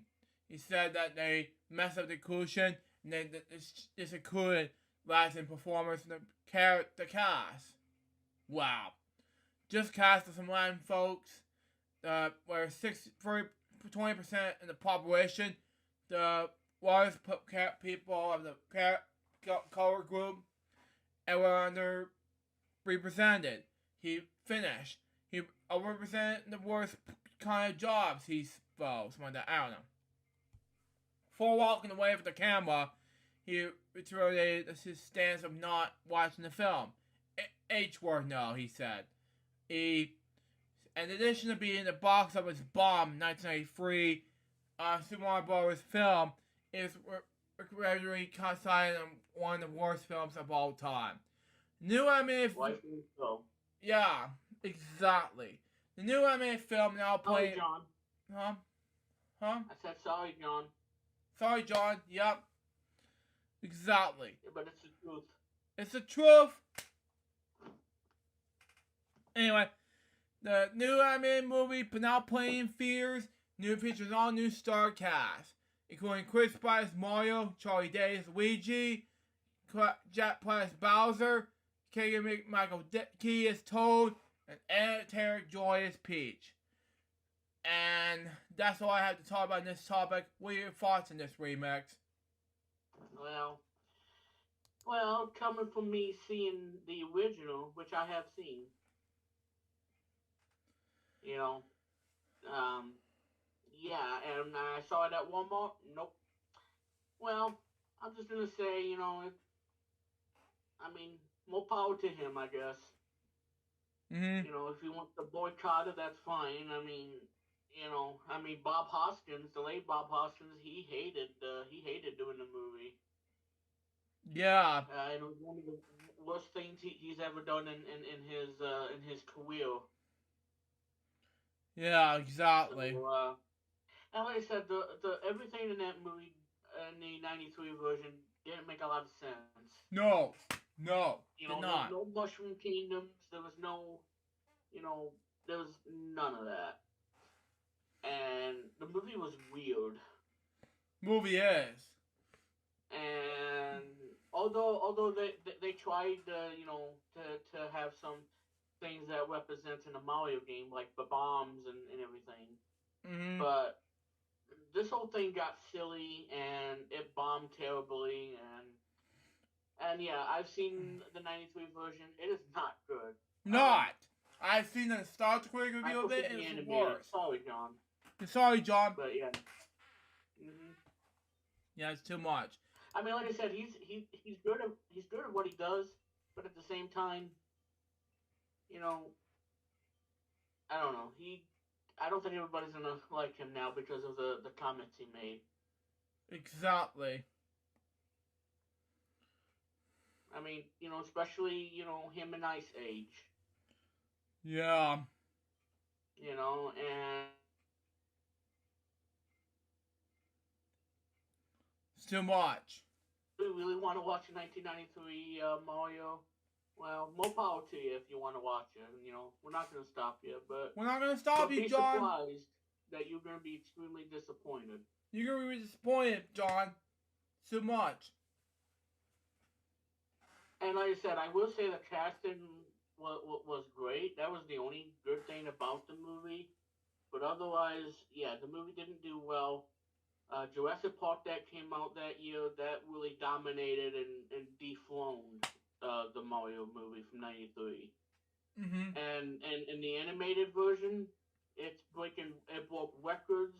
It's the #1 movie in the world right now, and and it's going to be available for pre-order and whatnot, and it's already a bestseller on Amazon. So there you go. That's all I got to say about that. Anyways, my next topic has to do with HBO Max to be renamed Max, with an addition of Discovery Plus content launch date and pricing revealed. Anyways, it's not HBO Max anymore, soon will be called Max. Excuse me! Warner Bros. Discovery officially announced Max as the new name of its flagship streamer. Will be up in the HBO part of the name of its mix of its big bucket of new content for Discovery Plus of a official of her new original series. The company has announced a new change of its press event last Wednesday, which also revealed a slate of the upcoming projects. To rebuild Max on the web at max.com. It is set to first launch first in the United States in May 23rd, which I'm excited about. Featuring what the company promises to with advantage of more than 40 new titles and television seasons every month, which I'll talk about one of them in a little bit. Max wanted to watch WBD CEO David Strauss said in stage the event. Oh yeah. Say, what do you say? Remix? Wow. I said, yeah, him. Everybody doesn't like him. Wow. Wow. Because he forgot that that's actually ruining Warner Brothers more than anything. Yeah. Which is sad. It really is. And it's a 100th anniversary. Yeah. And he's, ruining it, just like what's going on at Disney, but behind that press. Yep. Anyway, featuring thousands of shows and movies in the service of every member of the household. Anyway, according to the service website, Max will be available in 3 different versions. The first 2 plans in line with the existing HBO Max pricing, okay? And WBD said current HBO Max customers will not see their pricing change. For now, when the new service debuts, the first entire Max Ultimate, which I have in 4K TV, by the way, excuse me, expands to up to 4 streams and includes 4K content. The true-up options are as follows. Max Ad Light, $9.99 per month or $99.99 per year. That's deep. But with advertisements. Yeah. And Netflix has the same issue too. Yeah. 2 constant streams, 1080p at HD resolutions, no offline downloads, 5.1 surround sound quality. Now let's move on to Max Ad Free, $15.99 per month or $150 per year. Yeah, that's crazy. 2 concert streams, 108 PHD, up to 30 offline downloads, 5.1 surround sound quality, and finally, Max Ultimate Ad Free, $19.99 per month or $200 per year. Yeah, which means you have to be rich in order to afford that. Yeah, I tell you, which like me. Ridiculous. Yeah, and it's not gonna end. yeah. 4 concurrent streams, up to 4K Ultra HD resolution, 100 offline downloads, Dolby Atmos sound quality. Okay. Now, Warner Bros. Discovery in January hiked the price of HBO Max without ads from $14.99 to $15.99 per month in the U.S., while the ad-supporting plan staying at $9.99 per month. The Max Ultimate tier will have the expanded catalog of content available in 4K HD or AUS HD, including a franchise such as Game of Thrones, which my mom and family will love anyway. The Last of Us, Harry Potter, which I'll talk about a little bit, The Lord of the Rings, the Dark Knight trilogy, and more. And The Last of Us is the highest rated show on HBO. Mm-hmm.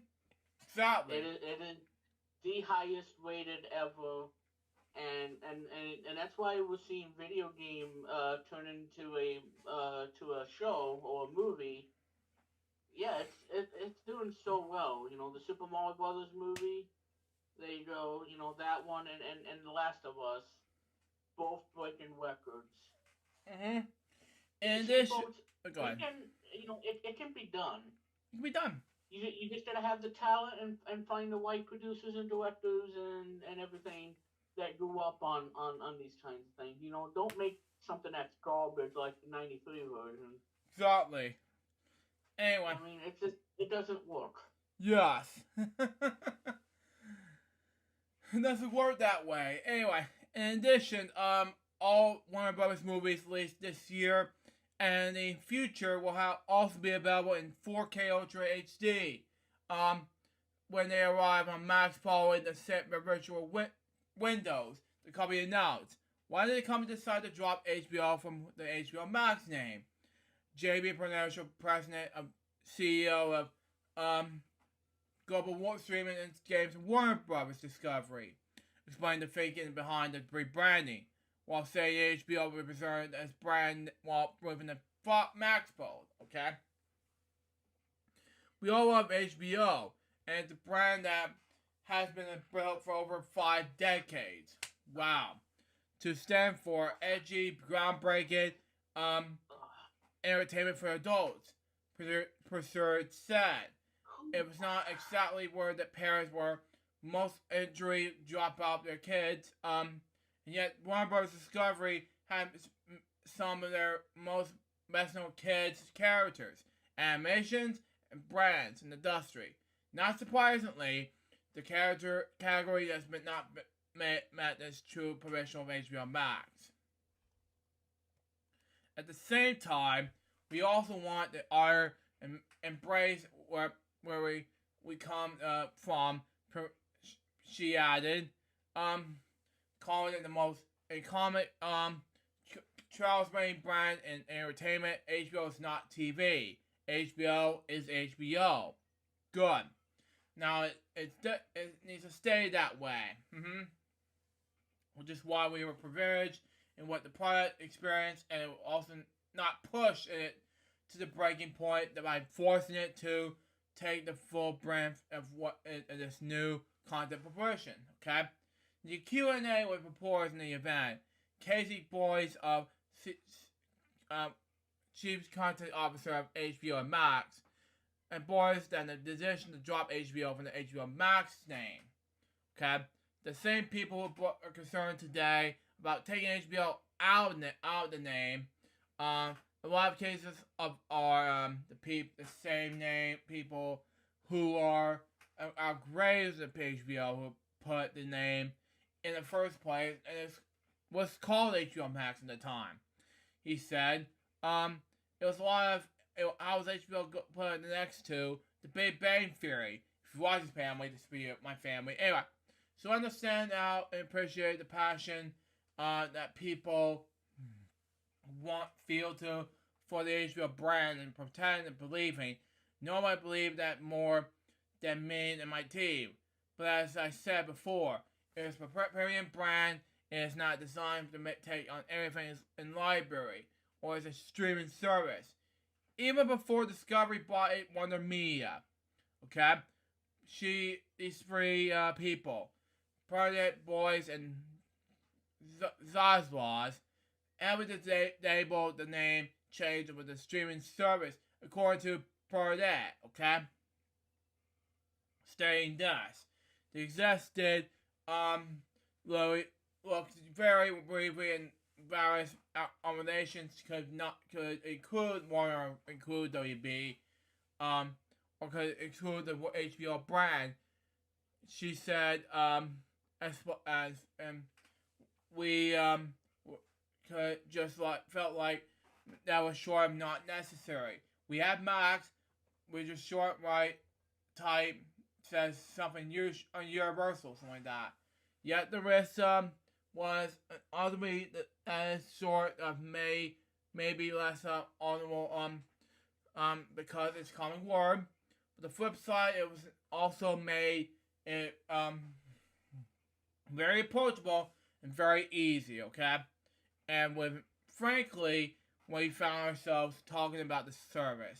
The shorthand was always Max. We never said even HBO. We would just say it's on Max. She also said that the newly rebranded Max platform to be easy to use with simplified navigation, and will have more polarization featuring features than HBO Max. Okay. The Max will feature a more prominent experience for kids with a new default kids profile for new subscribers, along with the accompanying parental controls. Max will also feature the new video playback experience to deliver smooth and cinematic video for users, according to BD, something like that. I don't know. The HBO Max name was announced in July 2019. back when Warner Media was part of AT&T. Okay? The idea at the time, the different consumer streaming service was debuted in May 2020 during COVID-19, including everything in HBO, the company's gold standard premium cable network, plus a whole lot more stuff, including the original series and libraries titles.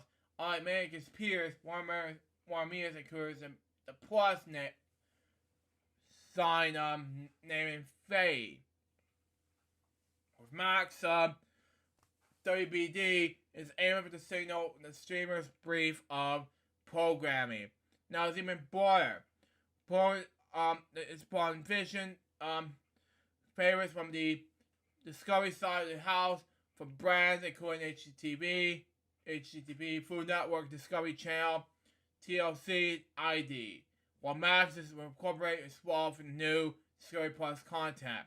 Discovery Plus will continue the standalone service, currently at $6.99 per month without ads and $4.99 per month with ads. WBD appears to have made for that decision, so it would face having to report a limited price hike to the current Discovery Plus customers, but forcing them to upgrade their combined service. The retirement of HBO Max name comes after more than a decade of HBO digital brand extensions. In 2010, the premium network was launched at HBO Go, an authorized streaming add-on for subscribers of linear pay TV packages. In 2015, their parent company Time Warner introduced the standalone HBO Now streaming service. Both HBO Go and HBO Now were phased out in 2020 with the launch of HBO Max. The name change to Max. Warner Bros. Discovery acquired rights to the domain name Max.com earlier this year, which is previously it was registered to be used by Max International, a commercial supplement products company. WBD has been kicking around the Max name change since last year. Okay, one of the tackle things is early on when the Discovery Warner Media deal closed. We pretty quickly found out that we had a path to get the Max.com URL. We were initially supported, to reporters, and we did all the legal checks. Okay, we were felt comfortable with we could navigate, and there was no issue that we could block when they were doing that. Warner Bros. Discovery have not broken HBO Max subscriber numbers after Discovery closed. The Warner Media score issued April 2022. The Warner Media Network said it ended 2022 with 96.1 million customers worldwide. Exclusive to HBO Max, Discovery Plus, another streaming service. WBD said that by 2025, they expect the company to have 130 million global streaming subscribers, and that this digital consumer business will generate $100 billion in earnings for interest, taxes, depreciation, and amortization. EBITDA for short. Wow. Oh, that's a long story. Yeah. My next topic has to do with Harry Potter. Anyway, there'll be a television series about that. We'll get an all-new cast. Be executive produced by the author of Harry Potter herself, J.K. Rowling. Okay? It's happening. Max, formerly known as HBO Max, for more than that here, has officially confirmed the Harry Potter TV series reboot. It's been 12 years since the final movie in the Harry Potter franchise. Harry Potter, the Deathly Hallows Part 2 hits peers. But Harry, Ron, Hermione, and the rest of the Hogwarts gang will be making their way back to your screen. Hold on, I gotta close this. Your screens very extremely soon. The greenlight of the Max original reboot series will be announced on April 12, 2023. The press event for Warner Bros. Discovery Press, the parent company of Max, has previously reported The streaming TV series will be based on the original books and not a new concept, which each season will show detailing on the one book in the novel series. Warner Bros. Discovery shared in their press statement that the series will have a decade-long run. Okay? Confirmed there'll be an all-new cast and ensure that the series will be a faithful adaptation of the beloved original Harry Potter books. My wife and I reread the Harry Potter books to each other and the 3 kids. It's really moving. In 10 consecutive years, people will see Harry Potter and Max. I mean, it's really something, said Warner Bros. Discovery CEO David Salvuz. The last one that, I don't know. Having making the announcement. However, we must also deal with the J.K. Rowling of it all. Okay? It hers harmful and hateful of anti comments over the past few years have thrown the shadow over her franchise, with many fans feeling confronted about a story they deeply love. Original Harry Potter actors like Daniel Radcliffe, Wilbur Grant, and Emma Watson have all spoken out in support of the trans community. President Walgreens' transphobic ideals do not respect their views at all. He then hosted a roundtable with trans youth. That was it for that topic. Now let's move on to this next topic, which is about what Max launch means for existing HBO Max customers. Anyway, like me. Anyway, Warner Bros. Discovery revealed Max is the best consumer streamer that was supportive to free-year-old HBO Max service that pulls the content for Discovery Plus. What does it mean for current HBO Max customers? A big change following the launch of HBO Max, all 4K Ultra HD content will be available only for subscribers of the new service most expensive tier Max Ultimate ad free, $19.99 per month.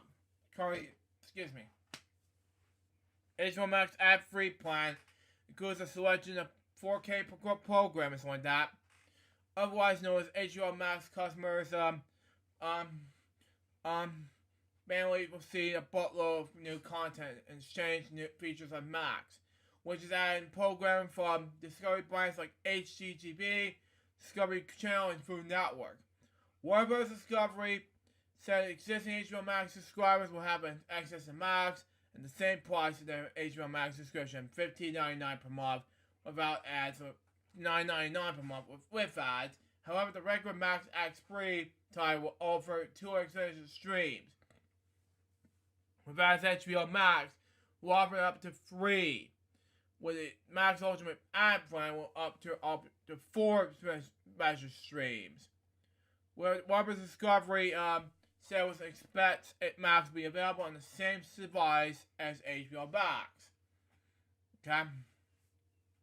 Initially, HBO Max subscribers will still have access to their current plan. The features a minimum of 6 months following the launch of Max. Okay, HBO Max subscribers profiles say watch history, continued watching, and my list. Okay, items that also migrate to Max, so they can pick up streaming where they left off. Okay. If you engage with your cable and satellite TV package, you may access to Max at no extra cost. According to Warner Bros. Discovery, okay, the company is listening to what paid TV providers will support Max this link. Right now, the sites didn't coordinate which tires would be available to cable and satellite customers. Okay. Whew.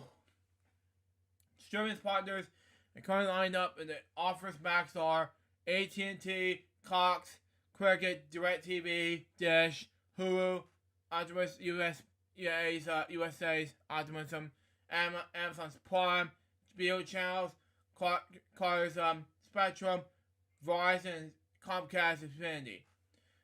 Warner Bros. Discovery and Max Ultimate will have an expanded catalog of content available in 4K Ultra HD. including a franchise such as Game of Thrones, Last of Us, Harry Potter, which I talked about earlier, Lord of the Rings, the Dark Knight trilogy, and more. In addition, all Warner Bros. Movies released in this year. In the future, will also be available in 4K Ultra HD when they arrive on Max following their physical windows. The company announced. The company wanted to be keeping the price points of Max in line with HBO Max because they were thinking it was unbelievable value for everything you'll get at that price. JB Parnay, President and CEO of Global Stories and Games, told the reporters at launch event. Wait, do I? Okay, there we go. No, yeah, I read that. Anyway, there was no streaming service in the world that will be no more higher end consumer than HBO Max, he said.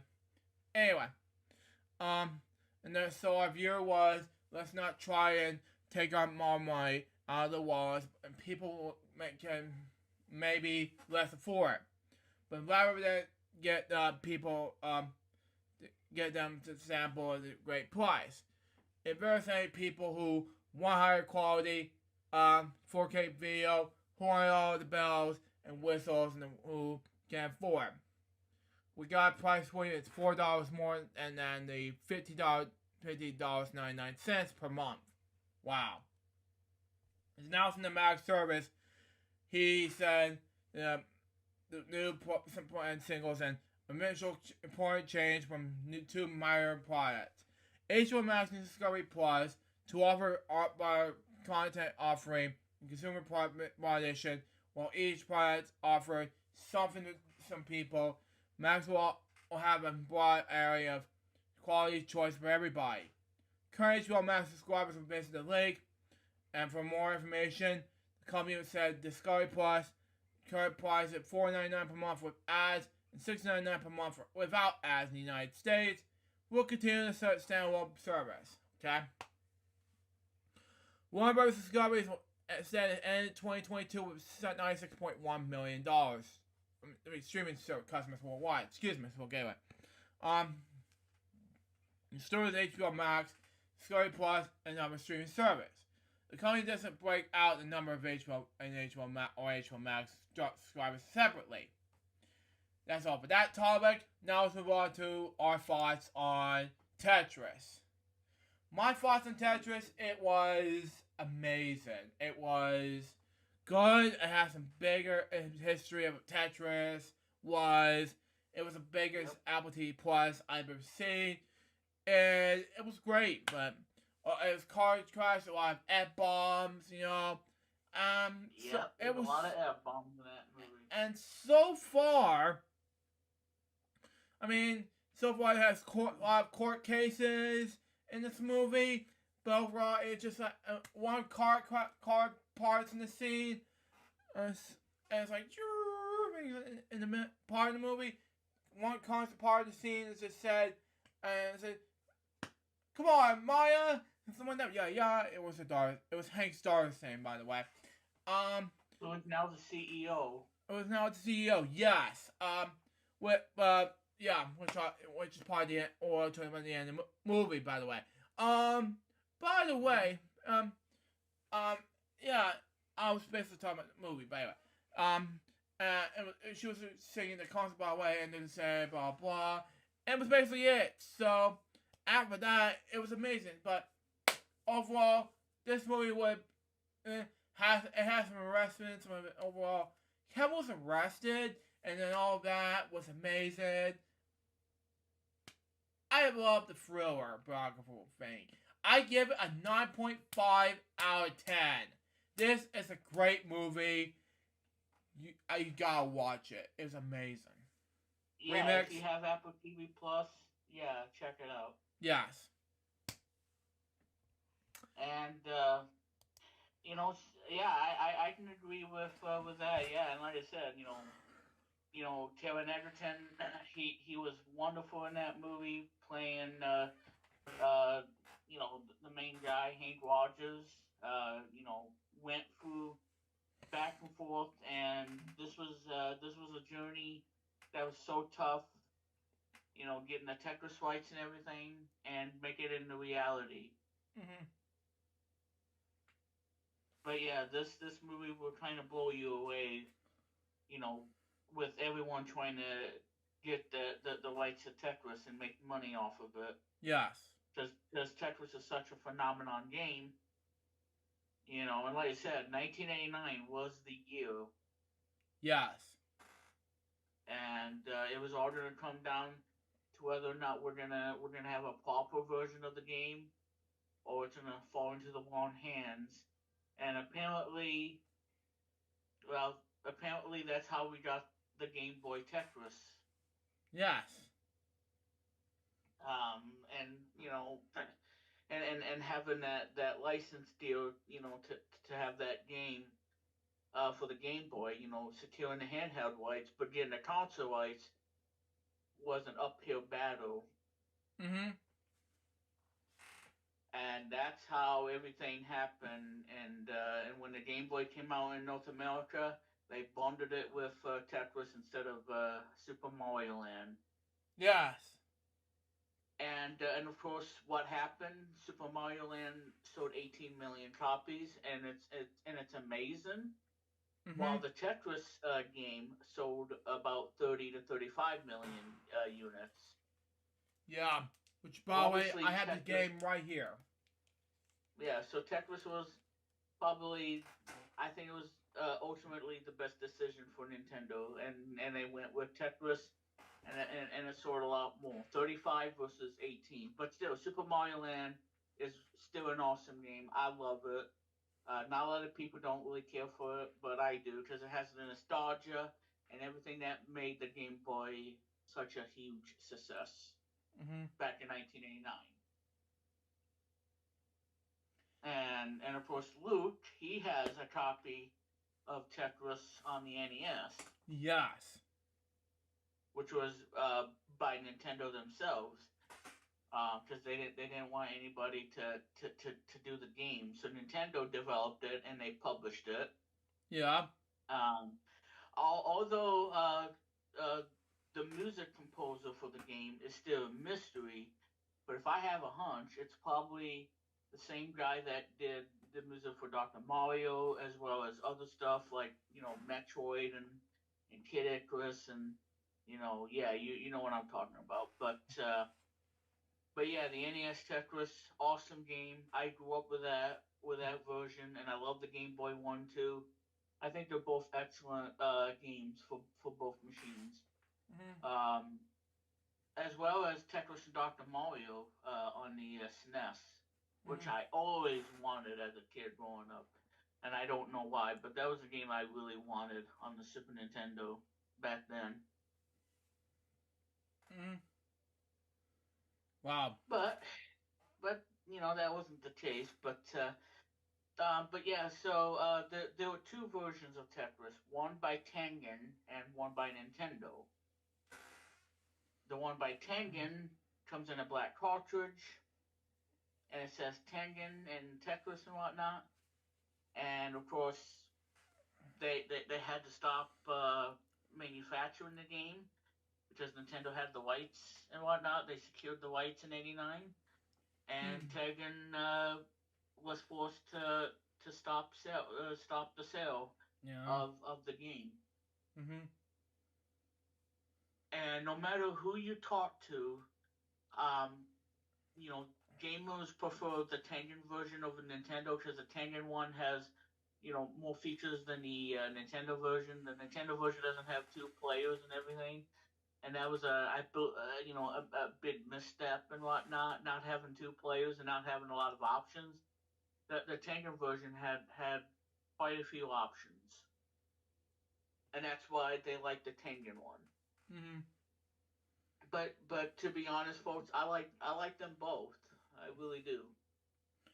It Well, just comes down to the preference yeah. and which version you like the best. Yep. The Atari version, Tengen version, or the Nintendo version. I prefer. I really like the Nintendo version a lot, even though, you know, there's only 3 songs. Even though the third song's my absolute favorite out of the 3. You know, because it's a personal statement for me. And but yeah, the Tengen version, it's great too. Mm-hmm. Yeah. And ever since then, ever since we had Nintendo, ever since we had Tetris and everything, uh, many of us still play it. In fact, I have Tetris Effect on my Xbox Series S, and I have it on the Switch, and I think it's a phenomenal game. I just love it. I used to have it on PC until it didn't want to play. And it started to choke on its chicken. But hi, Deathpress. Yes. But yeah, I mean the NES version of Tetris is awesome. The Nintendo version and the Tengen one's good too. So you gotta decide which one you like the best. What we're trying to, gameplay and what modes you're interested in. Mm-hmm. That's all I'm gonna say. And of course, the Game Boy version is awesome too. I love the Game Boy version. Same here. Same here. But yeah. So as far as the movie is concerned, yeah, I mean, I love the movie. A lot of f bombs, like Luke said, and it was fun. The music is good, obviously. The soundtrack is on Spotify, Mm-hmm. and yeah. So while the critics didn't like the Super Mario Brothers movie, they liked Tetris better than the Mario movie, and that's fine because, Who like I said, gives? Tetris Who is on gives? Apple TV. The Super Mario Brothers movies in theaters, and it's going to be coming out, very soon Yes. to digital and Blu-ray formats.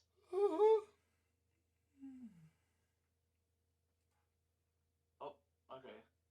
Did you get all that? Yeah, I get all that. I was yawning. Okay. Yeah, because the phone went black. I'm like, oh my god, I hope I don't have to repeat myself. But anyway, because the mic cuts off and then I have to reconnect it and all that crap. But yeah, it's like David 3000 burning his face on the popcorn popper. Yikes. Oh god. Or wanting to need therapy by Barney. Like I told Luke earlier. Wow! Before we started Wow! this stream. Wow! God, help me. And I was busting Luke's butt this afternoon. He was laughing so hard I thought that he was gonna probably wet the bed by now. No, I wasn't wetting my bed. I was just doing my personal thing, which I won't talk about in the stream, but it's hilarious. You won't see one bit. Yeah. But in seriousness, I love the movie. It was great. Taron Egerton, he did really well. Nikita as Alexei, he was good too. And yeah, it's just it was just a journey and a process. It's like player one, press start to begin, and then the story begins, and trying to get the rights to Tetris internationally, and getting the handheld rights. And had he not gotten the handheld rights, I don't know what would have happened, and I don't know what would have happened to the Game Boy if that never happened. Mm-hmm. Because it would be scary. It would be scary.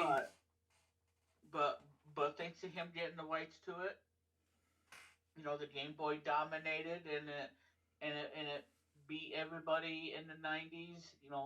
Nintendo beat Sega, they beat NEC, they beat Atari and Tiger, Tiger Electronics. Yeah, and they and of course we won't talk about Virtual Boy, but anywho. But yeah, I mean, the Game Boy was the cream of the crop of handhelds. Mm-hmm. Exactly. And its secret weapon was the Tetris game on the Game Boy. Yes, exactly. And of course, the car chase at the end, that was really cool. And I tell you, this Mhm. movie was awesome. You know, a lot of drama, and it is all rated. You know, It was. so like I said, it is all rated. So do expect some f bombs and everything in the movie. And of Yes. course, I couldn't stop laughing every time one of them dropped the f bomb, and I was just laughing, and it was just I gotten good entertainment out of it. But the strongest point about the movie and what it's going for is probably not as authentic, but just telling the story of what because like I said, I was born in '89. I didn't know that this thing ever happened. It was born in So '95 and never done, never and ever died. since I watched Game and Historian's Tetris documentary, which is a masterpiece of its own kind, 59 minutes of masterpiece. Yeah. And I knew everything about having the Tetris game here to America and the Game Boy, dominating and everything. So, but yeah, so Tetris is an excellent movie. If you have Apple TV Plus subscription, you can check it out. Go check it out, folks. $7 a month. Of course, it's on the Xbox, as I have Xbox Series S. Yeah, so check it out. I love this movie. Probably 9.5, probably a 10. Mm-hmm. It was a great movie. It's a great movie, folks. Yes, it is. And of course, the Super Mario Brothers movie has now crossed 500 million. Yep. So you see, critics, take that. Take notice, that. Okay? We grew up with the Mario video game, especially the 1985 game. And you probably have never gotten one because the parents were like, it's too expensive, making all this. Oh, yeah.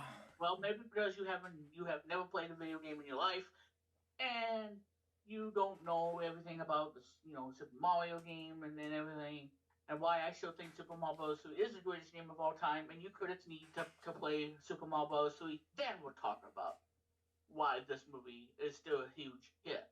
500 million, number one movie. Bam. That's all I gotta say. Bam.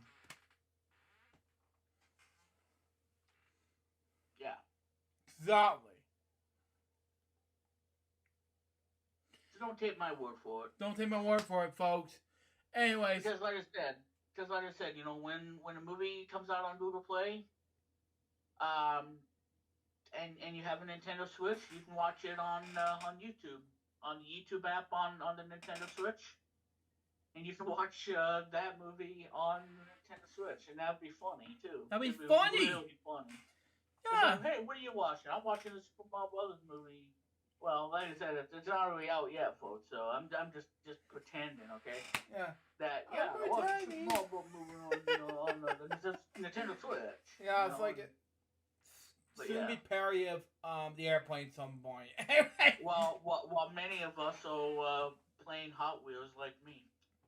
But anyway, there you go. That's all. That's pretty much everything. Yeah, that's our review or take of Tetris. My last review I want to talk about is the Metallica newest album, 72 Seasons, and what are my thoughts on this take. I want to repeat this on the new from Sneak Peek Previews episode 2, and it was the best album ever. As I was said in this Sneak Peek Previews episode, I thought it was amazing. The whole different story when I was so in theaters, best songs and 72 Seasons and Shadowfall, and it's turned on some volume a little bit, but the rest of the songs made me turn up the knob a little bit. But 72 Seasons had to sing a little bit, song like that, and music video, blah blah. While Shows Follow had the circle on it, speaker a little bit. Screaming Suicide, on the other hand, best music video I've ever seen. Sleepwalk Away, premiere on YouTube today. Check it out. Best music video I've ever seen in the theater, as well as You Must Burn, Luke's Zoya, and as per crowd and barbed wire is concerned, I seen bits of it about the hand, like a claw hand, like a Wicked Witch of the West style. Anyway, Chase and Light is a bit of it with a bit of a 8-bit, 16-bit video game difference. If Darkness Had the Sun has about a little bit of a music video bit, well, Too Far Gone, and has this little bit of this whole da da da da da da in my eyes. Like, why? And Roof of Mirrors has some drawings. And this very first Metallica song, it's 11 minutes long. It's called Infernalia. Okay? Very long, and I love the song. It's 12 songs with 77 minutes, and 13 seconds long. Amazing Global Premiere event. I love it. And best album ever. I'm giving this Global Premiere event, which I saw in the theater, a 9.5 out of 10. The album, a 10 out of 10. Best album ever. I've ever seen this in my life. And speaking of which, I want to see what Amazon was up to before I get to my last topic, Let me see. It's not delivered yet. Okay. Anyways, my last topic has to do with, Disney Channel, okay? Okay. Anyway, Disney Channel, sometimes known as simply as Disney, okay? It's an American paid television channel that serves as the flagship property of Disney branded television, okay? A unity of Disney Entertainment division of Walt Disney Company, okay? Launched on April 18th, 1983, under the name of Disney Channel, as a premium channel on the topic of basic cable television systems, something like that. It's a ritual showcase of programming towards the families through the ability of home television sets locally at the time. Since 1997, as just Disney Channel, its programming has shift focus to target mainly children and adolescents between ages 7 through 17. The channel showcased original first one children's television series, theatrical release and original television films, and other select third-party programming. As of December 2022, Disney Channel is available in basic cable satellite on over 190 million American and global homes. Other programming content on former channel spans television, online mobile video on demand, and mobile platforms. With later denominated the Disney Now website app hybrid product, okay? Let me check my thing here real quick. There are 46 Disney channels available in 33 languages worldwide, but some have either shut down or declined in viewership since 2016 in parts of Europe, and most of it on the Asia Pacific due to the rise of social media and streaming media platforms of what social launched with Disney Plus in certain countries, regions, and territories from 2020 onward. I'm not gonna read the whole thing, but that's all my topics for today. Now let's move on to I'm not gonna play any games today at all, but I mean that's all I have from anything. But anyway, what I've watched on Pluto TV is Quest Albums, Meatloaf, Bad at Hell, and what I've watched on Apple TV Plus, as we said, Tetris, the new movie. Now let's move on to the notes. Yeah. That's a good movie. Anyway. Today will be unboxing video. Warbird Wednesdays, episode 62, 4 to 72. Next one is, April 15th will be a CP Previews episode 3. Bedtime Stories episode, 323. Lunchtime and April 16th will be PS4, Switch Saturdays, and Bedtime Stories Lunchtime. April 17th will be Saturday Superstar Arcade, BS2, Bedtime Stories, and Lunchtime. April 18th will be Ripley's, Wednesdays, bedtime stories lunchtime. April 19th will be weekend celebrations, bedtime stories lunchtime. April 20th will be bedtime stories lunchtime, and we'll be back for a brand new episode of FWL. Will be Earth Day. That was episode number 387 of FWL. Hope you enjoy it. Get ready, because new albums is out today. New Metallica 72 Seasons. Stay tuned for the next and Disney Channel, and get ready to celebrate 40 years of Disney Channel this upcoming Tuesday. Stay tuned for the next one. Is going to be Earth Day episode of FWL. Till next time, so Jones and Bob, so baby. Get more episodes going to be soon. So it's out. See ya. See you next week.